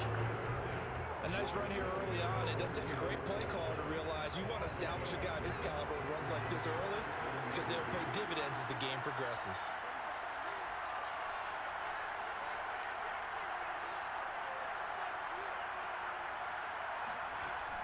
Now they'll switch it up here and look to throw. Oh, that was a touchdown. And his throw's going to be incomplete. That was an interesting look there because as soon as he got outside the pocket, I thought he was going to take off and run for yardage. But what often happens now is quarterbacks who can move, defenses want to try and keep bodies in front of them, and I think that discouraged him from taking off. I want to get hit. That made him try a pass downfield that fell incomplete. When they watch film of this game and hand out the grade sheets, he's going to really like getting a double plus on this play. Why? He scrambles and picks up a first down. But what else does he do? Protects himself by sliding and getting the big hit. Double plus, big time play. All right, let's take it slow, boys. Take it slow. This is our game plan here. linebackers keeping their eyes in the right spot. He had that eye down the entire time. And you know that's not easily done because they throw a lot of misdirection at you. They try and fool you and get your eyes in the wrong place. But you're right about that one. He correctly figured that one out and made a really nice play. Good run. And they'll get this one to about the 20-yard That's how I line. up this catcher. Make him a dual threat. Getting him involved early. You feel like they saw something on It tape, is Wentz. or they just have a sense with him because he's had a good week of practice or something in that area that they want him involved. Just as you said, they want him to touch it either in the running game They're or the downfield passing with the game, wide receivers. but they must like the matchups they're getting. Control the time of clock. Almost running down the first quarter. Now a handoff here to his running back. And able to get him down, but he does reach the 5. Hit him again. Chance for the first points of this Super Bowl. It's 1st and goal. And he will take Right. this one in for a touchdown. With the first touchdown of this Super Bowl and a long one at that. And the Redwoods are on the board first here in this Super Bowl. Well, first quarter, maybe too early to talk about statement drives, Charles, but that sure seemed like a statement drive right there. Malata with a nice block. Look at that. Smash that What they're dude. saying is, we're going to establish the run. They gave it to him early and often on this drive, and he wound up taking it into the end zone. Now the extra point try forthcoming. All right, now we go on defense. And it's good to make it 7-0. A good drive that time as they go 9 plays in all. And it's finished off with a 5-yard touchdown run. Time for the defensive side of things.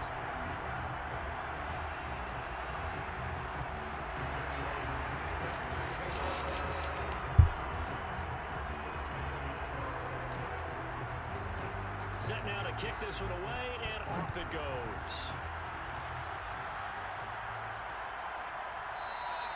And this will not be brought out. It's a touchback. So the Colts now coming out for their opening drive. As we get a peek at the number 2 overall pick from the 2016 draft, standing at 6'5", Carson He had 30 Wentz. touchdowns, 9 interceptions, and 4,000 yards. That is not Carson Wentz. I'm going to need y'all to make him realistic. Are we playing the air? Because I feel like they're going to go to the air. They got a good running back. They might establish the run, but I feel like our linebackers can respond. Wentz now on first down. Well, he's going to take a shot. I know that's not roughing the passer, bro. I know this is not roughing the passer. Come on, man. Come on, man.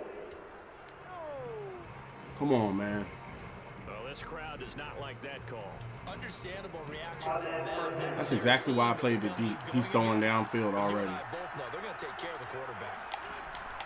Wentz going to give this to Taylor. No. And he can only manage to get a couple. 2nd and 8 coming up.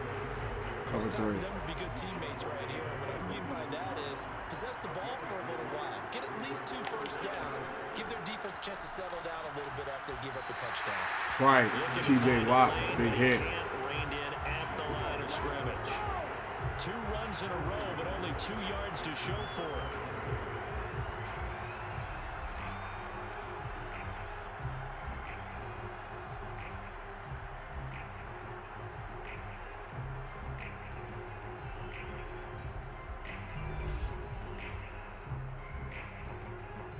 Cover 3. After 1, 7-0 on EA Sports. 3 wide receivers, 2 running backs. Start Cover of the 3 buzz second press. quarter, and it's the Colts in possession as they've got it with a 3rd down coming up. From the gun, it's Wentz. Now this will be swung out wide for Taylor. No. They'll wind up losing a yard on the play, and that's going to bring up a 4th down. I really like the angles. Got the pressure on him. He couldn't go downfield. He was trying to go downfield to get the first. He had to throw it out. Good coverage. Good coverage, y'all. Let's make it count. Yeah, they use your boy over there, the 12th man. Sammy Sideline, right? Sammy Sideline. You know something? He tackles pretty well, too. He's tougher than an airport steak. He said they're tough. He's tougher than the airport And steak. we'll see what he can do on the return. 8 yards on the return following a punt of 41. All right. And out will come the offense. defense as they take over. Let's run our offense. Back onto the field comes this offense, ready for their second drive. And certainly they'll be hoping to hit pay dirt like they did on the last drive. Got the football back, so a chance to go up 2 scores. And they haven't been tentative at all in this ball game, because sometimes you start a game with your script to try and get information out of the opposing defense. How will they play you in certain situations? Sometimes you script to attack, and that's what I'm seeing so far. Officially no gain on the play, and it's second down. Now back to throw. Open man, that's Devontae Smith. And he'll be taken down, but not before they work it across midfield. So the line of scrimmage moves all the way across the 50 now as they come up 1st and 10.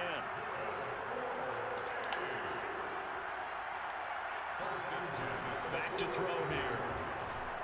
Forced out to his left. This one complete to Jalen Waddle. And he gets this one inside the 15, just a yard or 2 shy of the 10. Jordan Mailata is down. Now after the completion, we're going to get a timeout, an injured player. Well, he gets attended to. How bad is he hurt? Step aside. He's just on the sideline. I'm going to bring him back if he can come back. So how about this for field position after the big play? Inside the 15 now as they come up on 1st and 10. From the gun, they'll try to run it. And able to get him inside the 5 here, just inside the 5, about the 4. From the gun, he'll hand this off. And he gets halfway home from the 4 down to the 2-yard line. Bruised ribs. Keep Mailata. Let me see. Is he playing at full capacity, or is it because he's hurt he's playing at? Because if he's playing at less capacity, he's hurt. He can't play the position. So let's bring in Parker, because Landon Dickerson had some holding issues, and we don't need that in the Super Bowl. Second quarter of this Super Bowl. Fake halfback flip.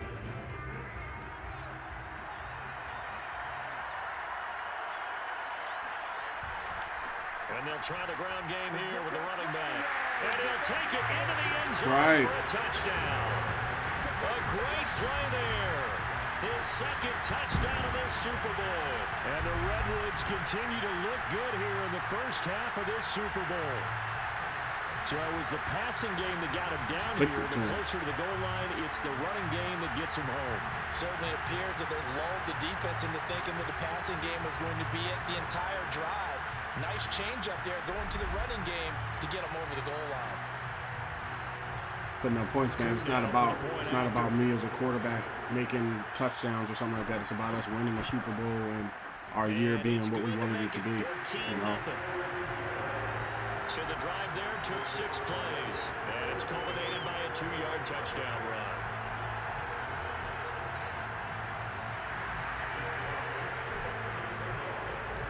Out is the kickoff unit as they run up and send this one away. 14-0. If we could get it back from them again and score, that'd be great. And it'll come out to the 25 as he will not attempt to return. Second drive coming up here for the Indianapolis Colts. They're staring at a 2-touchdown deficit, 14-0 the score as they regroup with 1st and 10. Play the air. He playing back.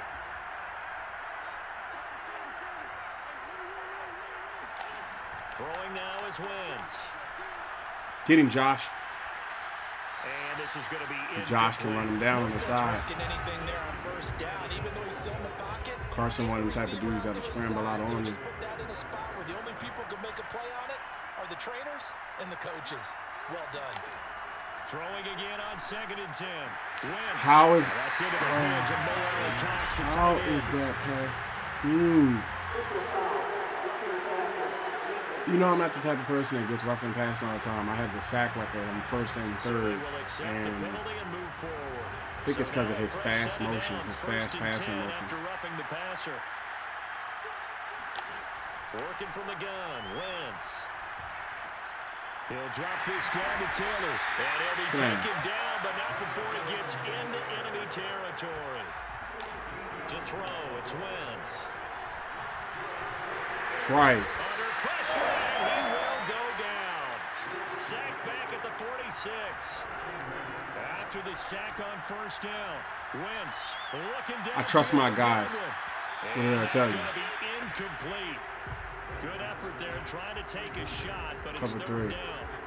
An incomplete pass on that last play, and that means they'll need to come up with something here on third down. Nyheim Hines, his first carry, and he'll fight his way forward to about the 48-yard line. Now the defense going to use the first of their timeouts, as the stoppage will come with a little under a minute to go in this first half. Here's Tommy Townsend now, as he's on to punt for Indianapolis.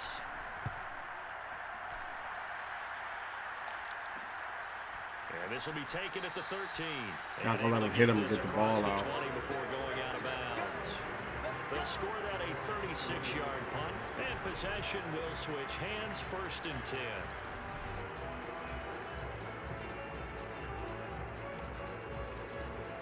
The offense back out there at the line, ready for their next drive.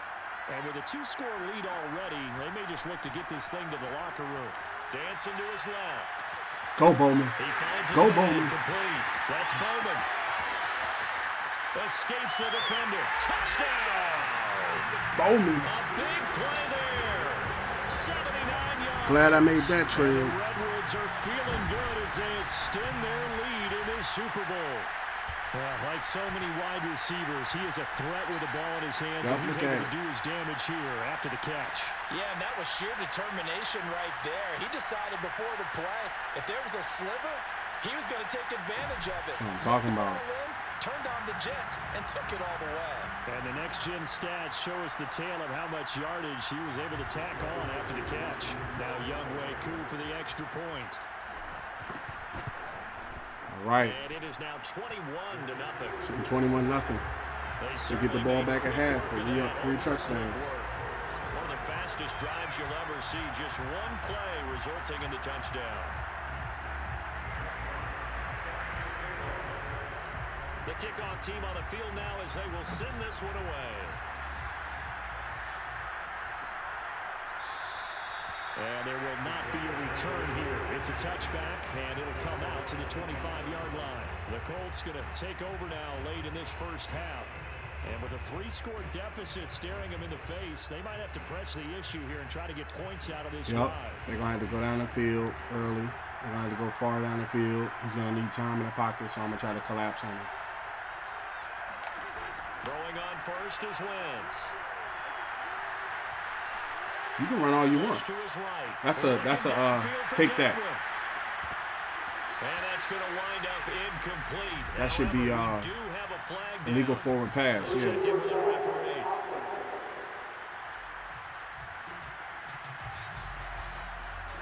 So he was past the line of scrimmage when he threw it. And as they say, that's a no-no. Got to be able to understand where you are on the field and not cross the line before throwing the ball downfield. He'll find Taylor. That's complete. Nope, inbounds. It'll be a gain of 5, and it'll be third down. That might feel like a little bit of a lost opportunity there for the offense because the defense brought pressure that time. And sometimes against that, you can get out to your running back, and it can turn into a big gain downfield. Well, need to hear from the coach. Getting to him quickly and holding him to a short gain. All right, Coach, thank you, and we welcome everyone back for quarter number 3. These two teams sat through they need to add a halftime show, like something you can watch where like people are dancing or something like that. And the half will begin with a touchback. Or like show the cheerleaders or something. They have you hearing from coach all year round. First here to start quarter number 3. And right now, their chances of hoisting that Lombardi trophy not looking too great, but perhaps that long halftime, maybe it did. Cover for a show. I think they're spreading us out, trying to go down the field. It's in this game, right? Because you do have that long halftime, a chance to really assess things and maybe make some changes and adjustments. They played great all year long. That was the worst first half of the season for them. They're hoping to put it behind them and come out punching here in the second half. On 2nd and 9, Wentz incomplete. Great. A lot of times it's that first read that you have. Maybe you get it in pre-snap. He locked it on his target, but he was covered quite well, and that one's incomplete. That's complete to his running back. Dang, couldn't get to him. And he is going to have a Colts clicked first on too down late. as they're able to get the third down conversion. So from the 36 Everything is now, deep ball. first and 10. I can see the play art. Wentz going to throw. Throw over the middle, going to be caught here by Mo Alley Cox. And he'll be taken down, but not before he works it past the 50. But when you hit him on the move like that, I've called that play a couple times, so they probably have a good look for it. Oh boy, it's going to be tough to get him down. And there was a big window. They're lucky they did get him down.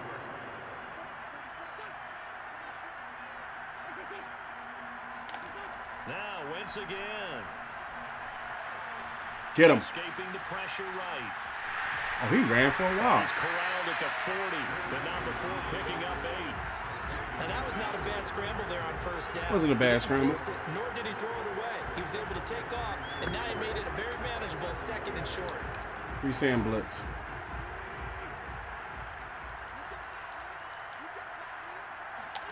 To throw again on second down. Wentz, he's got his target. That's Zach Pascal. And he's going to get this inside the 30. Cover for a I drop. don't know what they talked about at halftime. Whatever it was, it worked. This is the mighty comeback. Different team here in the third quarter. Yeah, I doubt that there are very many trash cans. Whole different team. That's why I put the points up on them. I was like, yup. No way you got past Josh Allen. And he'll slide to a halt here. Still a little shy of the first down marker. They'll wind up getting right about 4 there on We'll the fire scramble. go. And it's second down. They may be coming with the run. Wentz going to lead for Tanner on the option. And he's taken down after a gain of 3 as they move it from the 22 to the 19. Let's go cover 6. The second half is better for him than the first half. They've got to find a way to get him going. He's a big part of their offense. That way he can't come across the middle. Wentz looking to throw on 3rd and 2. That's what I'm talking about. They went with the dime look that time on defense. Just flooded the field with defensive backs, blanketed everyone, took away all the Put a field goal up. angles. You know, it won't be a shutout anymore. I'm okay with that. And his kick is good. And the deficit drops now from 21 down to 18. So a good drive there to begin quarter number 3, but they're only able to shave 3 points off the lead. Well, something's better than nothing. All right, they didn't play particularly well in the first half, but they definitely need him to step on the accelerator now and play a whole lot better. The kickoff unit is out on the field, and they will send this one away. Taken in at the 3.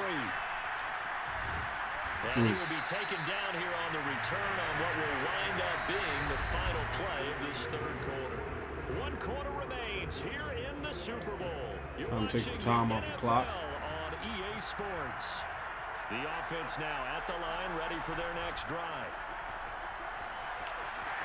And they can't bring him down. And up to the 35 before they're able to knock him down.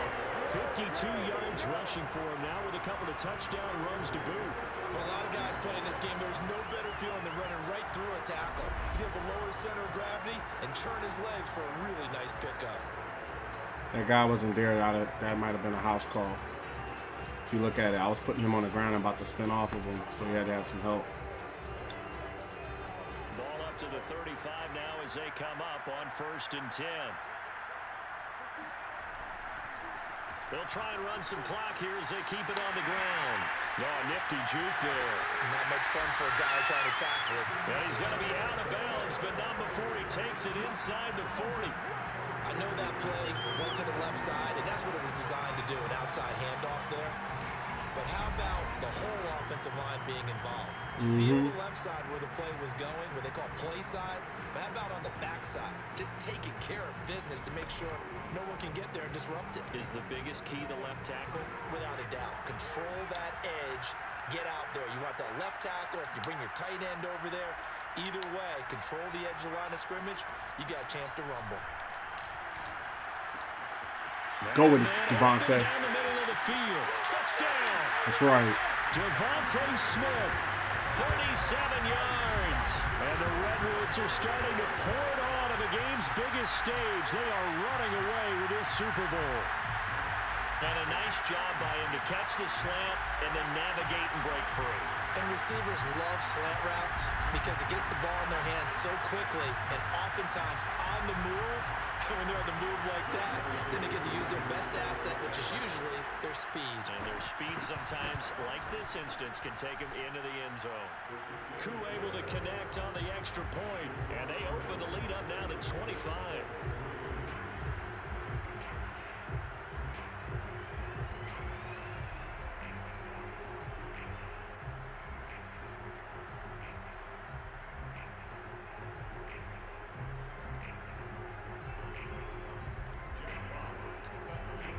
Only 3 minutes left in this Super Bowl. No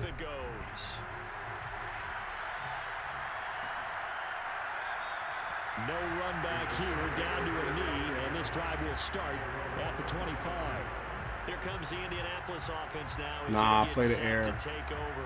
And it's becoming more and more apparent that this is just not going to be their night. That Lombardi trophy so close, but the expectations simply have not matched the results as they start on this drive, 1st and 10. Meanwhile, Wentz's throw taken in by Pascal. And he'll be out of bounds. All that underneath stuff, bro. A gain of 6 there. Nah, they probably come across the line. Close it up. Looking to throw again on 2nd down. Ooh, that was almost an interception. Incomplete. He was hit just as he let that go. And now it's 3rd down. The Colts on 3rd down. They've only converted once in 4 tries. This is 3rd and 4. Good hit, Simmons. Good hit. And the contact well timed there. And now 4th down. That's an excellent job right there on 3rd down. Great hit, Simmons. Defense, you never want to let them get anything started, and that would have been a 1st down. Instead, you saw the contact on time, no penalty, and before this drive could get wings, it's 4th down. They're going to try to get the 1st down, so let's go cover 6. If they're going to have a shot in this Super Bowl, they're going to need this one on 4th down. Now Wentz, got to have this one. And Pascal's got it. And able to get this one across the 45 before he's brought down. Okay, you got the 1st, but the time is running. Compelled to go for it there on 4th down, trailing in the already at 2 minutes, 40 seconds. And there's always a lot of pressure on a 4th down call. Doesn't matter the distance. You stop to get it done, as you noted, and they did. Now here's a throw. It's inbounds. All inbounds tackles, bro. This one down to the 40-yard line.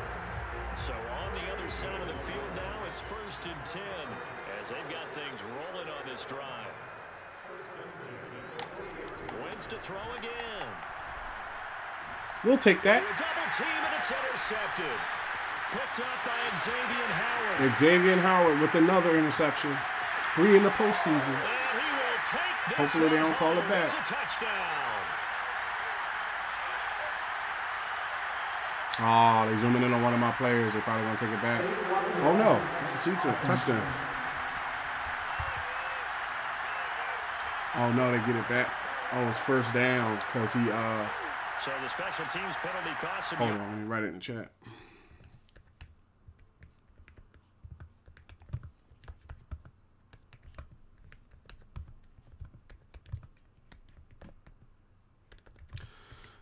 Howard then had like 3 interceptions this postseason. I mean, this playoffs.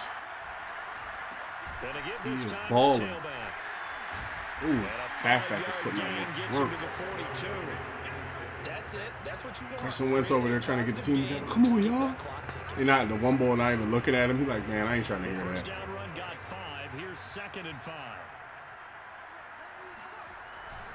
They'll try and run some clock here as they keep it on the ground. And he's going to take this one up only to about the 44-yard line. It'll be a pickup of a couple, and it leaves them with a 3rd and 3.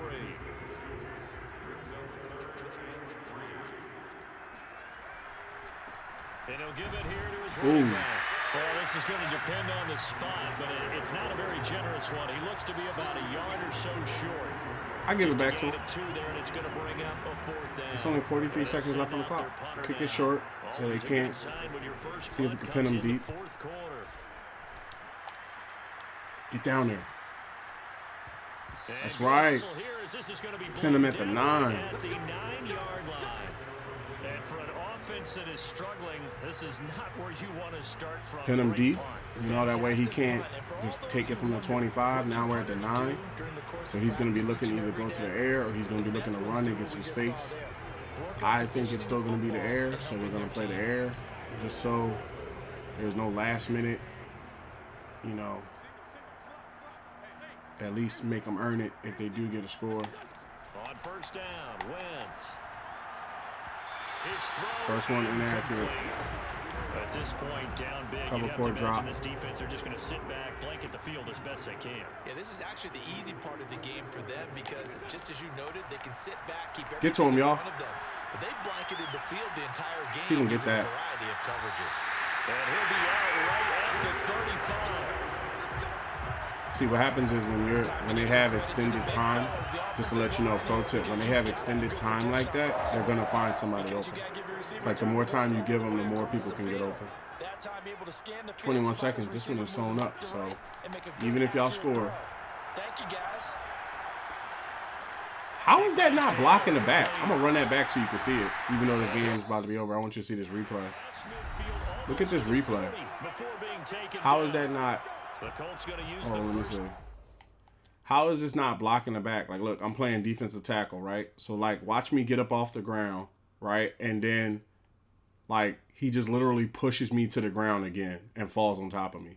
Like, how is that not, like, you know, holding something? I was going after Carson Wentz, and I could have, like, if you notice, he's going right, so I'm trying to spin out to go right. How you just going to push me to the ground and just lay on top of me, and that's not a penalty? But it's cool. You know, I played my game. 11 seconds left.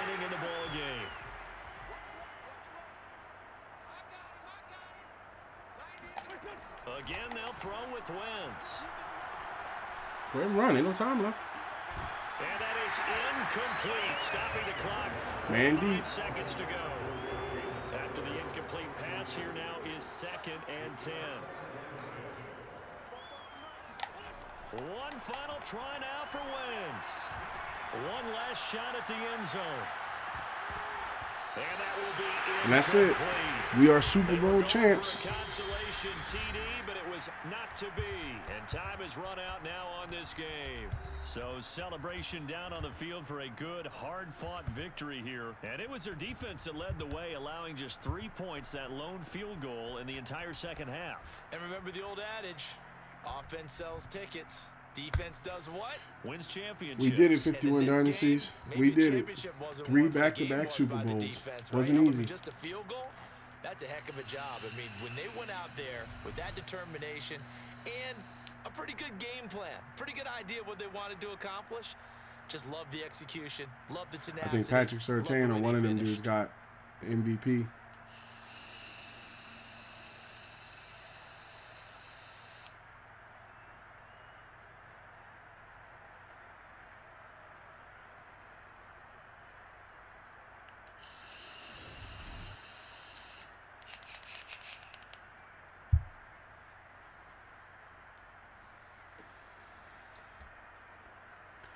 We played our game. We played a smart season. Threw some interceptions. Had some rough spots. Had some games that almost was out of hand. But we beat everybody in front of us from the start of day one, from day one to the end of the season. We did it again. You know? Proud of the team. Proud of the team. 201 yards, 2 touchdowns, 28-3. Got to beat Carson Wentz and the Dallas Cowboys all in one season. Yeah. Okay, all those guys can upgrade themselves. We are now making our way into off-season. This is where I want to see. We're going to just move forward in the off-season just to see. Oh, one more look. Let's see who won MVP. Oh, I won MVP for this draft. I mean, for this one. I think I won MVP this year. But they got to put it in the stats, so it could be anybody. Okay, let me put the 300 million back in. They did what I wanted them to do, which was win the Super Bowl. This is gonna take a minute. So, yeah, we're coming to the end of the stream. Been going for about 4 hours now. That's what I meant by a mega stream. You know, they're gonna be long. They're gonna be longer They're going to be clear the cap penalties as well. They're going to be longer in hours and stuff like that. It's going on about 9:30, so we're about at a good time to go ahead and shut it down. But I want to see if they're going to show me the re-sign window, because I know I'm not going to be able to make a decision on free agency and all that right now. So I just want to see if they're going to show me okay, we're at 156. Got to keep going. And if you want to know how to add money to your franchise, you have to be on an offline franchise, and you want to come over to options. You want to go to user teams. You want to select your user, and you want to just hit add 5 million. You probably got to do it a couple times for it to come back in. The reason why I do it is because if the team if a team went perfect season and won a Super Bowl, everybody's getting incentives. The players, the owners, the front office, they generating money in merchandise. They generating money in player morality and stuff, morale and stuff. So I just pump, if I win, I just pump money back into the system so that way, I can stay competitive. And also at the same time, what it's done is we had 216. What it's done is it's made other teams good as well, because like you see the Colts, they had extra money, so they were able to sign Chris Godwin, and then a lot of players like DJ Chark Jr. I traded him away. He wanted $67 million, and I traded him to the Jaguars, and they signed him for $67 million because they had all this money left over from the cap making the playoffs and stuff. I feel as though it makes it a better franchise experience for me. I have a better fun time. The salary cap, I used to play with the salary cap, 281, so a couple more times.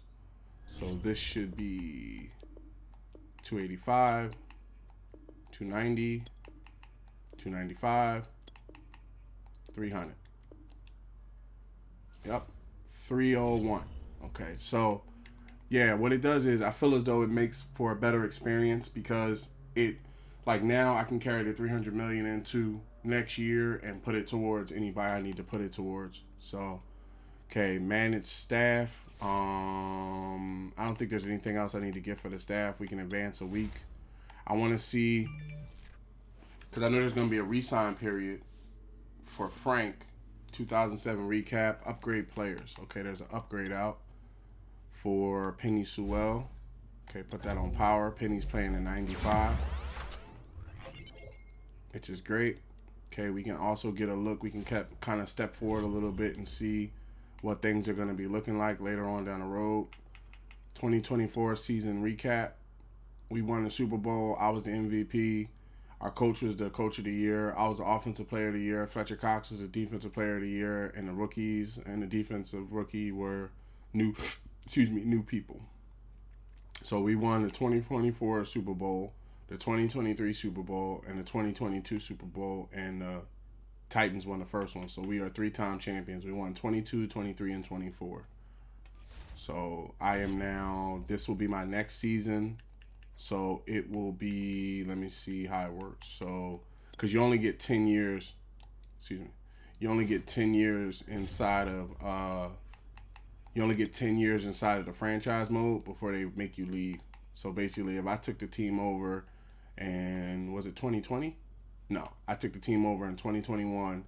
So 21, 2, 3, 4. So I've played 4 years of a 10-year franchise that I can play. So, and then let me see who was Super Bowl champions. Let me see who was Super Bowl champions leading up to it. So Super Bowl champion was Devin McCourty. He retired after that. Then it was myself, and then the halfback, Devin Hadley. He won NFL MVP. And then the following year, I won MVP. And then the first year, I won MVP. So I have 2 MVP trophies for my quarterback and 1 for my halfback. That's why I know that.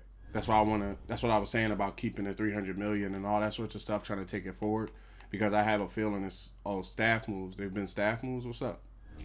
As long as they ain't none of my people who got fired. Anybody that we know? A bunch of. Nick Sirianni got fired. Oh, he wants to be a head coach. He got fired by the Texans. Wow, they had a horrible season. Did he get hired somewhere else? I would hate to fire my head coach to bring in Nick Sirianni. And that's, if the Eagles let him go, that's what the Eagles decided to do. I don't have anything to do with that. Okay, so let's move forward just to get a look, see if we can kind of peer around the corner a little bit.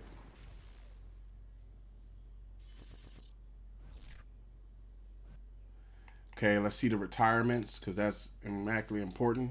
Okay, D4 retired. Damn, big play Slay retired, man. I wanted him to stick around. Levante David retired. I kind of saw that coming. Teron Armstead as well. Taysom Hill, I'm surprised by. Rob Gronkowski, I'm not. Von Miller, a little bit surprised, but he's been in the league 14 years. A bunch of people from the Eagles. Melvin Ingram retired. So Darius has retired from our team. And Robert Griffin III retired after 13 years. So let's see for our team. Is it just Slay? Yeah, it's just Slay. He retired after 12 years. So Martin, because he's at 87, he can take his position pretty well without it being too much of a problem.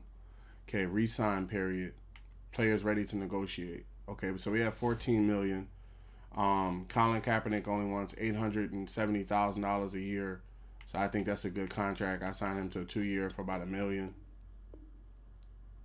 Oh, well, he decided to leave. Okay. I'm not going to franchise tag him. That's how Kaepernick is. Like, I don't know what it is. I don't know if it's whether the way they have it set up with his character, but he kind of sometimes doesn't want to stick on teams. I can see a $12 million contract for 2 years. You're a pretty good left tackle. I appreciate the offer, but I'm going to test out free agency. Hey, whatever, man. We won a Super Bowl. If, that's what happens. After you win a Super Bowl, a lot of people, let me see if I can see. Okay, here we go. Re-sign players. Let's see if it comes up. No, we gotta go past, I think, the re-sign window, and then I'll answer media question. I honestly don't know. We have a price that we believe you worth. We're not going to bid ourselves, and we're not going to bid against ourselves. It's right. Colin, sorry to say, we won a Super Bowl together, and then he decided to bounce. I'm saying some things are out of my control. Okay, so let's advance a week so that way we can get a look before we hang up the stream. We can possibly get a look at the re-sign window for next year. Let's see. Can I see it? Let's see what it looks like. If it comes up, because normally it loads pretty early. Nope. It's not gonna let me see it probably till I get into the year. So let's see what free agency, who's out there in free agency, so that way I know how to make my mind up. Aaron Donald is available. He wants $20 million a year. I have the $20 million, and I wouldn't mind bringing Aaron Donald onto the team to play next to my dude, so I'll think about it. DeAndre Hopkins wants $56 million for 3 years. That's something to think about as well. I don't need a kicker. Don't need a halfback. Khalil Mack is available. He wants $20 million a year. That's, something to think about. I could sign him for a 1-year deal and possibly trade TJ out. That way I could bring Khalil Mack in to play that position. James Bradbury, Miles Hines. Okay, Byron Jones, DeMarcus Robbins, and Davian Clowney. So, Avonte Maddox is definitely going to get an offer from me. And then Decker wants his $9 million and he got an offer. So, going position by position. So, quarterbacks, there's not really any good quarterbacks out there. Colin Kaepernick walked. Matt Ryan has a 3-year contract. He's not complaining. So, it is what it is there. Halfback, I'm looking to kind of upgrade that. I might go for like a Gus Edwards, but, trying to keep the money very low. Like, we're not trying to make big hits this year, so maybe I might sign him. As far as the fullbacks, they get re-signed this year. Wide receivers, DeAndre Hopkins, he wants about $56 million for 3 years. I don't think it's a smart move for me to pick him up, especially when Bowman is 24 years old and he's only give it 3 points below him type of thing. So I don't think I'll make an offer. I might make an offer to him. I have to kind of think it out. I'm not going to make a decision today. Tight ends as well, left tackles. Daniels is out there. I might just, because Decker walked, I might work something out with Dawkins, or Decker. It depends on how I feel. I normally take like a day to decompose from winning the playoffs, and then get into, restack mode. Like, okay, who do you want to bring into the team? Who do you think needs to come in to make a difference and stuff like that? And I also don't want to, like, Javon Hargrave's a good defensive tackle. Fletcher Cox didn't retire, so we're getting another year out of him. So, and then Aaron Donald plays right in. That'd be good to have him there, but $20 million a year, that's not too bad for $20 million a year, but it depends on if it's $20 million a year. Because, see, the Packers are offering him money as well. When you come in and make an offer, Aaron Donald for right end is the number 5 ranked right end in the league. 94, he's been in the league 11 years. So it's a strong possibility, because Aaron Donald in real life says he wants to retire, that he'll want to retire on this, and then he basically wants a $10 million salary and a $10 million signing bonus. So that's a little much, but it could make the team, that much better next year. But I think we got some strong people on there that's younger than him. Khalil Mack wants $20 million for 4 years. For 1 year. He wants $20 million for 1 year. He's been in the league for 11 years, so he's also a retirement risk. Somebody like C.J. Mosley, that's an X factor. I would see picking him up to, how long has he been in the league? He's been in the league 11 years as well. So instead of going to get the Khalil Mack, because you have T.J. Watt and you maybe want to play him, you might want to go for like a C.J. Mosley, or look at all these superstars and other guys in here that aren't getting offers and stuff that you could bring onto the team, Middle linebacker, Joe Schubert's pretty nice. Drew Tranquil's pretty nice. Might take an offer on them.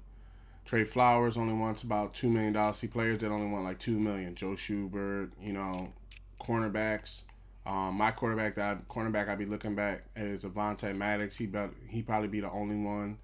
And Avonte Maddox and anybody else that I recognize I think is tough. Landon Collins is a good strong safety, but I think we have one. So yeah, they're not. So the thing of it is, to find out what the free agency is, like, if I'm not mistaken, when you come into the roster now, when you come into team salaries, see how it says 1 year now? So everybody's on like a 1 year now, right? Everybody that was on a 2 year is now on a 1 year, and everybody that's on 2 years will be over in the next year. So there's decisions that have to be made prior to free agency. Like, do you want to cover yourself and bring in people, or do you want to save all the money to try to re-sign all the people when you start the season? So that'll be something I think about. I just want to take the moment, slide over here to the mic, and get these headphones off. I just want to take this time to thank everybody that came in today. Shout out to In the Crack.com. Shout out to you. Welcome to the 51 Dynasties. I hope you enjoy everything I have to offer. I just want to say thank you for coming in today. Thank you for watching the stream. Everybody that's watching back on playback, if you're watching back on playback, make sure to drop a like, subscribe to the channel so that way you get notified when new videos come out and I go live. If you're wondering, I am on theta.tv live. That's theta.tv/SR51media. What you want to do is you want to come over to Theta, create a login, like anything. Create a username, create a password. And then you basically want to download the Edge node. And then when you download the Edge node and you go to, on the left-hand tab, you'll see Watch. And then when you click Watch, you should find a video that has my name in the details. And then what you can do is follow the channel. And then every time that I go live, you'll get a notification. And you could just come in and go directly to the channel. You just got to set it up that one time, and then you never have to set it up again. So I've had a great time streaming with you guys and gals. Just to let you know, let me put it in the chat. This was awesome. See tomorrow. So just to let you know, there will be another mega stream tomorrow. As far as time scales, I would say maybe after sometime after roughly 11:30, 12 o'clock. That's when the stream will probably go live. After 11:30, 12 o'clock, it'll probably go live. It's probably going to be another mega stream where it's going to be at least over 3 hours. I may start with some Madden because I'm kind of interested in this, like, seeing where I really want to see how much money it's going to take because I only seen it once. I only seen one time where I was playing Madden, just to tell you before we get out of here. I was playing Madden one season, and right before the new Madden came out, I finished my season, and my quarterback, I think he asked for like $200 million or something. So that's why I'm trying to hold on to I got to make decisions on should I hold on to the money, because like you look at somebody like Aaron Donald, and I'm like, that would be great for him to come to the team and play right in. But then Jared Church is up for a contract, and just to show you, when you come into, as a comparison, right? When you come into Aaron Donald is a 94, right? X Factor 94. Now Jared Church, he isn't a, just to give you one example, Jared Church isn't a X Factor, right? But he's also younger than him. He's a 91, which is only 3 points below him. He's 24 years old, and then the right end is a 90, and he's only like 4 points below them. So both of these guys right here, Lowry and Church, are up for a contract. So the $20 million that I give Aaron Donald could have been, $20 million towards them, but then I don't know if I'm going to have enough to bring them back. So maybe we do bring in a veteran and trade them out for somebody else. I don't know. One thing I would advise is don't rush yourself. Don't try to do everything at one sitting. Walk away, look at it, off camera or something like that. That's how I kind of do. I look at it every now and again, and then I make a decision. So nothing's going to be done with this until probably tomorrow's stream. You don't have to worry about me playing tonight or nothing like that. We'll pick up from this probably tomorrow. And then also, I'm thinking about jumping back into some Titanfall. That was one of my favorite games. Nothing against Battlefield 2042. I think it's a good game. I just feel as though Titanfall with the mechs and everything is just as good, if not better. I can't wait for a Titanfall 3 whenever we get it. So I might download Titanfall tonight to try to get that together. And when we download some other games to set it up for tomorrow and things like that we're going to be playing. And like I said, after about 11:30, 12 o'clock, there'll be another mega stream. And as far as this video, I'm going to work on this video. If you're watching back on playback, it should have been live within either tonight, or if the processing doesn't finish, tomorrow morning. So once again, thank you for coming in today. Thank you for being here with me today. Make sure to come in tomorrow for the next mega stream, and have a good rest of your day. Peace.